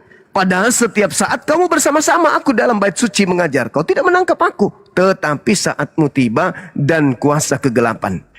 Makanya kamu harus menangkap aku. Kamu harus berusaha membunuh aku. Karena inilah saatnya kuasa kegelapan. Pertanyaan saya, apakah Tuhan menyerahkan Yesus kepada kuasa kegelapan? Tidak ada. Ya, karena dia, berarti Yesus tidak disalib. Kenapa? Dia memberikan nyawanya apa? Atas kehendak Bapanya di surga. Nah, oke. Sekarang Anda baca di dalam Yohanes 14 nomor 30. Di situ Yesus mengatakan, tidak banyak lagi aku akan berkata-kata dengan kamu, sebab penguasa dunia telah datang dan seguh. Ya, memang. Ketika kuasa kegelapan ingin menyalibkan Yesus, berkuasa nggak kuasa kegelapan ini? Kuasa kegelapan tidak berkuasa kalau apa? Bapa tidak apa? Loh, kok jadinya ke Bapa? Anda sudah belepotan. Yesus mengatakan kegelapan itu tidak berkuasa kalau apa? Yesus tidak menyerahkan nyawanya. Berarti Yesus bertentangan dong dengan pengakuannya. Tidak lama lagi aku bersama-sama dengan kalian, sebab penguasa itu telah datang, penguasa dunia yaitu iblis telah datang. Dan dia penguasa gelap itu, penguasa dunia itu, sedikit pun tidak berkuasa atas diriku. Ya, ketika iblis menginginkan pembunuhan terhadap Yesus, berkuasa enggak dia? Kuasa kegelapan itu tidak berkuasa kalau Yesus apa? Tidak memberikan nyawanya. Berarti Yesus memberikan nyawanya kepada kuasa kegelapan. Kekuasaannya otoritas tertinggi dari Bapaknya. Berarti Yesus memberikan dari Bapa, bukan dari kekuasaan kegelapan. Berarti Yesus memberikan nyawanya kepada penguasa gelap. Oh, bukan seperti itu. Nah, berarti dia tidak disalib. Berarti tidak disalib. Karena yang menginginkan penyaliban itu adalah kuasa kegelapan. Dan Yesus mengatakan, sedikit pun tidak berkuasa atas diriku. Berarti benarlah malaikat telah mengangkatnya ke langit. Sesuai dengan Daud katakan, dan Petrus juga khotbahkan dalam Kisah Para Rasul 2 nomor 29 sampai nomor 33. Jasadnya tidak ditinggal di kubur, jasadnya tidak mengalami kematian, tetapi tangan kanan Elohim, yaitu malaikat, meninggikan dia ke atas. Yesus sendiri mengatakan, aku datang ke dunia ini bukan untuk dilayani, tetapi untuk melayani, bahkan memberikan nyawaku sebagai tebusan. Itu sudah terjadi. Saudara, sendiri bro. Saudara, sendiri tapi atas kehendak Bapaknya di surga. Saudara, kalau itu Anda maknai tafsirannya seperti itu, saya punya penafsiran lain. Saya tidak menafsirkan. Saya tidak itu dalil. Anda akan bertabrakan dengan data-data yang lain. Kalau saya mengatakan begini, saya mengatakan begini. Aku datang menyerahkan nyawaku bukan untuk dilayani, tapi untuk melayani dan untuk memberikan nyawaku menjadi sebagai penebusan. Ingat, andai saja Yesus tidak terangkat ke langit, maka Yesus dan pengikutnya akan dihabisin kemudian oleh tentara Romawi. Tapi karena dia menyerahkan nyawanya kepada Bapa, terangkat demi untuk murid-muridnya yang lain, itu yang betul. Tapi tidak ada dalilnya, tidak ada dalilnya. Yang anda baca tadi, sebentar. yang anda baca tadi, tidak ada dalilnya ketika sebelum disalib dia sudah terangkat. Nanti setelah 40 hari, baru dia terangkat di surga. malaikat mengatakan itu, Mazmur mengatakan itu, Petrus juga mengatakan itu. Itu bukan dalam konteks penyaliban. Jadi Kenapa Anda harus menyalibkan Yesus? Apa bedanya Anda dengan iblis yang senantiasa ingin membunuh Yesus? Kenapa harus penyaliban? Kenapa ingin kali Anda menyalibkan Yesus? Tidak ada nubuatan itu, enggak ada nubuatan. Ketika Anda mengatakan, aku datang bukan untuk dilayani, tapi melayani dan memberikan nyawaku demi penebusan banyak orang. Betul. Ketika dia masih muda, sabar. Tapi dia tidak memberikan nyawanya di tiang salib, tetapi dia berikan nyawanya diangkat ke langit sehingga murid-muridnya diselamatkan. Masih ada pengejaran. Sabar dulu. Kutanya dulu sama saudara. Ketika Yesus terangkat ke langit, apakah murid-muridnya kemudian masih mengalami penganiayaan? Waktu kapan dulu? Ya, itu pertanyaan saya. Kapan? Sederhana, bukan? Jadi tidak ada dalil. Anda ngemukakan ketika Yesus terangkat ke langit, apakah dia menyerahkan nyawanya kepada Tuhan? Pasrah. Sudah kan? Kehendakmu, apa yang kau mau? Mengangkatmu. Ya sudah, silakan, aku serahkan. Tapi dia kemudian mengatakan, sabar dulu. Tidak ada dalil seperti itu. Yesusnya mengatakan dalam Lukas 24 nomor 44, aku harus pergi sesuai dengan apa yang tertulis tentang aku di dalam kitab Taurat. Di dalam kitab Taurat, kata Tuhan, jangan kau membunuh orang yang tidak bersalah. Jangan kau membunuh orang yang benar. Sekarang Yesus orang bersalah, orang benar atau gimana? Boleh nggak dibunuh Yesus? Konteksnya berbeda. Konteksnya harus sesuai dengan kehendak Bapa. Makanya tadi dikatakan, nyala iblis. Kamu memikirkan apa yang dipikirkan manusia. Kau tidak memikirkan apa yang dipikirkan oleh Tuhan. Tuhan mengatakan, jangan kau membunuh orang yang benar. Jangan kau membunuh orang yang tidak bersalah. Sebab aku Tuhan tidak akan membenarkan orang yang bersalah. Yesus orang benar. Penyalipan itu kok salib lagi, saudaraku? Dengarkan. Itu yang Anda kemukakan itu di luar konteks penyalipan. Sekarang saudara, sekarang saya lihat Anda itu gila salib. Saya mau tanya, menurut orang Yahudi berdasarkan kitab Torah, syarat untuk disalib itu apa? Orang yang jahat. Orang jahat. Yesus jahat nggak? Yesus jahat nggak? Yesus tidak jahat, tapi dia punya misi. Tapi misi Yesus kan berbeda. Misi Yesus memberikan nyawa sebagai orang yang jahat. Di mana diajarkan menebus dosa dengan menyalib? Ajarkan kan? Di mana dosa ditebus dengan menyalib manusia? Orang-orang Yahudi menebus dosa dengan kambing, dengan sapi. Tidak ada sapi dan kambing itu disalib, nggak ada. Kalau tidak disembelih, kalau tidak disembelih dibakar. Kenapa orang Kristen menebus dosa dengan disalib? Sedangkan salib itu hanya dilakukan kepada pelaku dosa yang sepadan dengan hukuman mati dan orang yang dikutuk oleh Elohim. Pertanyaan saya, kedua-dua syarat ini apakah ada pada diri Yesus? Melakukan dosa sepadan hukuman mati dan dikutuk oleh Elohim. Apakah dia memenuhi syarat itu? Apakah Yesus berdosa? Tidak, tapi mereka mereka apakah Yesus berdosa? Apakah Yesus dikutuk? Bahkan mereka mendatangkan saksi-saksi palsu untuk memberatkan Yesus, dan akhirnya ketika di pengadilan tidak didapati dia bersalah, tetapi orang banyak berteriak, salibkan dia. Itulah yang dimaksud Yesus, kuasa kegelapan. Kenapa? Itulah yang dimaksud kuasa kegelapan. Itu yang sudah dinubuatkan oleh Yesus, oleh ahli Taurat, orang-orang yang tidak itulah dan bangkit pada hari yang ketiga. Itu nubuatan Yesus yang sudah terjadi. Itulah yang dikatakan kuasa kegelapan, dan kuasa kegelapan ini sedikit pun tidak berkuasa atas diriku. Sekarang permasalahannya begini. Yang menginginkan penyaliban itu iblis atau Tuhan? Yang menginginkan. Oh, Yesus memberikan nyawanya sendiri, bro. Kan sudah, aku datang bukan untuk dilayani, tetapi untuk melayani. Bahkan Tafsirannya itu tadi, tafsirannya itu tadi. Tafsirannya itu tadi, tafsirannya itu. Jadi dia sudah nubuatkan, bro. Jadi tergenapi.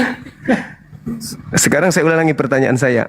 Yang menginginkan penyaliban Tuhan atau iblis? Yang menginginkan penyaliban itu adalah kehendak Bapakku di surga.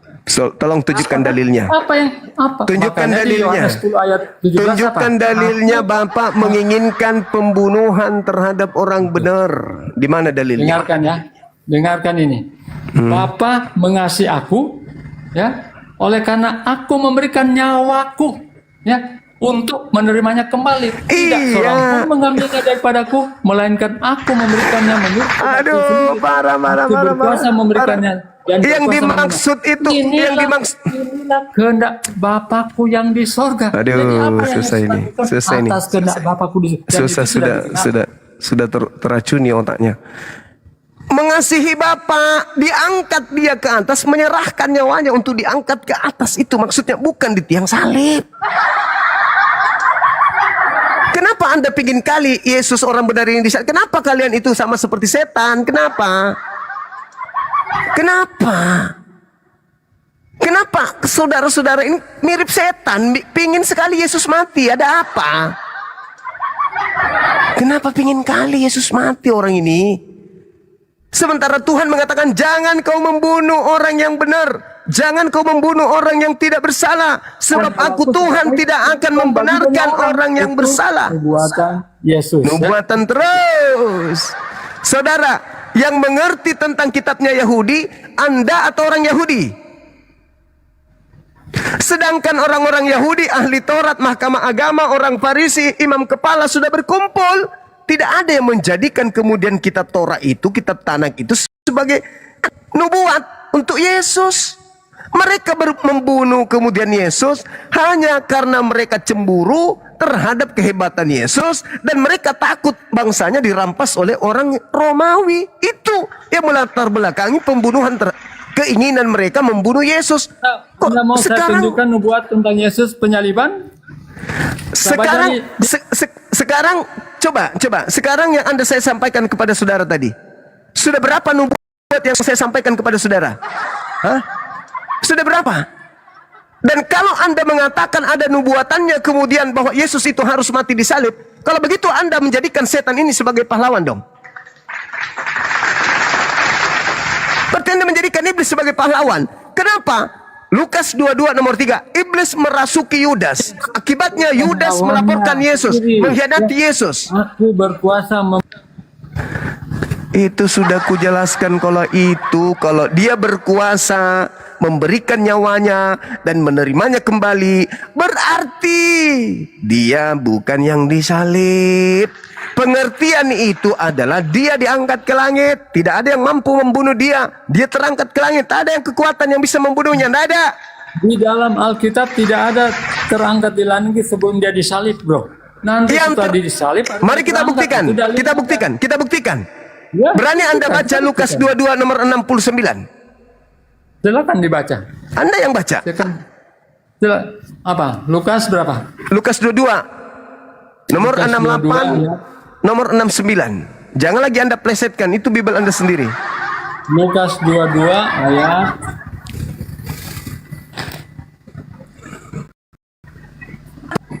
Lukas 22 ayat berapa?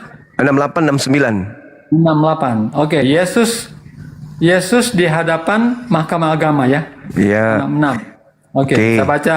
Oke. 68 ya. Iya. 66. Oke, dan setelah hari siang berkumpullah sidang para tua-tua bangsa Yahudi dan imam-imam kepala dan ahli-ahli Taurat, lalu mereka menghadapkan dia ke mahkamah agama. Mereka katanya, jikalau engkau adalah Mesias, katakanlah kepada kami. Jawab Yesus, sekalipun aku mengatakannya kepada kamu, namun kamu tidak akan percaya. Dan sekalipun aku bertanya sesuatu kepada kamu, namun kamu tidak akan menjawab. Mulai sekarang anak manusia sudah duduk di sebelah kanan Allah yang Maha Kuasa. Karena mereka semua Kalau begitu engkau ini anak Allah? Jawab Yesus, kamu sendiri mengatakan bahwa akulah anak Allah. Lalu kata mereka, untuk apa kita perlu kesaksian lagi? Kita ini telah mendengarnya dan mulutnya sendiri. Pertanyaan kamu apa? 69 itu dia katakan sekarang ini anak manusia sudah duduk di sebelah kanan Tuhan yang Maha Kuasa. Oke. Itu siapa? Siapa yang sudah duduk di atas di sebelah kanan itu siapa? Sebelum saya jawab, Kutanya dulu. Siapa yang sudah duduk di atas? Oke. Ketika kutanya Yesus dulu. Siapa yang sudah duduk? Iya, saya akan Oke, jawab. silakan. Apakah Yesus langsung duduk di sebelah kanan Allah? Masih pertanyaan konyol kali. Orang yang disidang itu, orang yang disidang yang disangka Yesus itu, apakah engkau anak Allah? Kamu yang mengatakan, bukan aku, kamu. Apalagi gunanya aku mengatakan kepadamu, dan meskipun aku bertanya, kau tidak akan menjawab. Mulai sekarang anak manusia sudah duduk. Mulai sekarang. Jadi yang duduk di situ siapa? Yang disidang siapa? Jadi silakan. Itu pertanyaan sama dengan begini. Ketika salah satu orang yang di sebelah kiri atau kanan apa Yesus katakan? Hari ini juga kamu berada di apa? Berada di mana?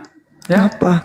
Berada di mana? Yesus katakan kepada orang itu bohong, itu pembohongan. Ini sama seperti itu, bro.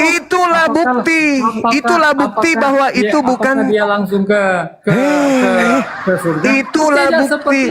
Itulah bukti semuanya bahwa itu juga bukan Yesus. Hari ini juga engkau akan bersama dengan aku. Dengar. Hari ini juga engkau akan bersama-sama dengan aku di Firdaus. Faktanya dia malah ke dunia orang mati.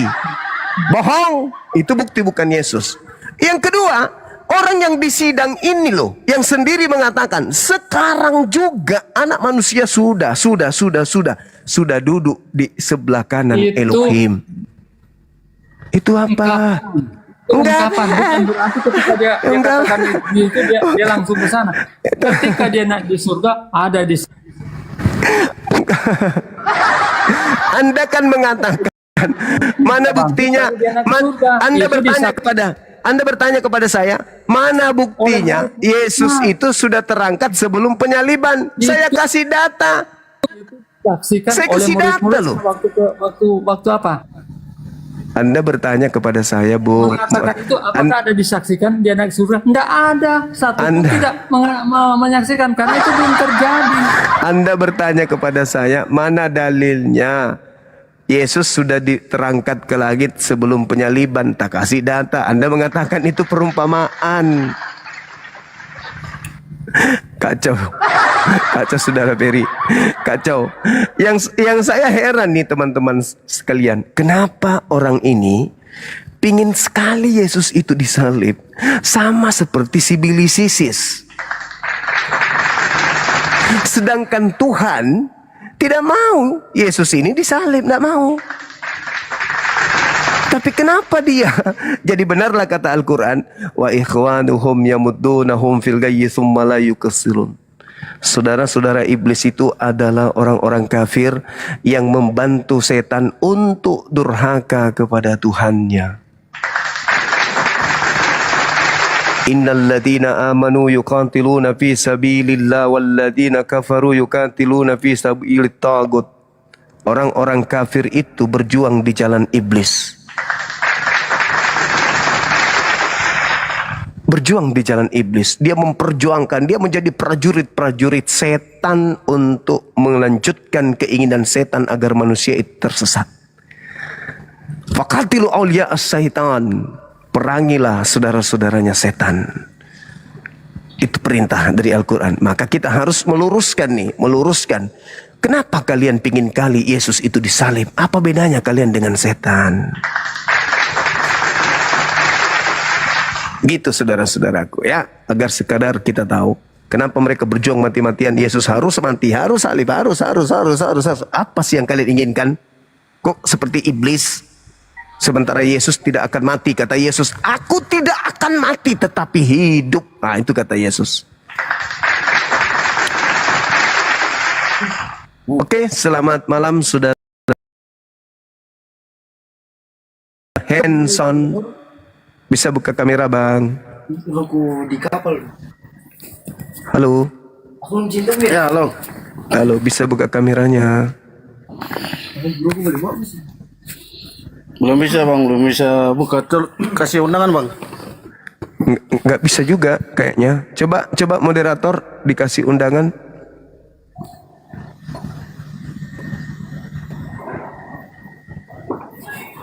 Bisa ya? Belum bisa bang. Belum bisa. Gimana Bang Handi? Moderatornya di bawah.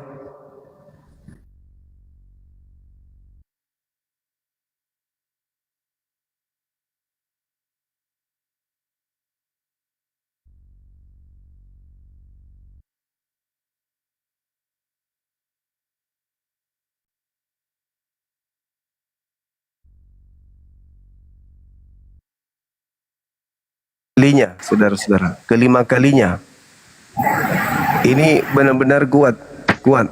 Teman-teman yang 16.000k ini, 16k ini, tolong di follow akun ini biar semakin banyak yang kemudian bisa mendengarkan materi-materi diskusi lintas agama kita, supaya teman-teman kita Kristen juga bisa nyimak, teman-teman Islam juga nyimak. Silakan di follow 16k yang ada di sini. Begitu juga teman-teman yang ingin nonton siaran ulang dari diskusi ini bisa ke channel Zulkifli Abbas Official, channel YouTube saya ya. Karena video-video yang ada itu tersimpan di sana di YouTube Zulkifli Abbas Official. Silakan di-subscribe channel-channel kita. Mudah-mudahan dengan 16k ini bisa sebagian atau setengahnya masuk kembali ke YouTube untuk mensubscribe di sana. Tinggal di sana 10 menit minimal atau maksimal 5 menit kembali lagi ke TikTok. Silakan. Halo, selamat malam saudara Javin Gulo. Silakan buka kamera bang. Selamat malam Bang. Silakan buka kameranya bang, biar nggak ngantuk kita. Buka dulu maskernya Bang. Nggak perlu, kok jadi masker pula jadi alasan. Silakan abangku buka. Kalau nggak dibuka maskernya, saya nggak mau nyalakan kamera saya Bang. Oh ya sudah, abang istirahat aja dulu. Silakan ke gereja nyembah makhluk kuburan. Silakan.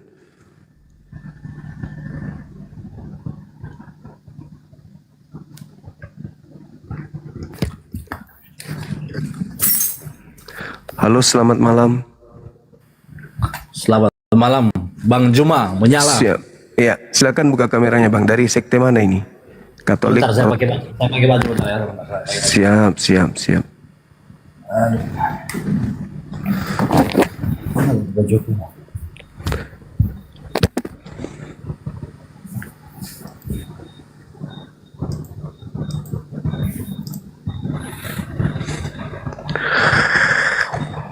Aduh, biasa.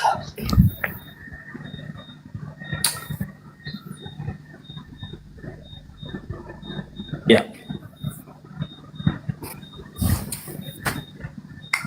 Sebentar.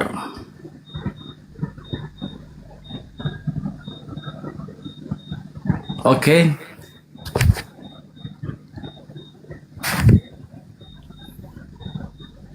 Ya, silakan bang. Dari mana? Katolik apa Protestan ini? Karismatik Bang Juma. Karismatik, wah luar biasa ya. Ya. Oke, silakan. Karismatik itu juga menerima penyaliban ya? Ya, betul. Saudara tadi mendengarkan diskusi kami mungkin? Belum, saya baru masuk ini, Bang Juma. Saya baru masuk pula ini. Oke. Baik. Gimana? Jadi gini, saudara Kristen ini, karismatik ini adalah orang-orang yang dienakkan gitu loh. Ya. Orang yang paling nikmat dalam beragama karena dengan matinya Tuhannya di atas salib, orang Kristen bukan lagi hamba Tuhan, tetapi orang Kristen itu menjadi anak Tuhan dan pewaris surga. Ya. Dengan bangkitnya Tuhan mereka dari kubur, ya, orang Kristen kemudian dipercaya kepercayaannya itu benar dan kemudian mereka tidak hidup lagi di dalam dosa, kan gitu ya? Betul. betapa banyak kemudian keunggulan-keunggulan yang diterima oleh agama Anda karena Tuhan Anda dibunuh oleh orang-orang pada saat itu. Nah, pertanyaan saya, ketika Anda mendapatkan sesuatu yang sangat-sangat luar biasa ini, apa yang pantas Anda nobatkan kepada pelaku penyaliban Tuhan Anda sehingga Anda bisa selamat? Pahlawankah atau penjahat? Silakan. Untuk penyaliban Tuhan Yesus, Bang Juman, mungkin itu sudah nubuatan dari perjanjian lama ya. Memang dia harus mati untuk manusia, untuk menyelamatkan manusia. Justru kita berterima kasih sama Tuhan sudah mati untuk kita ya, kepada orang yang membunuhnya ya, atau melakukan hal itu. Kalau menurut saya secara pribadi. Bisa tidak Tuhan Anda mati tanpa mereka membunuhnya?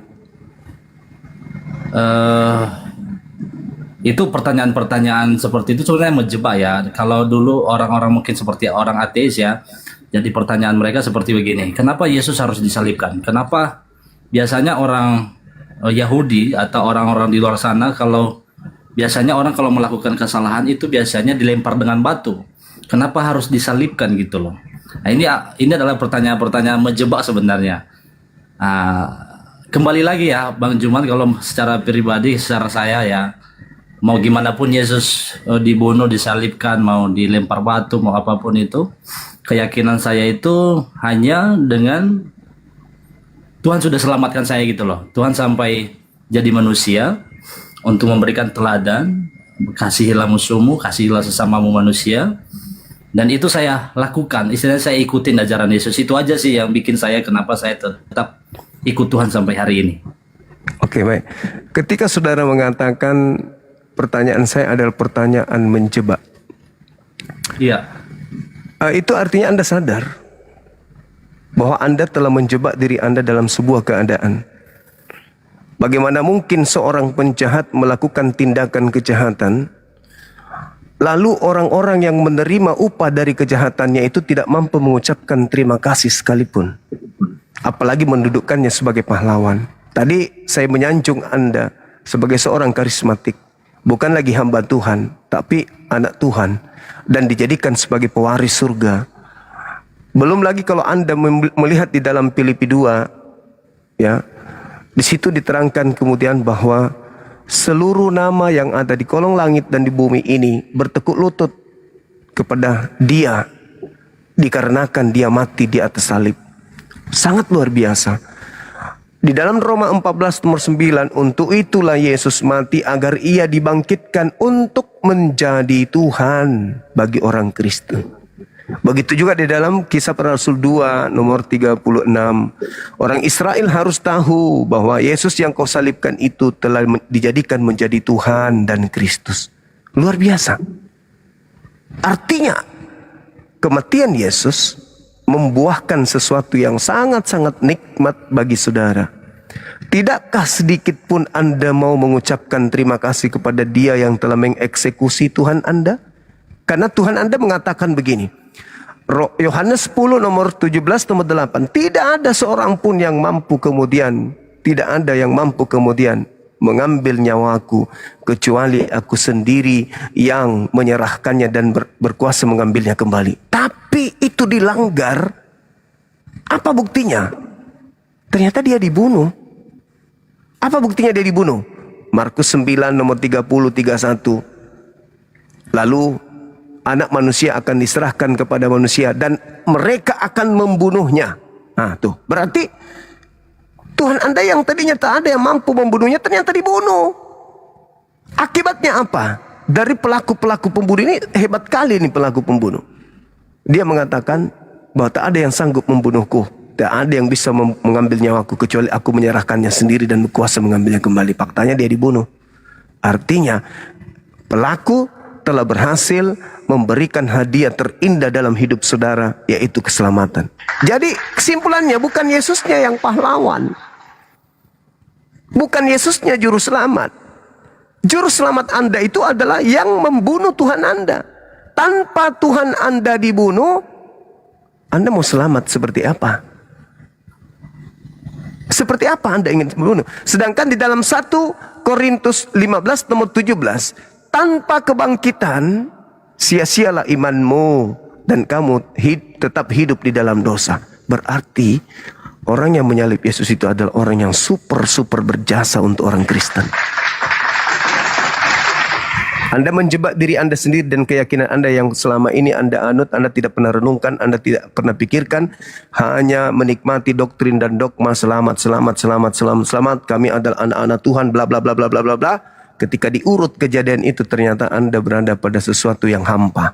Silakan Anda keluar dari jebakan itu dengan alasan apa? Apakah dia pahlawan atau dia penjahat? Silakan. Kenapa sampai hari ini saya masih percaya Yesus ya Bang Juman? Karena semua sudah tertulis di Alkitab ya. Yesus mati, Yesus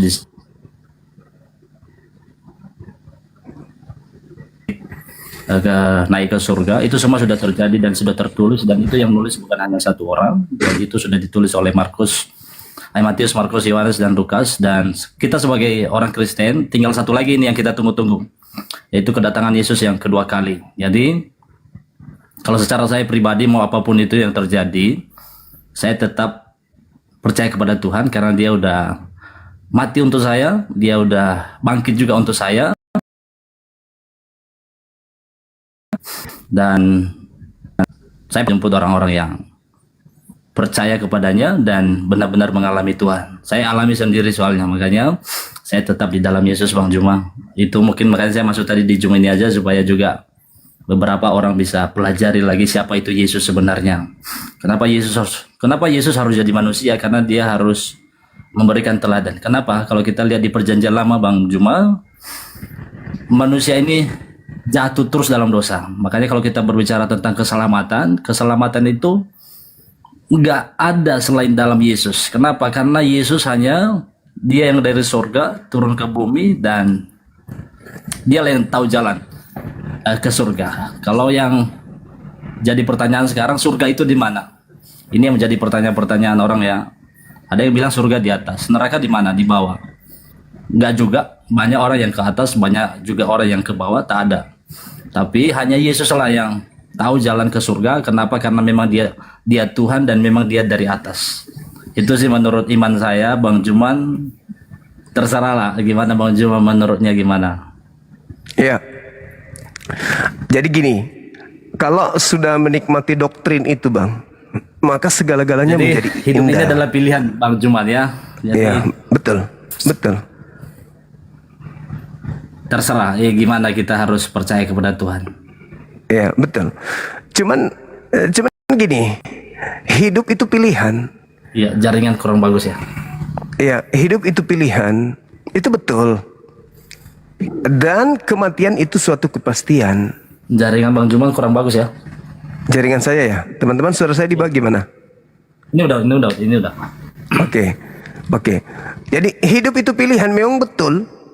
Makanya di agama kami itu la ikraha fiddin, tidak ada paksaan dalam beragama. Wa qulil haqqu min rabbikum, kebenaran itu sudah kutorehkan semua di alam semesta ini. Siapa yang mau beriman silakan, yang mau kafir silakan, yang mau kufur ingkar kepadaku silakan. Itu betul itu. Orang yang tidak menggunakan akal sehat, tutup panci pun bisa dituhankan. Orang tidak menggunakan akal sehat. Nah, saya melihat nih, di dalam kitab saudara, kan kami ini sebagai sasaran empuk nih. Amanat agung itu sasaran empuknya itu Islam. Jadikanlah seluruh bangsa menjadi pengikutku. Berarti kami harus menjadi pengikut makhluk yang keluar dari kubur. Tunggu dulu. Kami menggunakan akal sehat. Kalau berbicara mengenai kaidah kebenaran, Yesusnya berpesan kepada pengikutnya Bani Israel, jangan ke bangsa lain. Sedangkan Anda bukan bangsa Israel. Matius 10 nomor 5 nomor 6. Yesus berpesan kepada ke-12 muridnya agar jangan ke bangsa lain, tetapi pergilah kepada domba-dombaku yang sesat dari umat Israel. Nah, satu hal yang perlu saya sampaikan kepada saudara. Yesus yang datang ke atas muka bumi ini sebagai jalan keselamatan bagi Bani Israel itu berpesan kepada pengikutnya, akan ada 2 oknum datang setelah aku. Yang pertama adalah roh penghibur, yang kedua adalah Yesus palsu, penyesat. Yesus mengatakan di dalam Yohanes 16, sejenak beliau belum terangkat ke langit. Apa kata Yesus? Yohanes 16 nomor 7, adalah benar jikalau aku pergi, sebab kalau aku tidak pergi, maka roh penghibur atau roh kebenaran itu tidak akan datang kepadamu. Namun kalau aku pergi, aku akan mengutus kepadamu. Itu satu. Berarti yang diutus ini sesuai dengan permintaan Yesus kepada Bapaknya di dalam Yohanes 14:16. Aku akan minta kepada Bapa agar Bapa mengutus seorang penolong lain. Seorang penolong lain ini akan datang jikalau aku pergi. Dia tidak akan pergi sebelum aku. Dia tidak akan datang sebelum aku pergi. Yohanes 16 nomor 7 nomor 8 sampai nomor 15. Ini yang satu yang datang ini adalah roh kebenaran. Yang datang yang kedua adalah penyesat. Matius 24 nomor 4, nomor 5, nomor 24 dan seterusnya. Lukas 21 nomor 8. Waspadalah kepada penyesat yang datang kepadamu dengan memakai namaku dan berkata, Akulah Kristus. Berarti menurut Yesus yang datang kepada muridnya ada dua kelompok, ada dua oknum. Pertama adalah roh kebenaran, yang kedua adalah penyesat yang mengaku Yesus Kristus. Kalau kita lihat dalam Matius 24 nomor 4 nomor 5, Yesus berpesan kepada orang Yahudi muridnya, waspadalah kepada penyesat yang datang kepadamu dengan memakai namaku dan berkata, Akulah Kristus. Jangan kamu percaya, mereka akan menyesatkan banyak orang. Berarti kalau Yesus seorang benar, ucapannya harus tergenapi dong. Ada penyesat mengaku Yesus Kristus, menyesatkan banyak orang. Berarti kami sebagai Muslim ketika membaca Bible ini, ungkapan Yesus dalam Matius 24 nomor 4 nomor 5 ini, kalau ini firman Tuhan atau ini adalah sabdanya Yesus, beneran sabdanya Yesus, harus ada banyak orang sebagai pengikut Yesus palsu. Waspadalah kepada penyesat yang datang kepadamu. Ini nasihat Yesus kepada Bani Israel.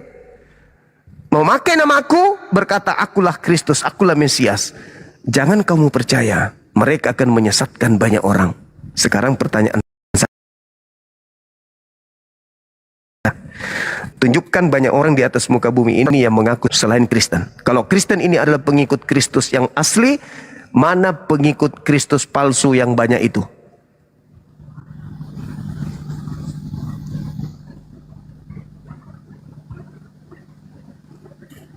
Mute-nya dibuka, Bang. Oke, siap. Oke, Bang Juma, itu kita punya tafsiran masing-masing ya. Mungkin Bang Juma silakan. Jadi kalau menurut saya ya, walaupun ya seperti di Indonesia inilah, mungkin pengikut Yesus mungkin ada sekitar 15% lah kurang lebih di Indonesia.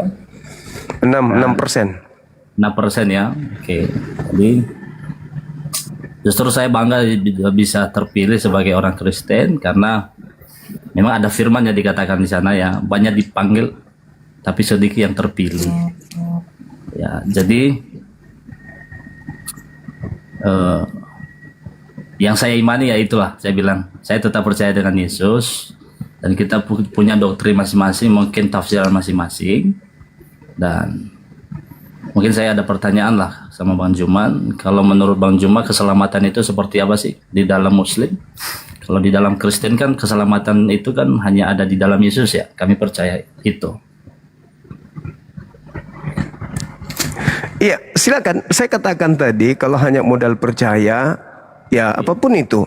Cuman masalahnya sekarang ini, Anda sebagai orang yang memegang kitab ini, tentu kalau Anda rajin membaca kitab ini, di situ Yesus mengatakan kepada orang Yahudi, waspadalah kepada penyesat yang datang kepada kamu, memakai namaku dan berkata, Akulah Kristus. Mereka akan menyesatkan banyak orang. Berarti Yesus mengatakan ada penyesat datang memakai nama Yesus Kristus, di mana penyesat ini, Yesus Kristus ini, yang palsu ini akan menyesatkan banyak orang. Mana banyak orang yang disesatkan oleh Kristus itu, sedangkan pengikut Kristus di muka bumi ini cuma satu, yaitu Yesus, yaitu Kristen. Entah itu Katolik, entah karismatik, entah itu apa. Yang pasti pengikut Kristus itu ya Kristen. Kalau ada pengikut Kristus yang lain, ya mana? Hindu enggak, Buddha enggak, ateis kagak, Islam apalagi. Ya satu-satunya hanya kalian. Matius 7 nomor 15, nomor 22, nomor 23. Pada hari terakhir nanti banyak orang akan berseru kepadaku, Tuhan, Tuhan, bukankah kami bernubuat pakai namamu, bermukjizat pakai namamu, mengusir setan pakai namamu? Pada saat itulah aku Yesus akan berterus terang kepada mereka, enyahlah daripadaku, aku tidak mengenal kalian, kalian semua adalah pembuat kejahatan. Itu siapa itu, Bang? Di luar Kristen ada nggak yang memanggil Yesus Tuhan, bernubuat, mengusir setan, bermukjizat pakai nama Yesus selain Kristen? Ya, mungkin kalau Bang Juma ya, mungkin dulu pernah jadi Kristen ya. Jadi selama Yesus di dunia, pengikut Yesus itu bukan hanya murid-murid Yesus saja, tapi ada beberapa kelompok yang ikut Yesus pada saat itu. Termasuklah orang-orang Farisi, termasuklah murid-muridnya. Dan itu selalu mereka mempertanyakan hal-hal seperti itu untuk menjebak Yesus. Apakah Yesus ini benar-benar Tuhan gitu loh. Makanya ketika kita baca Yohanes 13 ayat 3, ya di sana dikatakan apakah Yesus, apakah guru ini akan benar-benar jadi Yesus? Saya baca di Yohanes 13 ayat 13 ya, biar lebih jelas Bang Juman. Karena ini yang selalu menjadi pertanyaan orang-orang yang di luar Tuhan Yesus. Di sini dikatakan Yohanes 13 ayat 13.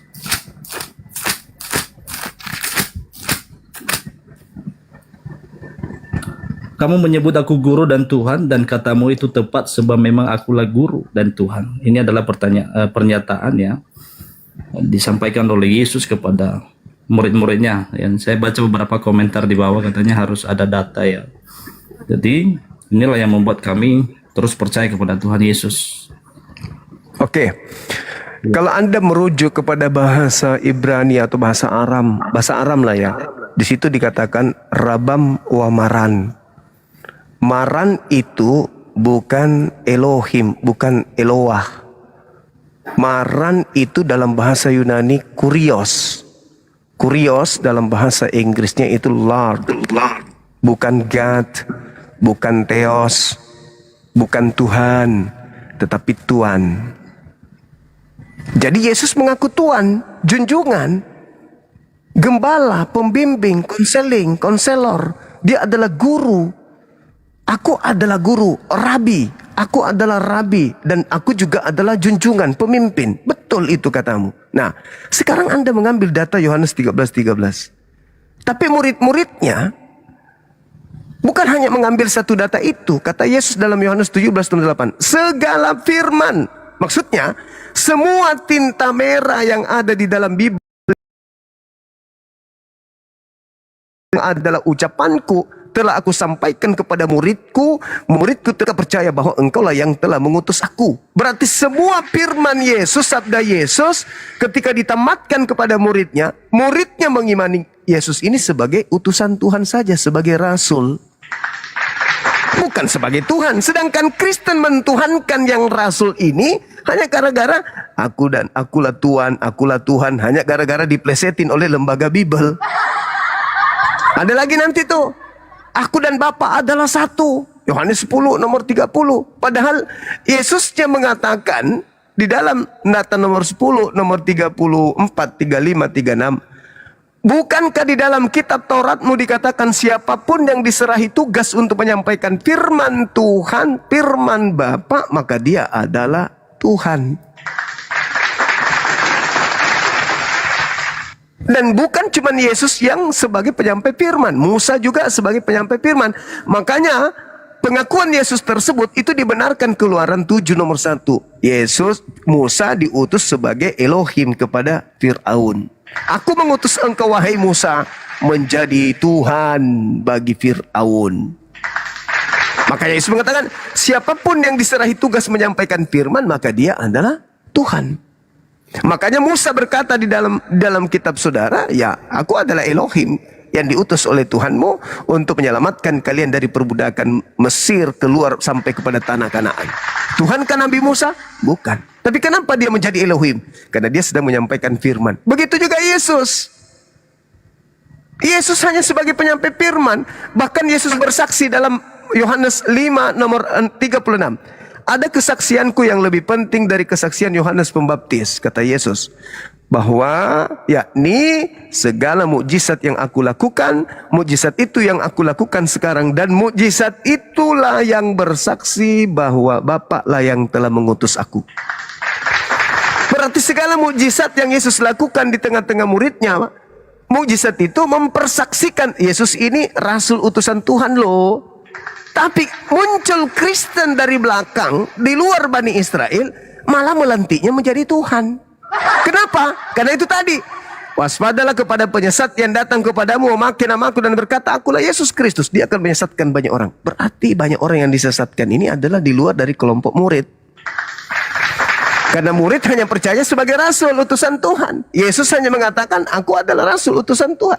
Yohanes 17 nomor 3. Hidup kekal itu adalah mereka mengenal engkau satu-satunya Tuhan yang benar dan mengenal Yesus Kristus yang engkau utus. Hidup kekal adalah mengenal Yesus sebagai utusan Tuhan atau Tuhan.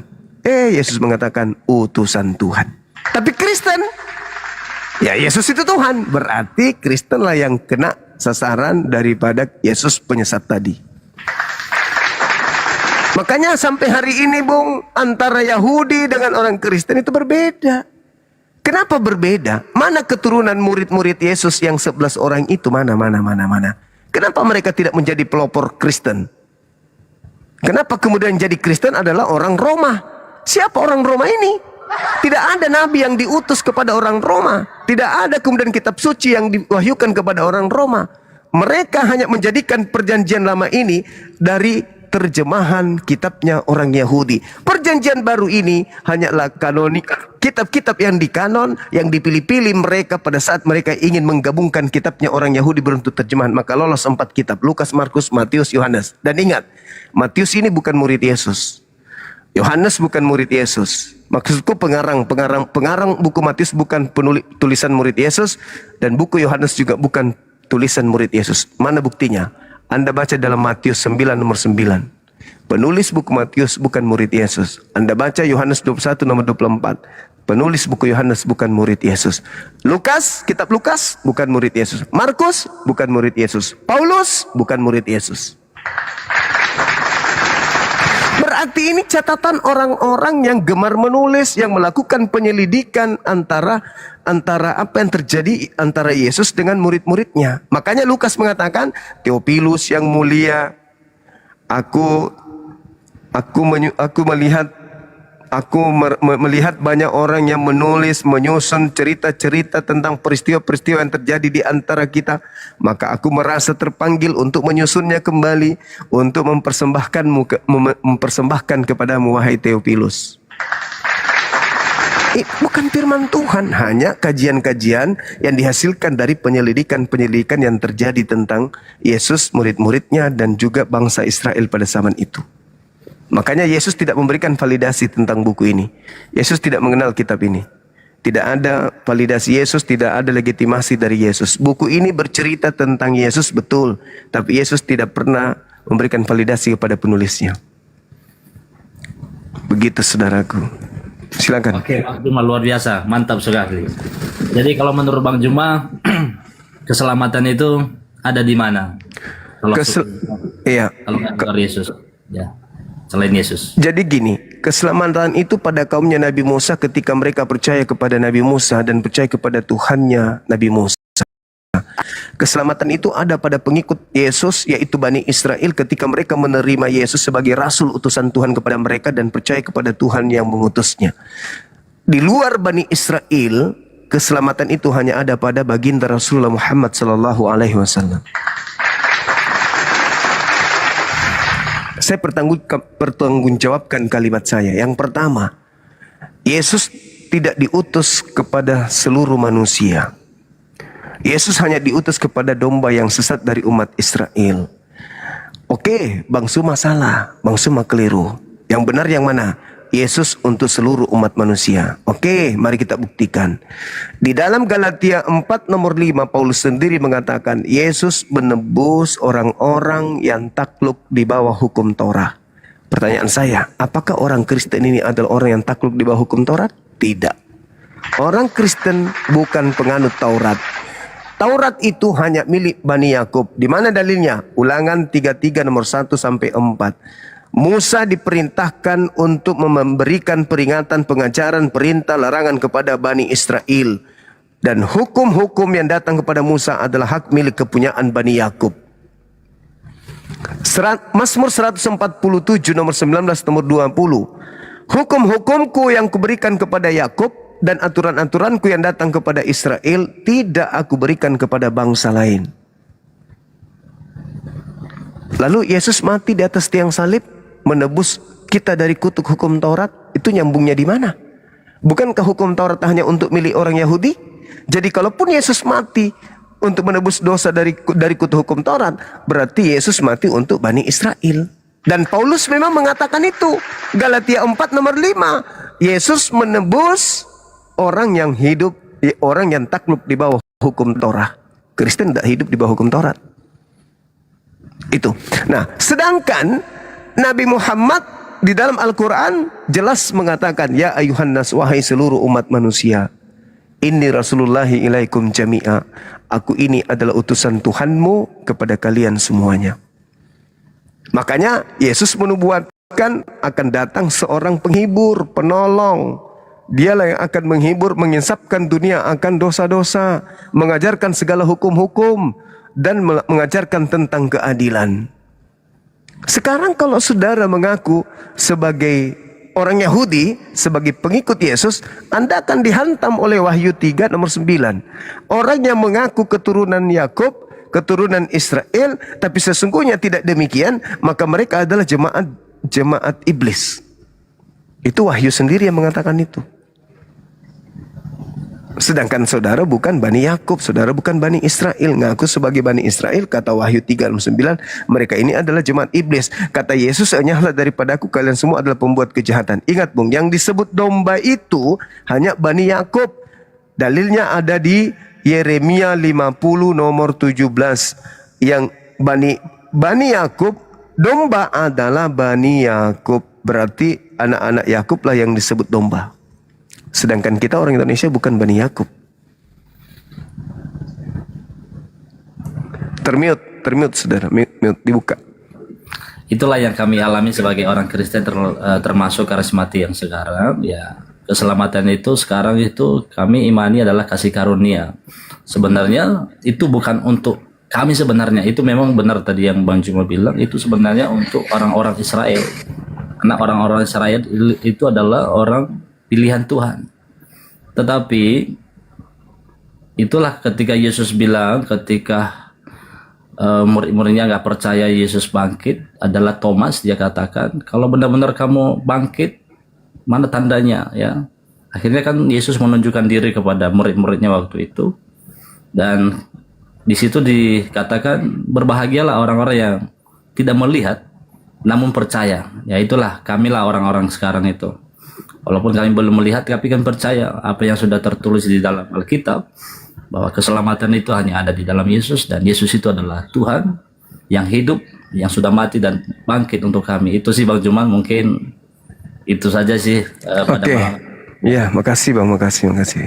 Saya menghargai itu iman saudara, silakan. Ya. Salam kenal ya Bang ya, saudara Ya. berkat. Makasih ya, saya di Batam Bang, di Batam. Oke, saya Makassar, Sulawesi. Oh siap, Mama Toraja, mama saya Toraja, Sulawesi. Oh iya, orang kita berarti ya. Oke. Baik, sudah berkat. Makasih Bang Juma sudah dikasih live-nya. Oke saudara, thank you. Sehat selalu. Amin. Oke saudara John Balas, silakan buka kamera. Halo. Ya, buka kameranya Bang. Iya Bang. Dari mana? Katolik, Protestan? Dari apa? Protestan. Iya bang, mungkin abang sudah melihat tema ini, sudah setelah beberapa orang yang berdiskusi dengan kami,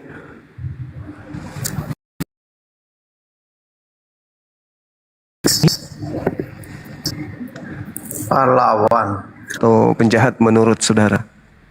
Oh, kalau begitu saya tidak bisa bilang begitu bang. Saya tidak bisa karena saya bukan Tuhan.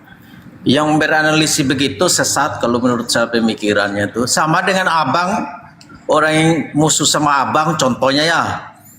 Ada yang namanya manusia, ada yang suka dan tidak suka. Pasti orang yang tidak suka sama abang, abang dibunuh, pasti dibilang pahlawan orang yang membunuh abang. Kan sama dengan begitu.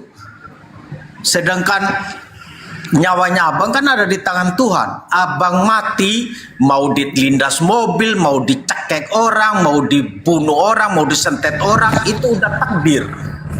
Jadinya kan sama dengan penyesatan namanya itu bang. Saya nggak berani bilang dia pahlawan. Itu kan rahasia Tuhan itu. Bukan begitu saudara. Ketika ada orang-orang bersekongkol kemudian sepakat untuk melakukan pembunuhan terhadap Tuhan Anda, maka mereka melakukan suatu pekerjaan nih. Sabar dulu.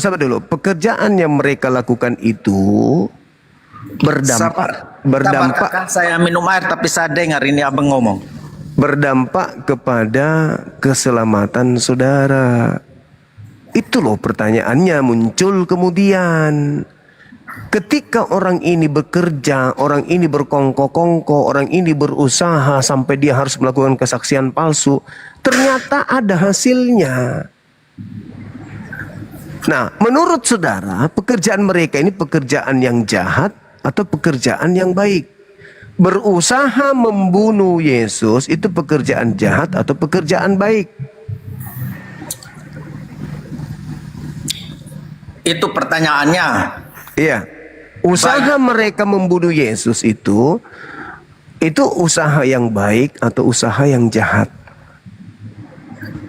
Saya juga tidak berani menegaskan itu baik atau jahat karena Tuhannya saya yang saya sembah sudah merelakan, tidak ada komitmen, tidak ada tidak membantah dia. Dia sudah ikhlas untuk mati demi dosa saya dan saudara Bang Suma.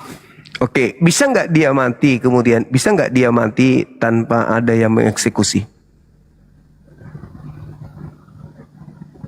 Termute bang. Bisa nggak Tuhan Anda mati tanpa ada yang mengeksekusi? Saya pun tidak bisa menjawab itu karena semuanya rahasia Tuhan. Kalau sesat saya bisa kalau saya jawab itu.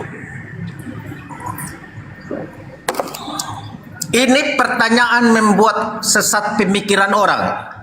Saya bisa baca Bang Suma mau menyesatkan orang-orang. Saya bisa baca langsung.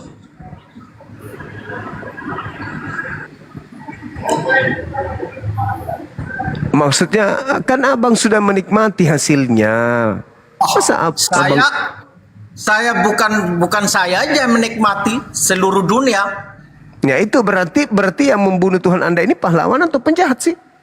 Saya sudah bilang saya bukan Tuhan, saya tidak mau. Tapi Anda sudah menikmati hasilnya.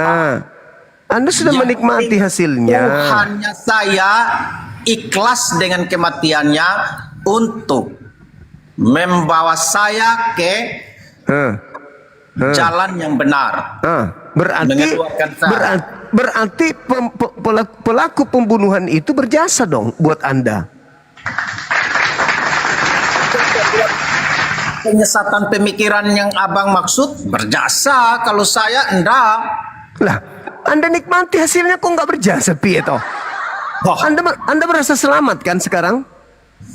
Sekarang saya bilang begini sama Bang Suma, kan saya sudah kasih contoh. Saya ini kalau sudah jawab begitu berarti sama dengan Bang Suma mati saya bunuh ya. Seandainya saya bono Bang Suma. Terus orang yang tidak senang sama Bang Suma itu pasti senong dia karena saya sudah bono Bang Suma. Kan sama dengan begitu saya bukan begitu Bang Suma. Lah sekarang Anda senang nggak? Anda senang tidak Yesus dibunuh? Memang jalannya begitu. Namanya Anda Tuhan. senang tidak? Anda kan tadi berbicara mengenai senang. Pertanyaan saya, Anda senang tidak Yesus dibunuh? Saya juga tidak bisa mengatakan senang. Kenapa Anda kasih kenapa kasih analogi kayak begitu? Sekarang Anda senang, sekarang Anda merasa unggul, merasa senang, merasa di atas awan karena Anda sudah dijanjikan keselamatan. Anda nikmati kan itu usaha siapa? Itu usaha siapa? Ini keselamatan dunia. Iya, apalagi keselamatan dunia. Pribadi. Anda sudah nikmati kan?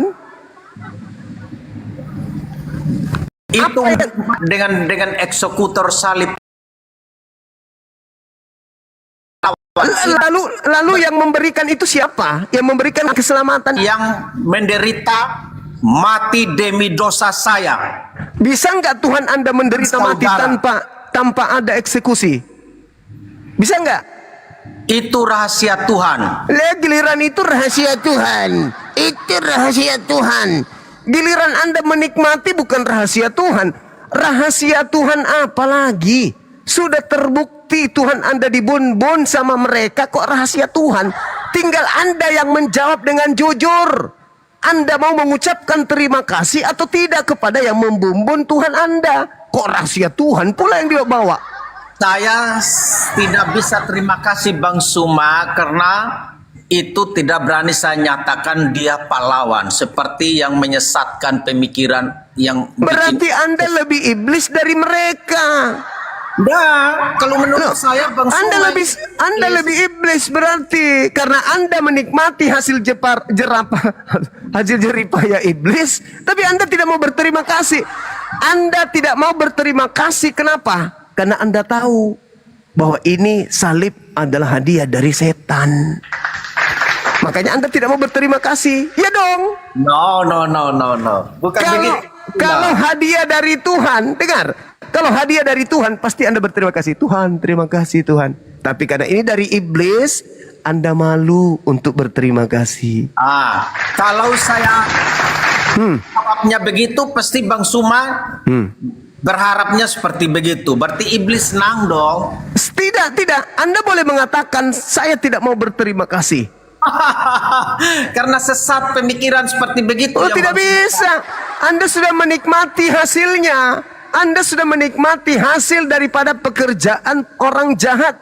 Iblis yang merasuki mereka. Anda sudah nikmati hasilnya. Maka mau tidak mau, Anda berterima kasih ataupun tidak berterima kasih, Anda adalah orang yang menikmati hasil jerapah setan. Apa yang dilakukan oleh iblis, apa yang dilakukan oleh penjahat, hasilnya Anda sudah nikmati. Anda mau mengatakan apa lagi?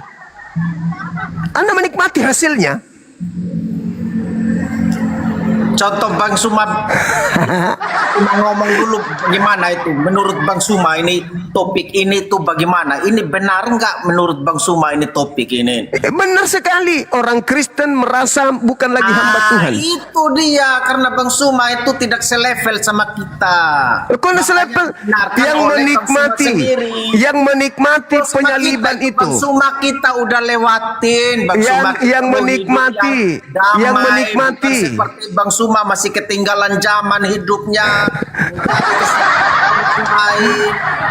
Yang menikmati hasil kerja iblis itu siapa? Ente yang menikmati hasil kerja iblis.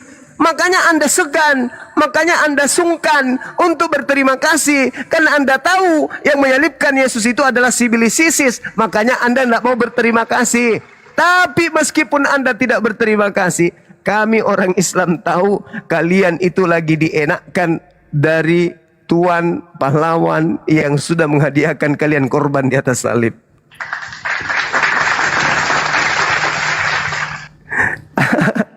Anda sudah menikmatinya. Anda sedang berenang di muara. Anda sedang berenang di lautan kenikmatan yang dipersembahkan iblis kepada Anda. upaya iblis, upaya penjahat untuk membunuh Tuhan Anda berhasil. Hasilnya Anda nikmati sekarang. Anda berleha-leha, Anda menjadi anak Tuhan, Anda menjadi pewaris surga. Tapi mimpi. Kenapa saya katakan mimpi? Penjahat tidak mungkin menghadiahkan keselamatan. Camkan itu. Tapi penjahat bisa mengiming-imingi, penjahat bisa menghalusinasikan, penjahat bisa bermimpi, membuat orang bermimpi, memberikan keselamatan kepada mereka. Tapi giliran mereka matang, masuk ke kubur, mereka justru kekal di neraka. Anda boleh bermimpi, ya kami anak Tuhan, kami ini pewaris surga. Boleh Anda menghayal, boleh. Sebagaimana iblis menjanjikan Adam, jika engkau makan buah pengetahuan hidup dan baik dan jahat, benar apa? Baik dan jahat, engkau akan hidup kekal di sini. Ternyata hasilnya enggak sesuai dengan kenyataan. Inilah yang Anda rasakan sekarang. Anda menikmati hasil dari Sibilisisis. Sibilisisis merasuki Yudas. Imam kepala membuat kesaksian palsu. Mahkamah agama membuat tipu muslihat. Hasilnya ada penyaliban. Siapa yang tepuk tangan dari hasil penyaliban? Anda. Siapa yang menikmati hasilnya? Anda. Siapa yang terbuai dengan kerjaan iblis? Anda. Siapa yang kemudian terlena dengan pekerjaan iblis? Anda. Siapa yang menerima kado terindah dari iblis? Anda. Siapa yang menghayal jadi anak Tuhan? Anda. Siapa yang tidak lagi menyembah Tuhan? Anda. Siapa yang tidak tunduk kepada waris surga? Anda. Tapi mimpi. Kenapa? Tidak mungkin iblis menghadiahkan keselamatan. Tidak mungkin iblis menginginkan keselamatan. Tidak mungkin, itu mustahil. Tapi kalau iblis membuat Anda menghayal, bermimpi, berangan-angan, yes, saya katakan iya. Hilang dia, pergi ambil tombak. Oh enggak, muncul lagi dia. Mulai dia emosi, teman-teman. Mulai.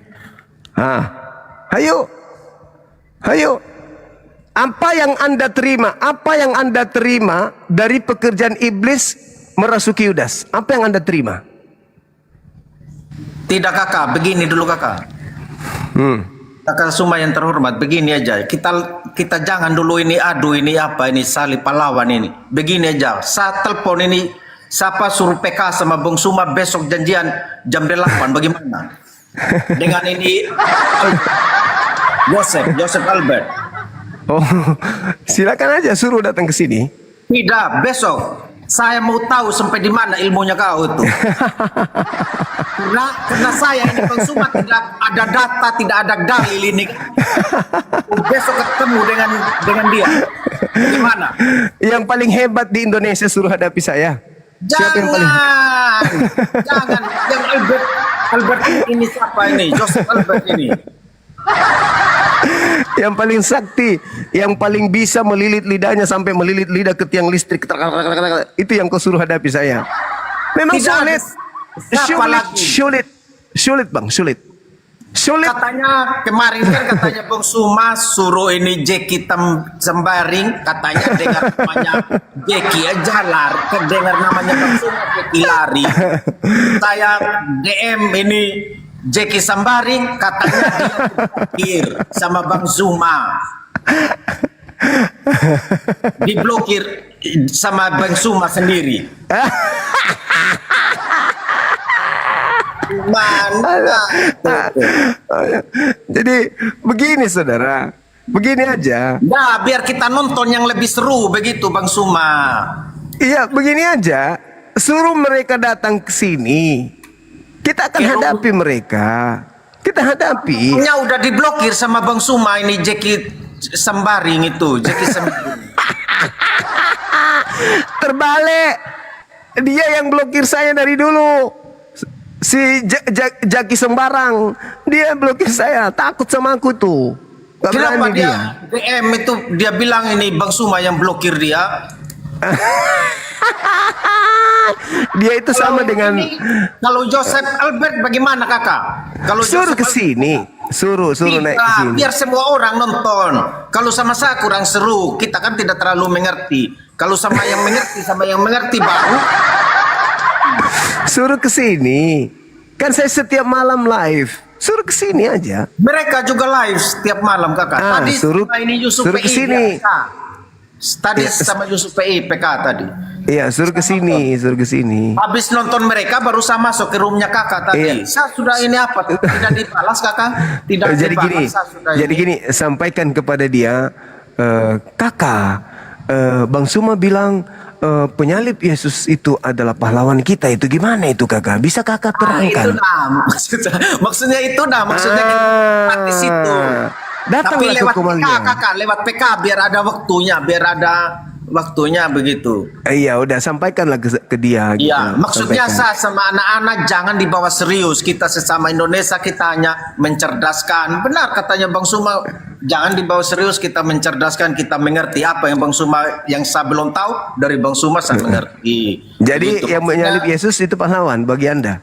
Tapi saya tidak berani itu Bang Suma. Karena itu rahasia Tuhan. Makanya saya bilang, saya kasih contoh sama Bang Suma. Seandainya saya ini orang yang tidak senang sama Bang Suma terus dibunuh, kan saya tidak mungkin bilang dia pahlawan. Karena rahasia kematiannya Bang Suma kan Tuhan yang tahu. Itu yang saya tidak mau. Iya. Oke. Nanti saya bilang pahlawan, sesat. Saya berpikir, saya tidak mau. Kalau bilang penjahat? Sama juga tidak mau. Makanya kakak saya atur waktu besok kakak. Iya, silakan. Saya DM ini Pak Kakak Albert ini Kakak Albert kakak ya. Tapi kakak juga DM dia biar ini pas. Biar ada gunanya lo kakak, daripada yang begini-begini tidak ada gunanya kakak ngomong panjang lebar, tidak masuk di pikirannya mereka. Tapi Anda sudah merasakan nikmatnya hasil penyaliban itu. Anda sudah harus mengambil sikap bahwa penyalib Yesus itu pahlawan. Tidak kakak, yang saya ini apa itu saya itu hanya berterima kasih sama Tuhan karena sudah bukan hanya saya aja menyelamatkan dunia ini dari berarti penyalibnya betul-betul pahlawan karena dunia diselamatkan sama kerjaan dia. Tapi saya tidak berani seperti yang kakak bilang, mau bilang dia pahlawan tidak berani ngomong. Lah buktinya Anda nikmati hasilnya gimana sih? Iya, tapi biar aja saya nikmati, bukan saya aja, seluruh bangsa nikmati kok. Berarti dia pahlawan besar. Iya, tapi saya tidak ikut sama Tuhan kakak. Kita ini tidak tahu Tuhan punya ini pegang kayak angin, kayak debu kita di mata Tuhan kakak. Jadinya saya tidak berani begitu. Tapi bagi mereka orang-orang yang telah menyalibkan Tuhan Anda itu, ya Tuhan itu bukan bagi kita sebagai debu, dia bisa bunuh Tuhan. Bayangkan aja itu saking kuatnya dia. Tapi menurut yang saya tahu kakak ya, ini manusia yang jadi Tuhan dia kakak. Ah itu dia. Jadi Tuhan, manusia jadi Tuhan. Ya, bukan Tuhan yang jadi manusia kakak, bukan manusia yang jadi Tuhan begitu. Nah setelah jadi manusia, ya. Setelah dia jadi manusia yang jaga alam semesta siapa? Namanya yang berkuasa, terserah dia sudah yang atur masa saya. Tapi bagaimana maha kuasa dia sudah jadi manusia? Makanya saya bilang kakak lebih bagus lagi PK besok sama Joseph Albert itu biar seru. Ya udah sampaikan ke dia, sampaikan aja suruh naik ke sini. Ya. Kakak saya mau istirahat juga. Ini sudah jam 2 di sini kakak. Ya. Nanti mau tidur ucapkan ini. Terima kasih wahai iblis yang telah menyerahkan Tuhan kami di atas tiang salib. Berkat jasamu aku bisa selamat. Gitu ya. Nah itu biar kakak aja. Kita jauh udah ada dong Pak kami aja kakak. Pagi Bang Juma, selamat pagi juga Bang John. Iya pagi Bang, pagi. Kakak Suma, beta pulang, beta ini dulu mau tidur dulu kakak. Kakak orang mana? Jangan lupa berdoa, kakak jangan lupa berdoa tadi, doa yang tadi. Doa bapak kami aja kakak Suma. Orang Kupang di mana? Beta orang Atambua nih. Beta di Bali kakak. Oh, oke. Beta ini cuma teman sama Bang Suma, jadi bercanda-bercanda. Ya karena saya baru ikutin ini, beta son mengerti nih. Yesus jadi pahlawan kah? Iya, tapi itu kan hanya Bang Suma yang tahu maksudnya itu. Kalau kakak mau ikut juga seperti begitu ya terserah. Kenapa jadi pastor kan? Jangan lupa berdoa sebentar ya. Kakak habis mau tidur berdoa. Doa Bapak kami sudah yang paling paten kakak. Oke abang, Bang Suma. Oke. Kita cabut dulu ya. Besok masuk pagi. Kakak John ini, Karmana nih. Dia dari Saksi Yehova. Siapa? Kakak John. Oh tidak, dari karismatik beta kakak. Oh, temannya Luga Tambunan berarti abang. Beta orang Katolik ini. Iya, tapi pengaruh beta ini mau istirahat, makanya beta bilang sama kakak Zuma. Jangan lupa berdoa. Ini tuh PK besok sama kakak Yosef Albert. Kakak Yosef Albert. Oh, yang tadi malam PK dengan USUPI. Ya, itu baru kita mengerti edukasi yang mengerti. Ini kan level dua-duanya. Bang Suma ini. Levelnya yang kelas-kelas begitu dia. Aku dua-duanya hebat. Iya, dua-duanya. Tapi saudara kakak John ini jangan lupa berdoa sebentar. Iya, berdoa menurut saya kakak. Kalau berdoa menurut kakak, makanya saya bilang sama kakak bertobat, kakak. Saya bilang itu kalau mati itu tidak ada pertobatan lagi di akhirat kakak. Begitu. Iya. Oke kakak Genteng, kakak Sumai, besok saya DM kakak Yosef. Iya. Malam itu dua-duanya hebat, bukan salah satu. Iya itu, nah kita tunggu besok kakak. Kita ini bagi langsung itu apa besok itu. Ini sekarang saya DM 32.000 tuh tadi malam yang nonton. Iya seru. Ini kalau sama Bang Sumal lebih, saya yakin itu. 50.000. Saya yakin lebih. Oke kakak Julio sama kakak Suma kita. Iya. Oke Bang Zuma. Oke, Bang. Kemarin dulu kita bahas kan tiba-tiba room cut. Saya juga Siap. tidak ada. Finalnya saya nggak tahu itu. Artinya kesimpulannya saya tidak dapat karena tiba-tiba room cut yang pernah saya naik dengan Bang Zuma yang bahas tentang. Tapi nggak apa-apa. Silakan Bang. Kali ini saya mau tanya, ini saya juga baru dapat ini. Eksekutor salib pahlawan. Itu pertanyaan Bang. Apakah penyalib Yesus itu pahlawan atau penjahat? Nah, cuman karena komalnya tulisannya nggak bisa panjang, jadi disingkat aja gitu. Yang jelas Bang Zuma ini menurut perspektif saya, ya tentu bukan pahlawan. Bukan pahlawan, berarti penjahat. Iya. Berarti penjahat menghadiahkan keselamatan kepada abang ini. Bukan seperti itu Bang Zuma. Hasil kerja mereka Anda nikmati kan Bang? Hasil kerjanya saya nikmati enggak. Kalau yang disalibkan itu sudah menjadi visinya Yesus itu. Nah,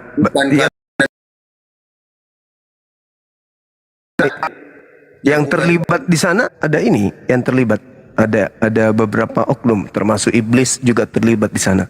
Nah, kalau mereka tidak menyalibkan kemudian Yesusnya, ya bagaimana caranya abang bisa selamat? Tidak, kalau tanpa mereka juga pasti terjadi penyaliban. Wah, gimana? Siapa yang salib? Ya, kalau contohnya tanpa adanya, artinya di sini iblis menjadi pahlawan. Eksekutor. Siapa eksekutor di sini? Ya, semua yang berkongkol untuk menyalibkan Yesus termasuk yang merasuki Yudas. Ya itu mungkin menurut perspektifnya Bang Zuma. Tetapi di dalam Alkitab tidak tertulis bahwa eksekutor menjadi pahlawan daripada penyaliban Yesus itu sendiri, Bang Zuma. Memang tidak ditulis. Saya bertanya ke abang sebagai seorang yang menikmati hasil dari pekerjaan mereka. Iya, karena tidak tertulis maka saya bilang tidak. Mereka bukanlah pahlawan. Selesai kan, Bang Zuma. Tapi Anda menikmati hasil kerjanya? Bukan. Itu karena sudah dituliskan, sudah dinubuatkan bahwa Yesus harus mati. Ya karena itu Bang, dia mati itu karena melibatkan orang-orang yang ingin mengeksekusi dia. Tampak kemudian mereka sebagai pelaku firman yang terlibat dalam penggenapan nubuat. Ya Tuhan Anda tidak mati, siapa yang mau membunuhnya kalau tidak ada mereka? Bunuh diri. Karena itu sudah dituliskan, maka hal itu harus terjadi walaupun tampak mereka. Kalau tampak mereka pun hal itu harus terjadi, Yesus itu harus disalibkan. Yang menyalibkan siapa kalau tanpa mereka Bang? Ya, Yang menyalibkan kalau tanpa mereka siapa? karena memang Yesus datang untuk penebusan dosa itu sendiri. Nah, apalagi sudah ditentukan dia datang untuk penebus dosa. Hal itu bisa terjadi kalau ada yang mengeksekusi, ada yang melakukan penyaliban. Ya, penyaliban yang mengeksekusi itu artinya yang terlibat itu bukan menjadi pahlawan. Faktanya Anda nikmati hasil kerja mereka. Bingung saya Bang, bingung. Kalau mereka tidak mengeksekusi Tuhan Anda, bisakah Anda selamat? Oh tentu bisa, karena itu sudah tertulis, entah dengan cara apa itu adalah kuasa Tuhan. Katanya tadi sudah ditentukan harus Ya, mati di tapi caranya itu bukan artinya melewat dengan kesetum listrik misalnya, atau keselip biji nangka. iblis, ya. Contohnya iblis membisikkan hal itu kepada Yudas. Nah, berarti berjasa kan? Bukan berarti iblis berjasa atau jadi pahlawan. Ya karena pekerjaan mereka ini tidak tertulis. Pekerjaan mereka ini, Bang Juma, kerjaan iblis itu memang untuk membawa orang-orang benar itu untuk bisa ikut di dalam pengaruh mereka. Jadi di sini bukanlah iblis itu jadi pahlawan, bukan. Nah kalau tanpa mereka bisa nggak kemudian Yesus disalib? Yang tentu bisa dengan caranya yang Tuhan itu sendiri. Bunuh diri gitu, menggantung dirinya sendiri. Nah, itu saya nggak bisa jawab karena itu tidak tertulis di dalam Alkitab, Bang Juma. Nah, berarti Anda tidak bisa juga mengatakan tentu ada cara lain karena tidak tertulis. Yang tertulis itu adalah mereka kemudian berkongkok-kongkok untuk membunuh Yesus. Sudah selesai. Maka sekarang bolanya di Anda. Maukah Anda mengucapkan terima kasih kepada mereka-mereka yang telah berjasa, atau Anda menjadi orang yang tidak tahu diri, tidak tahu berterima kasih? Oh bukan Bang Juma. Kalau menurut saya yang harusnya berterima kasih kepada Yesus yang telah mau menebus dosa saya, bukan kepada yang lain-lain. Yesus tidak bisa menebus tanpa ada yang membun-bunnya. Ya. Nah, berarti saya tarik kata-katanya tidak. Nah, berarti kalau tidak bagaimana ceritanya dosa Anda ditebus kalau dia tidak dibun-bun? Karena itu cara Tuhan untuk menebusnya. Nah, apalagi Tuhan ternyata sudah menetapkan itu, berarti mereka ini adalah orang-orang yang ditentukan Tuhan untuk kemudian menjadi pelaku penyaliban. Nah, hasilnya Anda selamat, berarti mereka pahlawan yang sudah ditentukan oleh Tuhan. Kalau Bang Juma, kalau memang itu tertulis di dalam Alkitab, maka nggak apa-apa saya menerima itu. Tapi karena ini tidak tertulis, ini kan Bang Juma bikin satu pertanyaan, maka saya menjawabnya tidak, karena mereka tidak dijadikan pahlawan untuk penebusan dosa saya, karena itu sudah menjadi cara Tuhan untuk menyelamatkan umatnya atau memperbaiki hubungan kembali manusia dengan Allah itu, sehingga tidak ada jarak antara manusia dengan Allah. Dengan kata lain, tidak tertulis kalau mereka para eksekutor ini pahlawan, tetapi suka tidak suka, ikhlas ataupun tidak, terbukti mereka pahlawan untuk orang-orang Kristen. Karena berkat pekerjaan mereka, saudara-saudara Kristen mendapatkan keselamatan. Dengan Adinda buat tanda, bukan berarti keselamatan itu datang daripada iblis, tetapi keselamatan itu datang daripada rencana Tuhan itu sendiri. Nah, rencana Tuhan itu melibatkan iblis nggak? Kalau iblis itu salah satu oknum yang berdiri sendiri ya. Dalam penyaliban itu iblis punya peranan nggak? Kerjaannya Bang Zuma, kerjaannya iblis itu untuk menyesatkan manusia dan membawa sebanyak-banyaknya manusia untuk ikut ke dalam neraka. Betul sekali, pintar. Nah, sekarang apa fungsinya iblis masuk ke situ kalau tidak ada tujuan menyesatkan? Apa fungsinya dia harus membunuh Yesus, harus merasuki Yudas kalau tidak ada tujuannya untuk menyesatkan? Karena iblis itu senantiasa selalu menyesatkan. Apa tujuannya?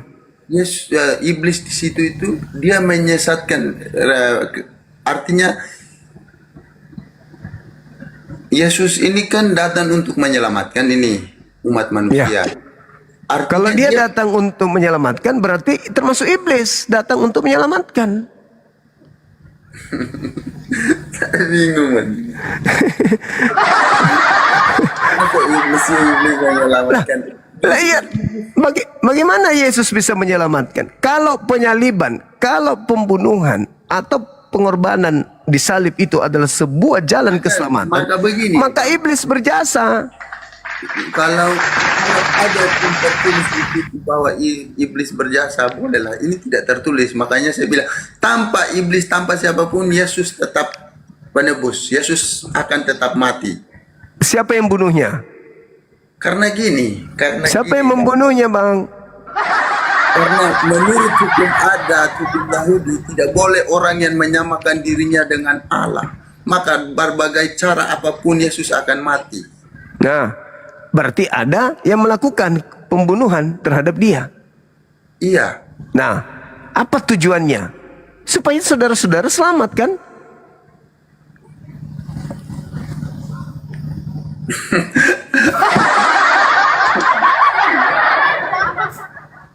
Iya dong. Itu sudah pasti itu sudah garis final, tidak bisa tidak. Nah, karena ini Bang Juma, intinya Bang Juma, semuanya itu rancangan Tuhan. Apalagi Tuhan yang merancang. Sudah pasti. Ternyata Tuhan yang merancang. Berarti mereka ini adalah pelaku-pelaku rancangan Tuhan. Berarti mereka adalah terlibat di situ sebagai oknum-oknum yang terlibat di dalam misi penyelamatan terhadap Kristen. Bang Juma lah. Intinya tidak tertulis. Intinya tampak mereka juga Kok jadi terserah saya? Kan yang menerima itu bukan saya, Bang. Saudara yang menerima karya setan, karya iblis tersebut, saudara yang terima, bukan saya. Kok jadi saya yang terserah? Karena ini pertanyaannya, eksekutor adalah apakah pahlawan? Tentu saya jawabnya tidak. Ya. Anda menjawabnya tidak. Sama seperti Anda mengatakan bahwasanya Jenderal Sudirman bukan pahlawan. Tapi Anda nikmati Indonesia merdeka dari penjajah. Sama, Anda mengatakan mereka bukan pahlawan. Tapi Anda nikmati hasil kerja mereka, yaitu Anda menjadi selamat karena mereka berhasil membunuh Tuhan Anda. Coba kalau misalnya Yesus tidak berhasil dibunuh. Begitu mereka datang, Yesus angkat pedang. Ting! Siapa bisa lawan saya? Ayo maju. Nggak ada yang bisa bunuh. Ini Bang Juma, bukan berarti Yesus tidak melawannya. Di Matius 26:27-51 itu Yesus pernah berkata, ada kan salah satu murid daripadanya mengeluarkan pedang untuk membunuh. Tapi Yesus berkata, bukan berarti saya tidak bisa masukkan pedangmu, bukan berarti saya tidak bisa melawan mereka. Saya bisa datangkan malaikat untuk bisa melawan mereka. Tetapi hal ini harus terjadi untuk mengenapi apa yang telah tertulis pada saya. Itu berarti Yesus mengizinkan mereka melakukan pembunuhan terhadap dirinya. Berarti orang-orang ini berjasa, Bang. Itu telah tertulis. Nah, apalagi sudah tertulis. Berarti mereka yang ingin membunuh Yesus itu adalah pelaku-pelaku firman yang sudah tertulis. Pahlawan dong.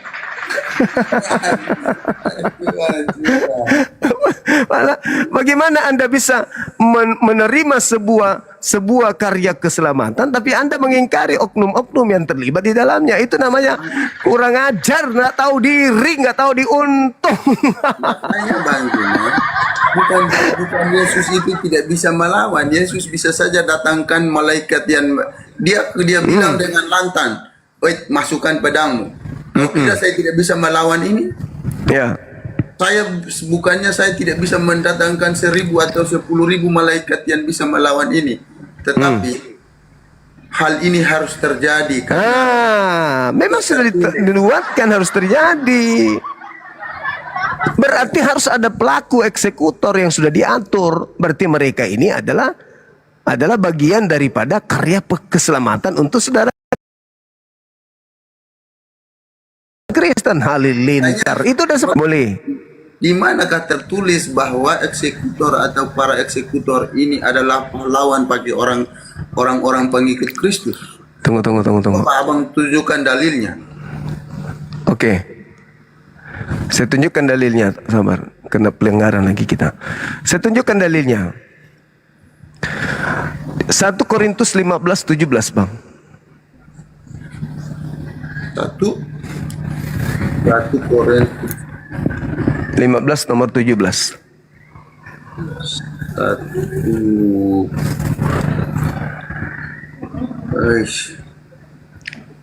Berat ya, Bang ya? Atau Efesus 2 nomor 15. Efesus 2 nomor 15. Iya. Bukan berat, abang. Ini karena jarang baca, carinya susah. Sebab dengan matinya sebagai manusia, ia telah membatalkan hukum Taurat dengan segala perintah dan ketentuannya untuk menciptakan keduanya menjadi satu manusia baru di dalam dirinya, dan dengan itu mengadakan damai sejahtera. Bang Juma, di sini jelas perkataanku mengatakan damai sejahtera antara manusia dengan Allah. Berarti itu tujuannya. Berarti sangat bermanfaat pembunuhan itu kan?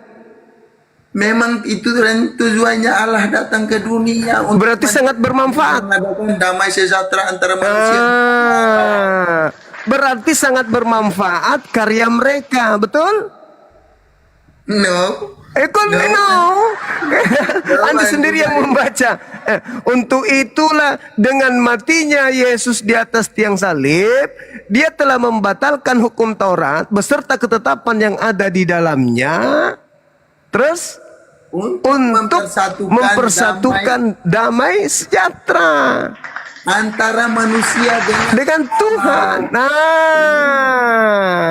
Benar-benar berjasa sekali mereka ini. Tanpa mereka tidak bisa kita bersatu dengan Tuhan. Dan Juma, ini dalilnya bukan seperti saya minta tadi. Saya minta mana para eksekutor itu menjadi pahlawan. Lah, itu gara-gara mereka membunuh Yesus, maka kita kemudian dipersatukan dengan Tuhan. Tanpa mereka membunuh Yesus, hukum Taurat itu tidak batal. Justru karena mereka membunuhnya, maka kita bersatu dengan Tuhan. Itu adalah benar-benar jasa yang luar biasa. Coba baca Roma 14 nomor 9. Ini saya baca dulu habis ini. Nomor 16-nya Bang Juma tidak baca ini. Ini nomor 16 ini jawaban daripada nomor 15. Dan untuk memperdamaikan keduanya. Mantap itu yang sekali. mana? Kedua yang mana? Antara Tuhan dengan manusia. Ya. Berarti semakin hebat mereka ini. Mereka lah yang mendamaikan di dalam satu tubuh dengan Allah oleh semakin cantik. Semakin bagus berjasanya, semakin bukan lagi pahlawan mereka ini, tapi raja di atas raja pahlawan. Begitu. Yesus bilang untuk memperdamaikan dirinya, manusia dengan dirinya. Nah, untuk itulah Yesus dibunuh kan? Ya. Berarti berjasa nggak yang membunuhnya? Tidak.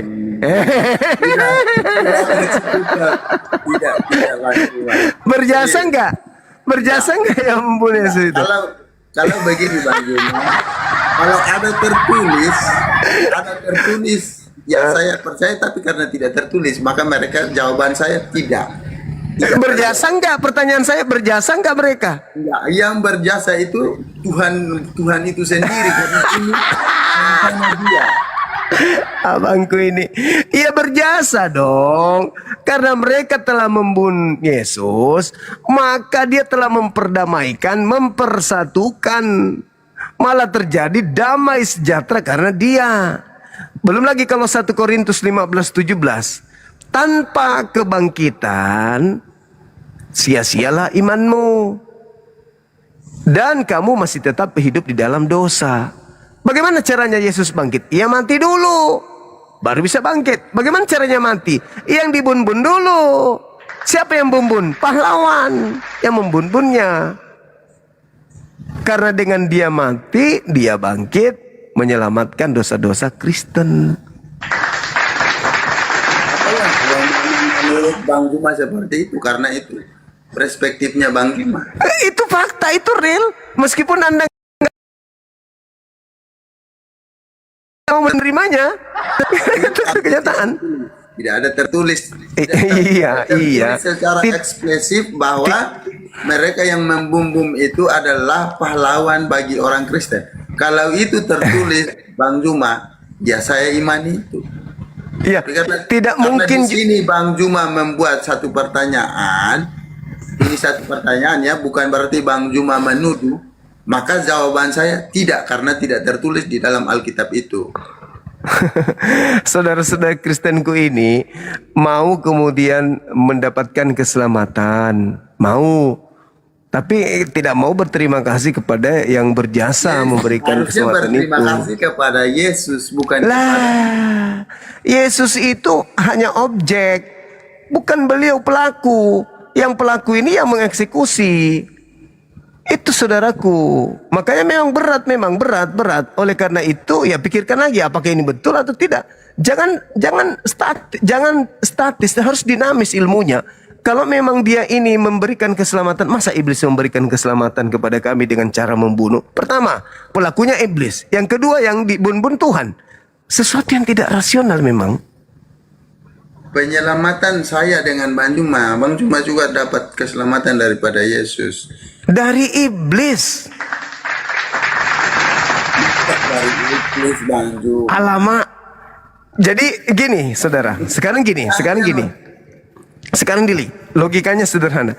Orang-orang Yahudi ketika kemudian mereka melakukan dosa, mereka diperintahkan untuk apa? Untuk mengambil domba agar dibunuh domba itu untuk sebagai penebus dosa, kan? Benar? Itu perjanjian lama. Nah, sekarang di situ siapa sebagai penebus dosa di situ? Yesus. Lah, bukan di perjanjian lama mereka mengambil domba, sapi, kambing. Iya kan? Betul nggak? Iya. Nah, siapa yang menjadi penebus dosa di situ? Ketika kambing dipersembahkan untuk nebus dosa, siapa di situ yang menjadi penebus dosa? Allah. Loh, kok jadi Tuhan kan yang dipotong kambing? Itu karena mintanya Tuhan, bukan karena maunya orang Israel. Itu kan perintah bahwa kalau untuk mengampun dosa kamu harus ambil domba yang tidak bercelah atau binatang yang tidak bercelah. Nah, sekarang dombanya berjasa enggak? Enggak lah, itu karena perintah. Oh, jadi enggak berjasa domba ini? Jadi ini yang mati. Tunggu Bang. Domba ini sebagai mediator. Berarti domba ini tidak berjasa. Mau saya seperti ini, untuk mengampun dosamu kau ambil ini, membunuh dan bakar supaya menjadi seperti ini sebagai pengampunan dosa. Bukan berarti domba itu adalah jasa, karena itu perintah. Yang menjadi korban. Ini yang menjadi korban ini tidak berjasa. Tidaklah, karena itu maunya Tuhan. Entah Tuhan maunya kau harus ambil ini, ya terserah dia, karena itu perintah Bang Juma. Begitulah juga korban Yesus. Iya, karena itu maunya Tuhan. Tadi domba tidak berjasa, padahal dia yang menebus. Sekarang Yesus berjasa, padahal dia hanya diberikan oleh iblis. Berarti kalau begitu, Yesusnya tidak berjasa, yang berjasa adalah yang mau, yaitu iblis. Ya udahlah, bapaknya Yesus yang mau. Jadi Di mana? caranya seperti itu. Allah pencipta langit dan bumi, Bang Juma. Tidak ada Tuhan pencipta langit dan bumi mau menebus dosa dengan menggunakan manusia, Bang. Pencipta langit dan bumi itu mau. Kenapa di perjanjian lama dengan binatang bisa? Memang binatang itu ketetapannya. Katakanlah kepada orang Israel ketika mereka hendak mempersembahkan korban penebus dosa, agar mereka mempersembahkan hewan ternak, yaitu kambing, domba, sapi, lembu. Imamat 1 nomor 2. Tidak pernah dia katakan. Maka itu digantikan oleh Yesus. Sekarang kan orang tidak bikin lagi, tidak mempersembahkan lagi domba sebagai penghapusan dosa. Nah, itu ajaran pembinasa keji yang memutarbalikkan, yang menghentikan kemudian korban-korban hari-hari, yaitu binatang. Abang pernah ke Israel? Orang Israel tidak pernah melakukan hal itu lagi, membakar lagi. Iya, berarti mereka melanggar perintah Tuhan. Kenapa itu jadikan alasan? Yang pasti di sini adalah saudara-saudara Kristen, khususnya saudaraku Julio, itu berterima kasih harusnya kepada dia yang telah mengeksekusi Yesus.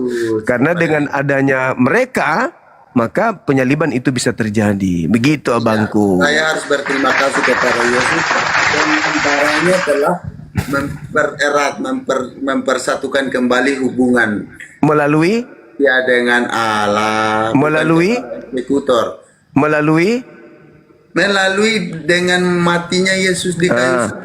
Caranya dia mati? Caranya dia mati ya. Itu mati yang disalib.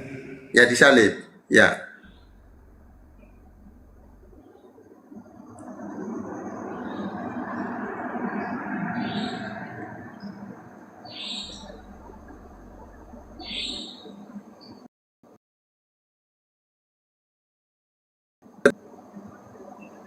Sudah 6 kali. Sudah 6 kali nih, 6 kali kemudian ditombak dari bawah, tapi tetap kuat, Masya Allah. Dan 6 kali ditombak, Bang. Yang di bawah jangan ditombak. Ini kita diskusi yang sehat, tidak ada penghujatan. Betul. Harusnya kita ambil Bang Handi naik, Bang Handi. Bang Handi silakan naik bikin kopi dulu, Bang Handi. Naik dulu, Bang Handi. Ahi Sugi silakan, Ahi. Kita Pindah kores naik. Ada yang baik, ada yang ada yang tidak baik. Kita ambil yang baik karena di sini kita bukan saling menyatukan ini. Bang Juma kan bikin pertanyaan. Iya betul. Betul. Bang Handi, saya Bang Julio, mohon izin saya makan sejenak ya. Bentar aja. Silakan Bang. Oke.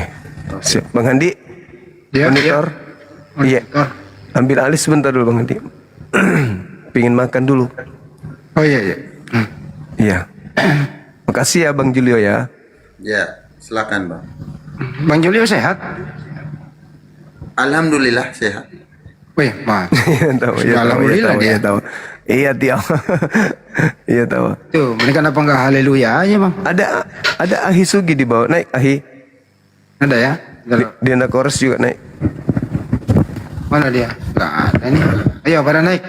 Ini suara yang enggak asing saya dengar nih. Bang Handi Selebesi. Ya kan gue public figure Bang di Burundi, negara Burundi tapi bukan di Indonesia. Suaranya enggak asing saya. Oh iya? Sering dengar di komal-komal. Oh iya. Tapi saya kan orangnya paling bijak Pak. Gitu. Pak. Ya, kita nggak boleh saling melukai hati. Iya, berdebat. Diskusi itu diskusi aja, nggak perlu ribut-ribut lah kan begitu. Iya, sama kayak Bang Juma ini, saya baik saja. Tapi Bang Julio masih stay jadi Kristen, nggak ada rencana bergeser gitu? Saya di Katolik ini Bang. Oh Katolik. Katolik sama Kristen beda ya Bang Julio? Mau bergeser maka harus meyakini, saya harus tahu sesuatu yang benar-benar itu benar. Nah, baru bisa menggeserkan kan. Kalau belum tahu pasti, contohnya ini saya masih mau masuk ke kamarnya, tapi saya tidak tahu di dalam isi kamarnya untuk apa kan? Sebenarnya gampang bang, gampang sekali.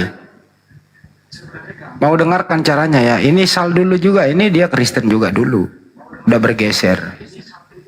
Yang paling basic itu pak, yang paling utama harus dulu membedakan mana kambing, mana ayam,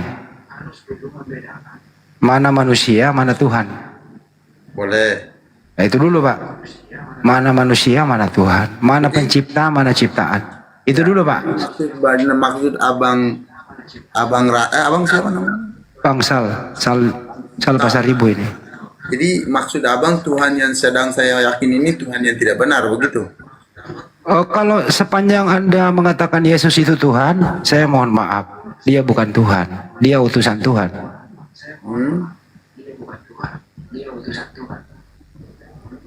Berarti abang menyangkal apa yang telah dituliskan di dalam Alkitab. Di Bible itu Yesus nggak pernah mengklaim dirinya Tuhan, tapi di beberapa tempat dia mengatakan dirinya utusan Tuhan. Ada di mana ayat berapa saya kurang tahu, tapi ada satu ayat yang berbunyi seperti ini bang. Ya. Akulah Tuhan hari Sabat. Nah, so sekarang saya tanya abang, siapakah manusia di dunia yang pernah mengklaim dirinya Tuhan atas hari Sabat selain Yesus? Yesus hanya membacakan firman Tuhan, bukan berarti dia yang Tuhan. Enggak. Ini kata-katanya bang. Akulah Tuhan atas hari Sabat. Hari Sabat doang mau dia jadi Tuhan artinya. Bentar dulu. Itu bang, Yesus itu membacakan Torah, dengerin dulu bang. Sebentar, santai dulu ya. Yesus itu membacakan Torah, jadi membacakan bahwa akulah Tuhan hari Sabat, bukan Yesusnya yang aku itu, tapi Tuhanlah yang mengutus Yesus itu pak. Itu Abang jangan salah persepsi di sana, gitu loh. Tidak seperti itu. Ya kalau begitu, di situ secara ekspresif Yesus mengatakan akulah Tuhan atas hari Sabat. Jadi tidak ada dia bilang dia mengutip ini. Maka jadi kalau begitu, selain daripada Yesus, adakah manusia lain yang pernah mengatakan dirinya akulah Tuhan atas hari Sabat? Oke, kalau begitu saya ikuti aja Pak Julio, saya malas debat, saya ikuti aja. Jadi bapaknya Yesus itu pangkatnya apa tuh kalau begitu bapaknya Yesus? Ya Allah pencipta. Nah, terus Yesus sebagai apa? Yesus itu kita harus mengerti dulu. Abang ini mulai ngaco. Yohanes 1:1. Bentar dulu, jangan ke Yohanes dulu Pak. Pak Yulio, saya ini bikin nyaman Pak Yulio. Saya malas debat, saya ikuti arah Anda. Kalau Yesus berkata akulah Tuhan pada hari Sabat, berarti Yesus Tuhan. Nah kalau bapaknya Yesus Tuhan juga gitu, gimana? Allah pencipta langit dan bumi. Jadi ada dua Tuhan. Ya kalau kita mau melihat kepada hakikatnya, maka pada dasarnya Yesus ini hakikatnya adalah Tuhan itu, karena dia berkata di dalam Yohanes 1 sama Yohanes 14 itu jelas. Maka kita sebelum kita bahas siapa Yesus ini, kita harus terima dulu dua ayat ini. Oke, kalau begitu Babang, yang manakah Tuhan yang asli, Bapa atau Yesus atau keduanya Tuhan? Itu jelas di dalam konsep Katolik bahwa Bapa, Putra dan Roh Kudus itu tiga pribadi tetapi satu hakikat. Berapa Tuhan di sana itu, Pak? Satu Tuhan. Yang mana kalau antara satu, yang manakah Tuhan yang satu itu? A Bapa, B Yesus, C Roh Kudus. Dipilih Pak. Kalau untuk Tuhan yang pencipta ya Bapa itu Tuhan pencipta. Bapa itu berarti Yesus diciptakan. Ya. Berarti Yesus diciptakan kalau Bapa yang pencipta. Tidak ada tulis di dalam Alkitab. Kalau ada tertulis di dalam Alkitab bahwa Yesus itu saya adalah ciptaan, saya tidak menolak itu karena tidak tertulis. Maka apa yang abang narasikan itu perspektif abang. Terus kalau begitu Abang, saya nggak usah kasih data Wahyu 3:14 gini aja. Yang manakah yang pencipta? A Bapa, B Yesus. Jadi di dalam Yohanes ini ya, Yohanes berapa ya? Saya kurang tahu, tapi intinya sebelum segala sesuatu jadi apa ya? Di Yohanes 1 ya. Kan lanjutnya ada itu. Apa Pak? Segala sesuatu dijadikan oleh Dia dan tanpa Dia tidak ada satu. Yohanes 1 nomor 3 Pak. Yohanes 1 nomor 3. Ya. Kenapa nggak bilang segala sesuatu dijadikan oleh aku Pak? Segala sesuatu dijadikan oleh Dia karena Ya. itu firman daripada ayat 2. Ya dia itu siapa Pak? Ia pada mulanya bersama-sama dengan Allah. Ia itu ya Yesus. Oh berarti Yesus yang menciptakan bukan Bapaknya. Segala sesuatu dijadikan oleh Dia dan tanpa Dia tidak ada sesuatu pun yang telah dijadikan. Segala yang telah dijadikan. Dalam Dia ada hidup dan hidup itu adalah terang manusia. Jadi sekarang ini Pak, dia ini siapa? Yesus atau Bapak? Bapak. Nah, berarti bukan Yesus dia itu. Ya, Yesus kan adalah firman yang menjadi manusia. Ya saya nggak nanya itu. Sebenarnya yang mencipta siapa? Bapak atau Yesus? Ya udah. Kalau menurut abang Bapak, iyalah. Lah ada sendiri tadi yang ngomong. Yesus ini adalah firman-Nya. Yesus bukan firman Pak. Yesus itu manusia. Jadi firman yang telah Firman itu kata-kata Pak. firman Yesus yang itu telah Pak. menjadi manusia. Pak, Yesus itu Pak. Tadinya memang Yesus itu tadinya memang kata-kata yang keluar dari Bapak. Ya, Terus Gabriel mengantarkan ke Maria. Maria hamil. Jadi Yesus. Jadi yang berkata Bapak yang ingin Maria hamil, lahirlah Yesus. Yesus adalah kehendak Bapak. Sederhanakan Pak. Gak apa-apa. Nah sekarang pakai akal sehat. Menurut Anda antara Bapak dan Yesus ini salah satunya Tuhan atau dua-duanya Tuhan? Kalau menurut iman Katolik, 3 pribadi, 1 hakikat, Bapa, Putra, dan Roh Kudus. Kalau Hakikat itu artinya apa Pak? hakikat itu ya. Hakikat itu keberadaan yang sesungguhnya. Salah Pak. Hakikat itu keadaan yang sebenarnya. Ya, keadaan yang sebenarnya. Keadaan sebenarnya Yesus itu manusia atau Tuhan Pak? Saya tanya dulu, hakikat itu menurut abang itu bisa lihat atau tidak? Keadaan sebenarnya bisa dilihat Pak. Ada yang bisa dilihat, ada yang bisa tidak dilihat. Kalau Jadi, menurut iman Katolik, sesuatu yang karena Allah itu roh. Maka pada dasar jangan lari ke situ dulu Pak. Hakikat adalah keadaan. Dengarin dulu Pak. Anda kan bertanya. Hakikat artinya keadaan yang sebenarnya. Ada keadaan bisa dilihat, ada keadaan yang nggak bisa dilihat. Seperti contoh, Yesus keadaannya manusia ya bisa dilihat Pak. Karena menurut Yohanes 1:14. Nah, terus tidak ada masalahnya bagi kami itu. Oke, jadi apa bedanya Bapak dan Yesus Pak? Yesus apa bedanya Allah mengutus firman-Nya? Coba. Bapak itu nggak pernah mengutus firman Pak, tapi dia mengutus manusia. Jadi abang dengan sendirinya menolak Yohanes 1 dengan Yohanes 14. Ya itu bukan firman Tuhan, itu Platonis Yunani kok Pak. Nah ini berarti untuk apa kita bahas? Anda saja tidak percaya iman. Iya abang yang lari ke sana. Kenapa Anda membahas itu? Pak Julio lari ke Yohanes 1 tadi. Yang bawa Yohanes 1 siapa Pak? Assalamualaikum warahmatullahi wabarakatuh. Kalau abang tidak percaya, maka kita tidak boleh bahas itu. Ya jangan ke situ Pak, kembali ke topik. Artinya sekarang kita pakai logik Julio, yang mana yang paling berkuasa? Yesus atau Bapaknya?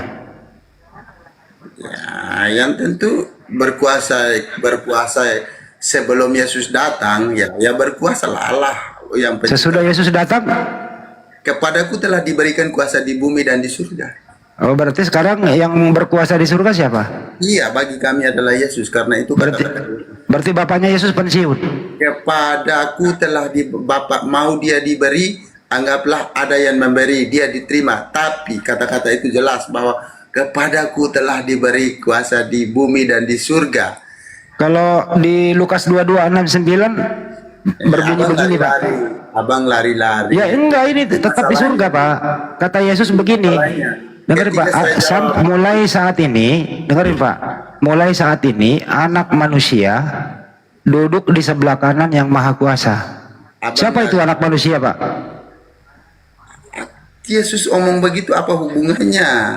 Ya kan tadi yang maha kuasa di surga sekarang siapa Pak? Iya, tidak ada satu manusia yang duduk di sebelah kanan Allah Bapa itu. Berarti yang maha kuasa siapa di surga sekarang Pak? Ya. Maka di Pak dalam Jul, Yohanes 14 Pak Julio kok gini amat bahasa Indonesianya Pak? Sederhana loh. Siapakah yang paling maha kuasa di surga sekarang Pak? Ya, Bapak. Bapak bukan Yesus toh? Yang penting Yesus klaim dirinya, aku kepadaku telah diberi kuasa. Gimana sih Bapak kok yang penting-penting gitu loh? Kepadaku telah diberikan kuasa di surga dan di bumi dan di surga. Siapa yang berikan Pak? Siapa yang berikan? Dia adalah jalan, dia adalah yang memberi kehidupan yang kekal. Enggak, siapa yang berikan kuasa kepada Yesus Pak? Iya, Bapaknya, karena Bapaknya. Nah, mana lebih berkuasa, yang memberi atau yang diberi? terserah. Kok terserah Pak?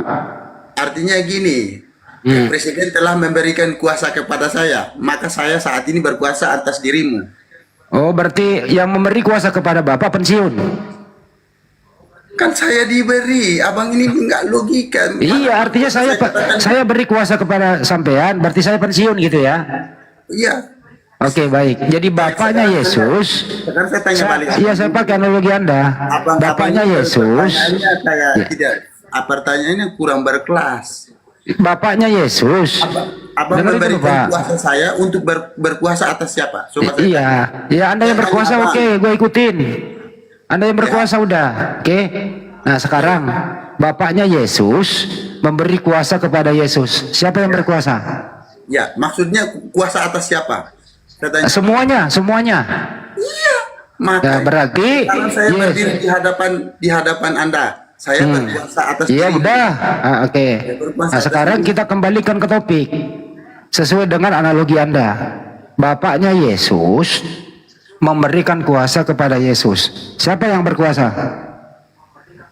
Yang menerima kuasa itu yang sedang berkuasa atas dirimu. Oh, berarti bapaknya Yesus sekarang pensiun, tidak berkuasa lagi. Dan itu urusan bapak dengan anak. Itu urusan bapak dengan anak, Bang. Bapak ini namanya mengkudeta Tuhan ini, Pak. Artinya gitu. Kok jadi pengen ketawa gua? Bukan, Bang. Artinya Yesus telah menerima kuasa di bumi dan di surga itu. Jadi contohnya Presiden telah memberi kuasa kepada Julio. Hari ini kau tadi perintah orang NTT. Saya yang berkuasa, saya yang perintah di sana. Berarti presiden berhenti jadi presiden. Karena kuasa itu telah diberikan kepada saya. Iya, artinya presiden sudah tidak ada lagi. Anda yang jadi presiden. Itu yang penting orang NTT tahunya saya yang berkuasa di NTT. Berarti orang NTT tidak punya presiden lagi. Anda yang jadi presiden. Gak apa-apa. Oh, nggak apa-apa. Artinya setelah diberi kuasa itu kepada saya. Jadi saya artinya Anda masuk surga, Anda masuk neraka itu. Kok jadi pendek kali, Pak, pikiran Bapak ini? Kok pikiran saya yang pendek? Pikiran Bapak yang seolah-olah mau arahkan, mau mengiring saya kemana? Mau mengiring saya Anda, Bapak sama Yesus sama nggak? Kita kembali kepada Yohanes 1. Ya, Anda yang kembali lah, katanya nggak mau bahas. Karena kita harus berbicara pakai dalil, bukan. Sekarang gini, Pak, Bapak dan Yesus itu sama atau beda?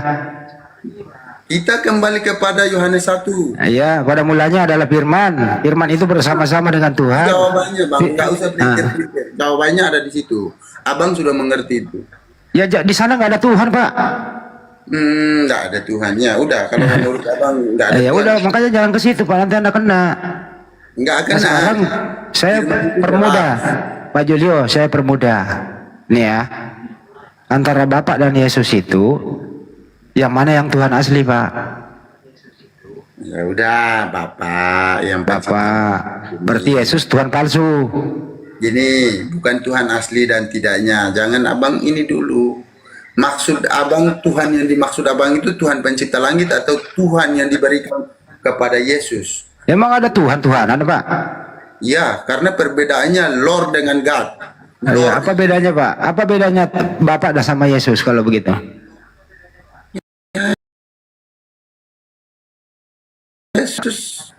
Yesus apa, Pak? Firman yang telah menjadi manusia.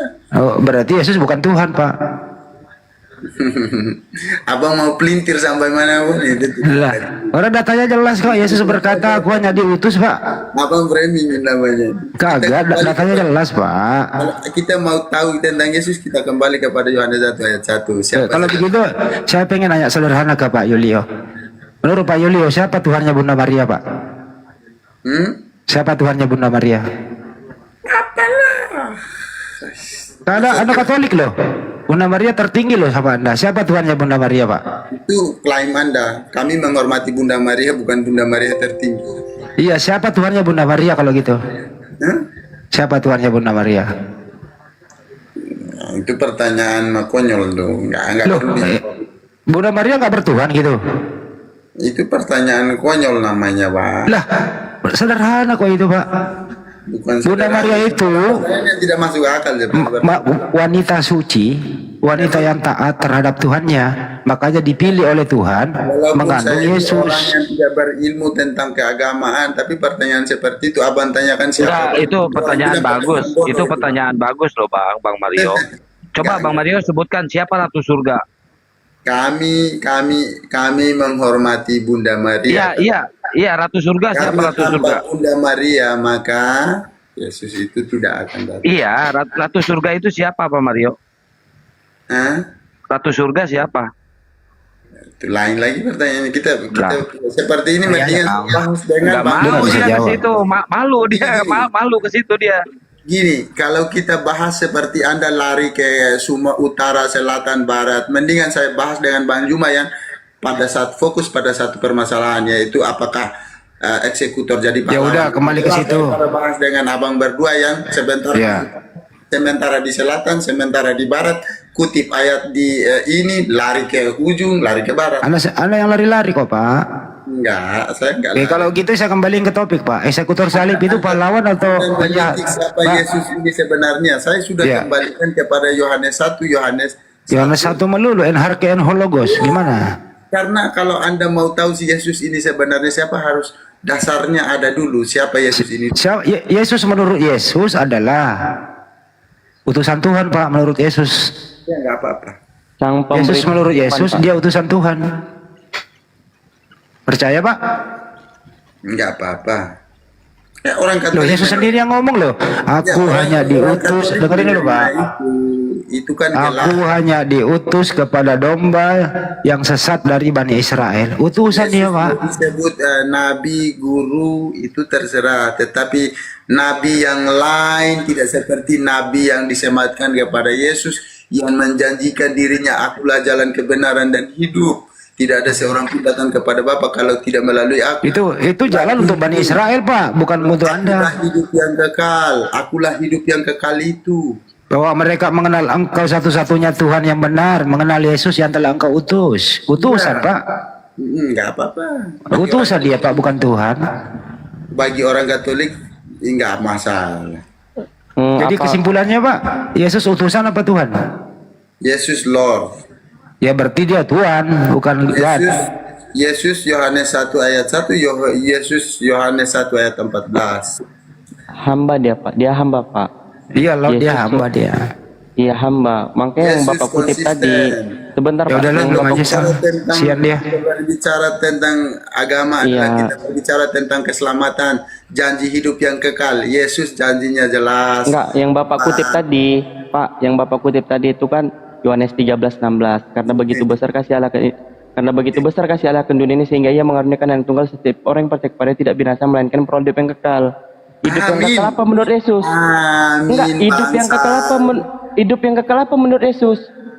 Inilah hidup yang kekal itu, bahwasanya mereka mengenal Engkau satu-satunya Allah yang benar dan mengenal Aku, Yesus Kristus yang Kau utus. Amin. Berarti bukan mengenal apa saja, mengenal Yesus yang satu-satunya. Satu-satunya itu bagi Bani Israel. Nah, apakah kalimat utusan, Pak? Sebentar, apakah kalimat utusan sama yang mengutus itu sama?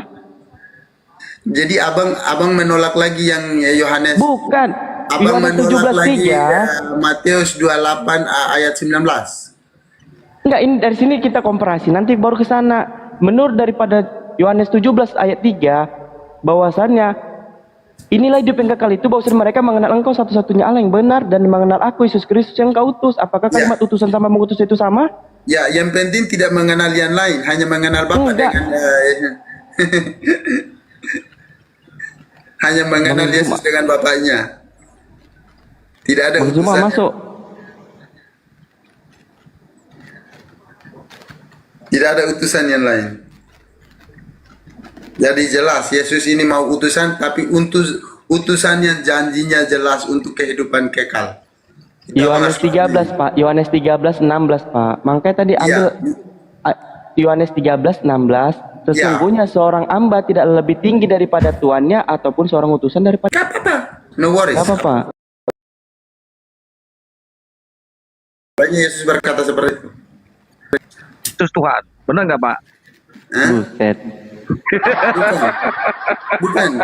Orang Katolik tidak menganggap Yesus itu.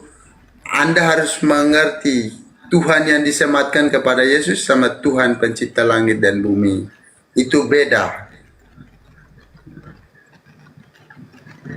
Contohnya di dalam bahasa Inggris Lord and God. Saya nggak tahu Lord ini tidak ditraduskan di dalam bahasa Indonesia seperti apa. Tetapi pasti beda makna. Emang yang Pak Julio tuhankan itu siapa, Yesus atau Bapa? Saya tidak tuhankan siapa-siapa. Saya mengikuti ajaran di dalam Alkitab. Ya, kata Alkitab kan Tuhan itu Bapa, bukan Yesus. Ya udah, Bapa. Dan yang Ya, Bapa. Tuhan yang disematkan kepada Yesus, nggak apa-apa. Itu Tuhan di bumi. Loh, kok nggak apa-apa? Oh, ada dua, Tuhan di bumi sama Tuhan di surga gitu. Karena kepadaku telah diberikan kuasa di bumi dan di surga. Waktu Yesus ada di dalam perut Maria, berarti dia Tuhan. Gini Bang. Gimana? Anda mau membahas hal itu, Anda harus terima dulu Yohanes 1 dan 14. Anda juga harus terima Yohanes 8 pasal 16. Gak apa-apa. Oh ya, giliran Anda nggak apa-apa. Berarti Yesus itu berarti karena Bapa Yesus melakukan mukjizatnya, berarti begitu Pak ya? Berarti oleh Bapa Yesus melakukan mukjizatnya. Betul. Yesus jadi jalan di atas air karena Oke, berarti lantas bagaimana dengan ini Pak? Yesus kasih makan 5.000 orang. Sebentar Yesus Pak. menyembuhkan orang buta, ya mukjizat. Pak, lantas bagaimana dengan ini Pak? Sebentar Pak ya. Lantas bagaimana dengan ini Pak? Pak. Nah, nomor 11-nya Pak. Oleh Paulus, Theos mengadakan mukjizat-mukjizat yang luar biasa. Berarti otoritas tertinggi siapa nih Pak? Di mana? Itu ya apa berapa? Di Kisah Para Rasul 19 nomor 11.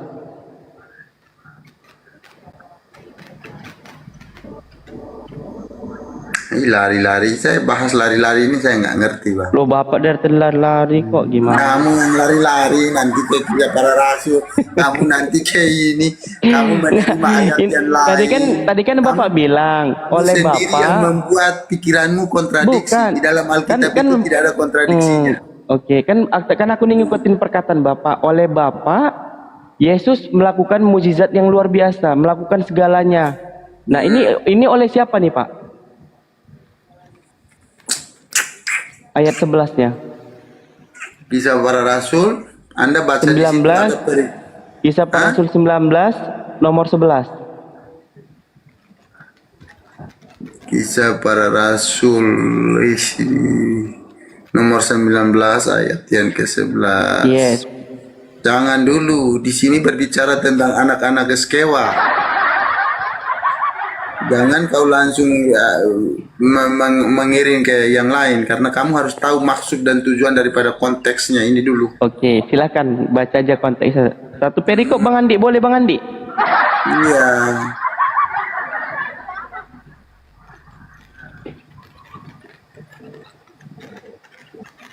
Ya, ini apa masalahnya? Nggak ada, bagi saya nggak ada masalah di dalam Alkitab ini, Bang.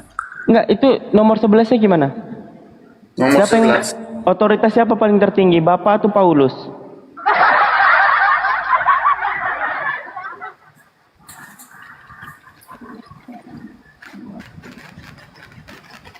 Oleh Paulus, Allah mengadakan mukjizat-mukjizat yang luar biasa.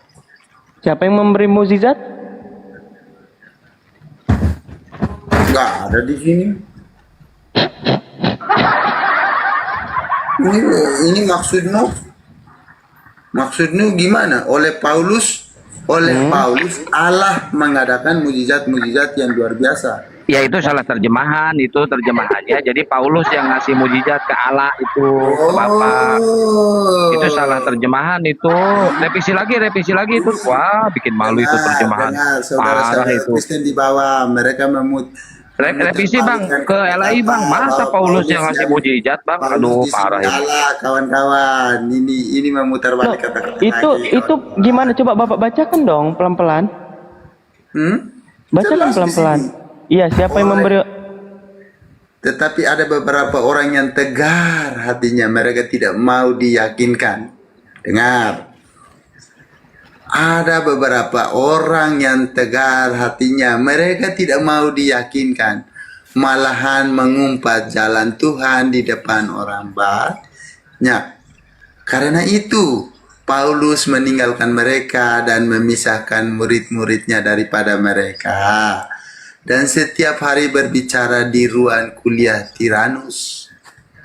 Hal ini dilakukannya 2 tahun lamanya, sehingga semua penduduk Asia mendengar firman Tuhan, baik orang Yahudi maupun orang Yunani. Oleh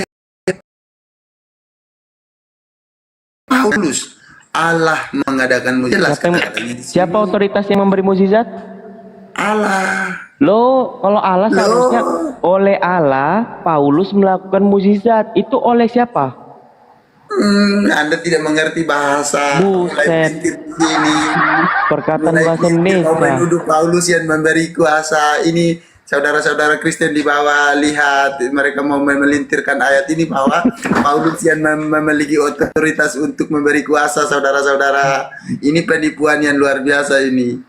Jam segini lagi lucu-lucu. Ya itu penipuan itu LAI itu. Aduh, gimana sih LAI itu? Ini saudara-saudara mulai mau menipu bahwa Paulus yang memiliki otoritas.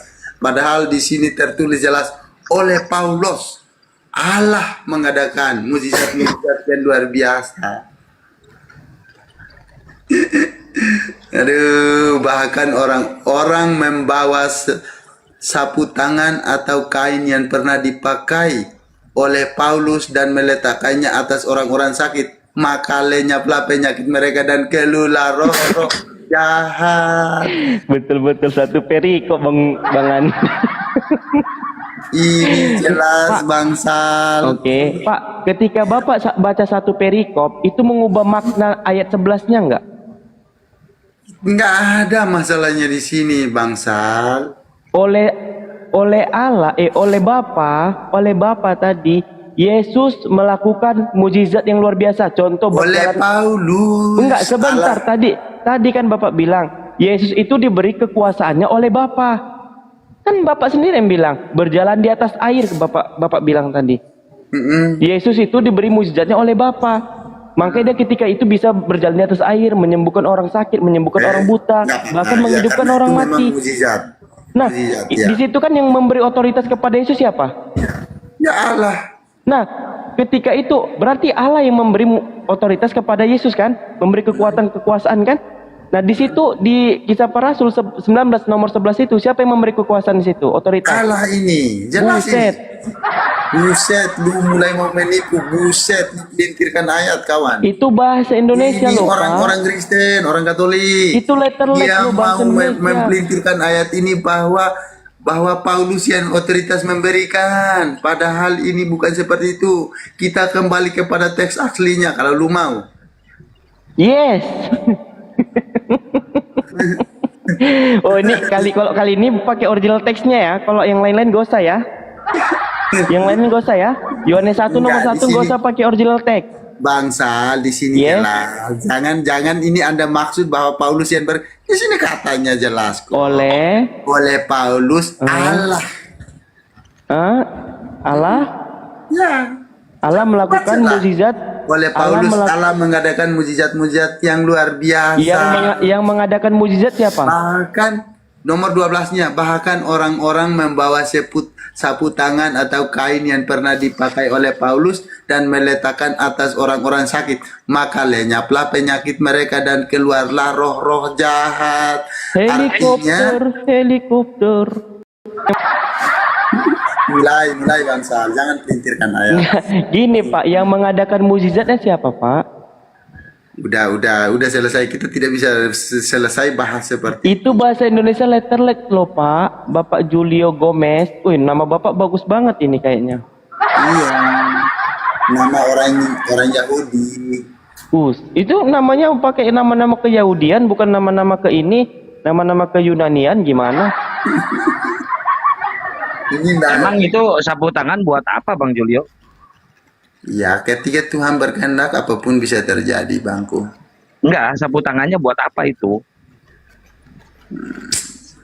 Pertanyaan tidak berkelas, Bang. Loh, kok tidak berkelas? Kan itu buat sapu tangan.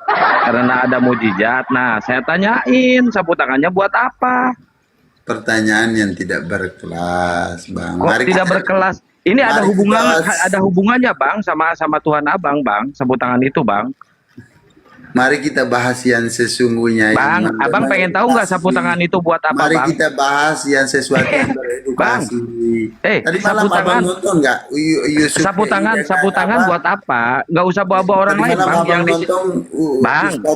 Yang di sini aja, Bang. Si Albert atau tidak? Yang di sini aja, yang di sini aja, Bang. Itu sapu tangan buat apa coba? Nah, Abang kalau pengen tahu sapu tangan itu buat apa? Saya bukan mau Gini, Bang. Ya, seperti bentar, Bang. Saya bilang, Bentar, Bang. Ini betul luar biasa. Sapu tangan itu gunanya, Bang, sapu tangan itu gunanya buat, coba Bang Pasal Ibu buka Ayub 27 pasal 3.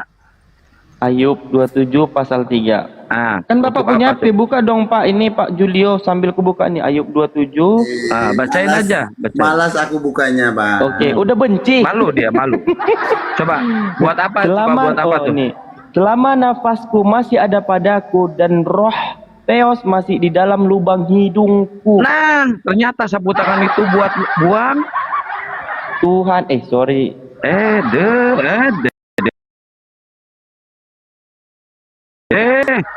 Ada gunanya ya sapu tangannya. Yang penghujatan namanya Bang Juma. Saya izin Bang Juma saya turun. Nah, diskusi kita tadi bagus. Kita kembali ke tadi Pak Julio. Pak Julio kita kembali tadi Pak Julio. Saya turun ya Bang Juma. Bang Zumanya lagi makan. Saya dadah. Bang Juma minta maaf saya turun ya. Bang Zuma lagi makan. Saya turun ya Bang.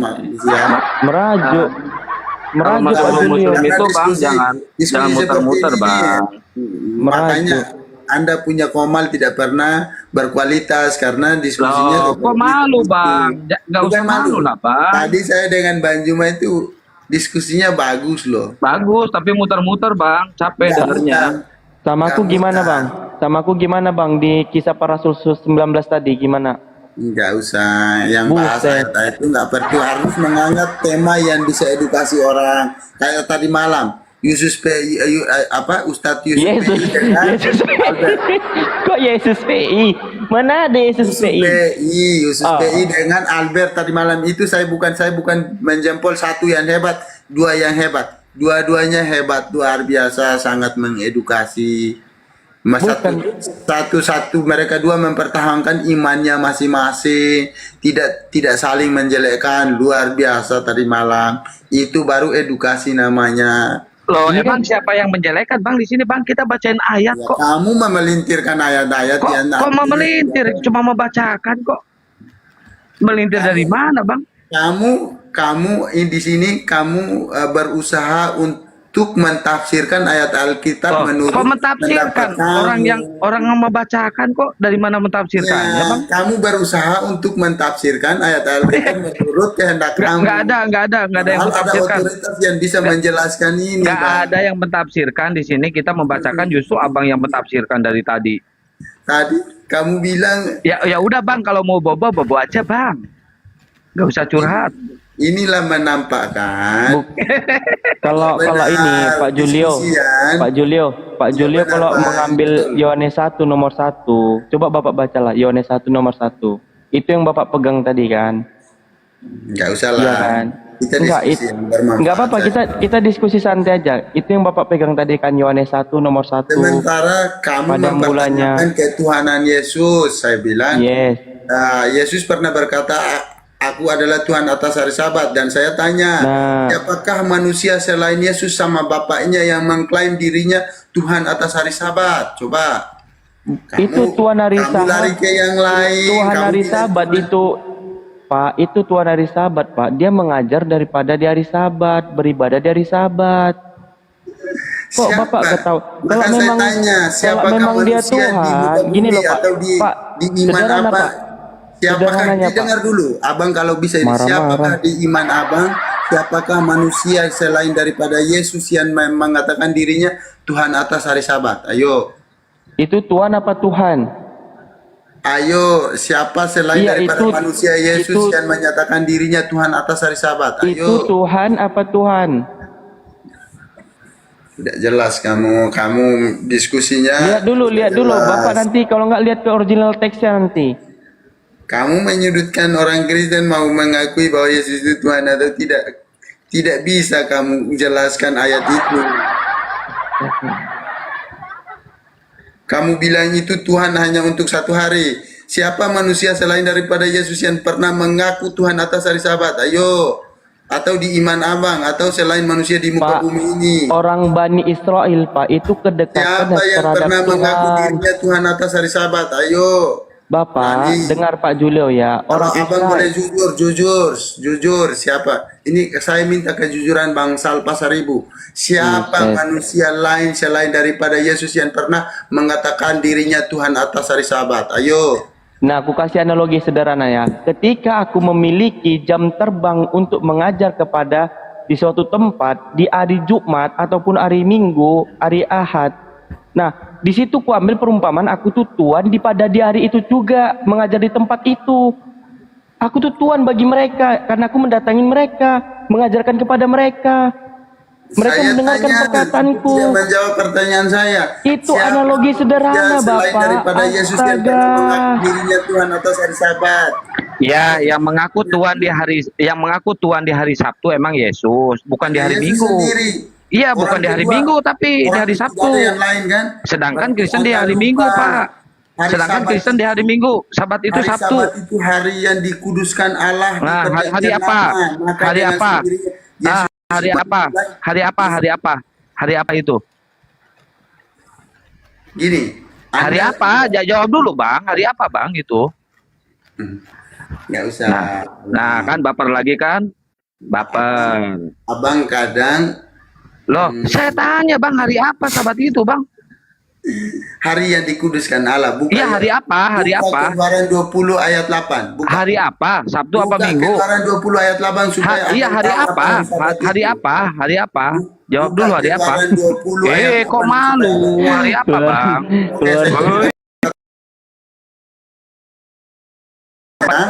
Malu dia.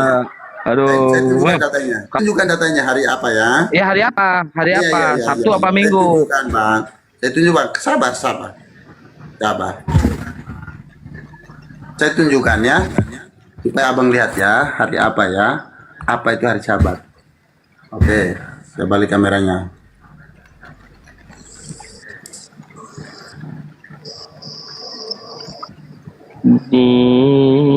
Nah, Bapak itu Ingatlah dan kuduskanlah hari Sabat. Oke, Bapak Hari itu apa, Bang? Hari apa itu? Sabat itu hari apa dulu? Ingat dan kuduskanlah hari Sabat. Iya, Itu hari apa? Hanya Allah yang berani mengatakan, berarti di Hari dunia apa, ini hanya Bang? dua yang berani mengatakan itu. Iya, hari Allah apa? dengan anaknya Yesus Kristus. Hari apa? Berarti Hari apa hak Sabat tetapi itu? yang mengatakan Nggak mau adalah jawab dia. Tuhan. Woi, hari apa? Woi, Sabat itu hari Jangan apa? lari-lari. Anda sudah tidak bisa menyangkal. Hari Sabat itu hari apa, Bang? Anda sudah tidak bisa menyangkal. Hari apa? ayat ini, Jawab. Bang. Kok malu? Nggak mau jawab ya? Malu.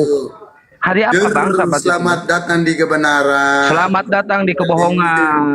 Dadah. Jadi, jangan Gak mau dia. Yesus Gak mau nyebutin hari Sabtu, dia malu. Soalnya hari Sabatnya Yahudi itu Sabtu. Kalau Kristen itu hari Minggu. Kebenaran mulai membuka hatinya. Selama ini kan mereka framing ayat ini bahwa Yesus hanya Tuhan atas satu hari. Kok nggak berani nyebutin hari apa? Kok nggak berani nyebutin hari apa itu, sahabat? Padahal di sini saudara-saudara Kristen di bawah, hari yang diberkati, hari yang Bisa dikuduskan bubar Allah di itu hari gereja nih. Sabat.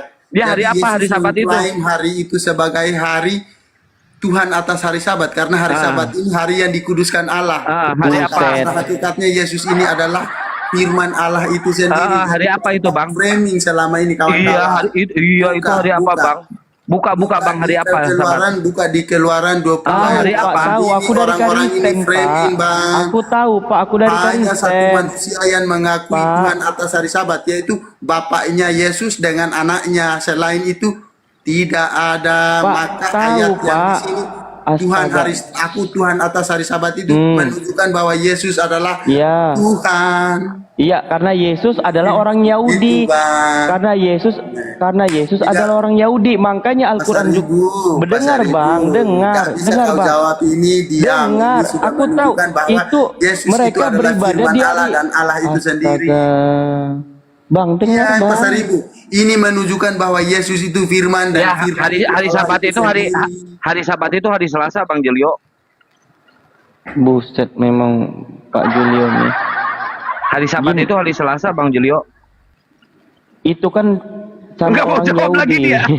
udah merajak dia bangnya. Aduh.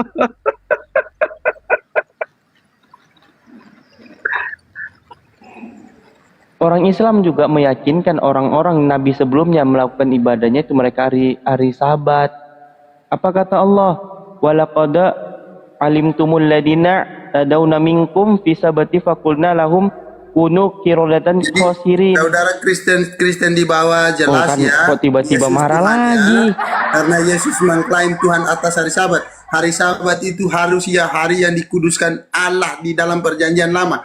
Maka orang yang berani mengatakan itu hanya Yesus, maka Yesus itu pada hakikatnya adalah Tuhan. Hari Sabat itu hari Selasa ya, Ya, Pak. saudara-saudara di bawah yang Kristen. Jadi Hari Sabat itu hari Selasa ya. jangan di ini Mau dia, masih gak mau dia. Tuhan Yesus atas hari Sabtu saja itu sudah terpecahkan, saudara-saudaraku. Pak Julio ini kayaknya kurang ngerti bahasa Indonesia deh. Bang Hendy. Julio, kalau diskusi itu Pak, nggak perlu terlalu panjang. Yang penting sederhana, mudah dimengerti gitu Pak. Udah. Hari Sabat itu ya hari Sabtu Pak. Nggak tahu, mungkin hari Minggu katanya. Aku bingung pertanyaannya, nggak bisa jawab aku kan. Hari Sabat hari Sabtu Pak, masa hari Minggu? Iya, kayak gitu ya. Hari Sabat, hari Sabat. Ya, tapi kenapa Anda pergi di hari Minggu? Kenapa nggak hari Sabtu Pak? Iya ya. Iya ya. Nah, itu dong. Iya ya. Iya ya. Betul ya. Iya ya. Kocak. Mana ada ya Tuhan di hari Sabtu ya? Iya ya. Iya ya. Ayo dia lucu. Lagi lucu-lucu. Izin turun ya Bang ya. Pak Julio, mewakili teman-teman di sini, kami di sini ya kalau ada kata hilaf yang menyakiti hati kami mohon maaf ya Pak Julio ya. Enggak menyakiti. Cuma gua doang yang menyakitin. Kabur deh. Nggak apa-apa, dia mau turun, mau tidur katanya. Iya udah dijawab tadi terakhir iya ya.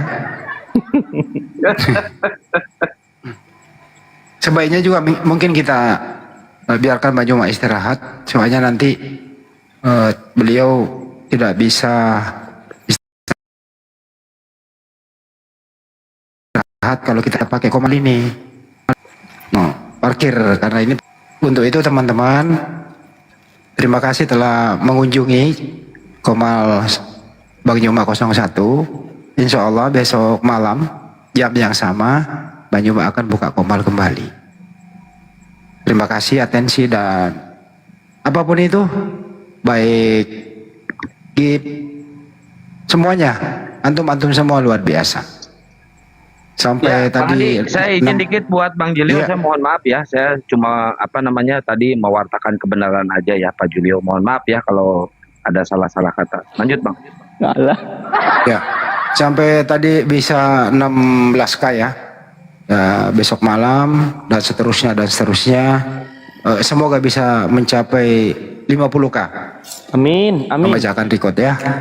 Buat Dan tangan, buat teman-teman Tuhan. di sini juga sekiranya mau menonton kembali, silakan, apa salahnya mengunjungi channel YouTube kami. Karena di sanalah tempat YouTube-nya itu jejak digitalnya nggak pernah terhapus. Kalau ini kan tidak ada yang rekam secara maksimal, jadi Anda bisa mengunjungi channel YouTube kami. Pertama di Zulkifli Abbas, saya sendiri Handi Slebes channel di YouTube. Panglima Apologet Islam juga ada Kang Yan Santang, nama Handi Slebes Official. Ya, sekiranya habis ini apa salahnya mengunjungi channel-channel yang dimaksud, like, share, dan subscribe. Iya ya. Ya, iya ya. Iya ya. Dan Iya, jangan iya. lupa tanggal 13 September mendatang kami undang semuanya untuk hadir di Milad Kedua Api Masya Allah. di Jakarta Selatan, di Masjid Al-Ittihad Tebet, Jakarta Selatan. Terima kasih, maaf atas segala hilap. Wabillahi taufiq wal hidayah. Assalamualaikum warahmatullahi wabarakatuh. Selamat beristirahat. Salam satu Tuhan. Allahu Akbar. Waalaikumsalam Assalamualaikum warahmatullahi wabarakatuh.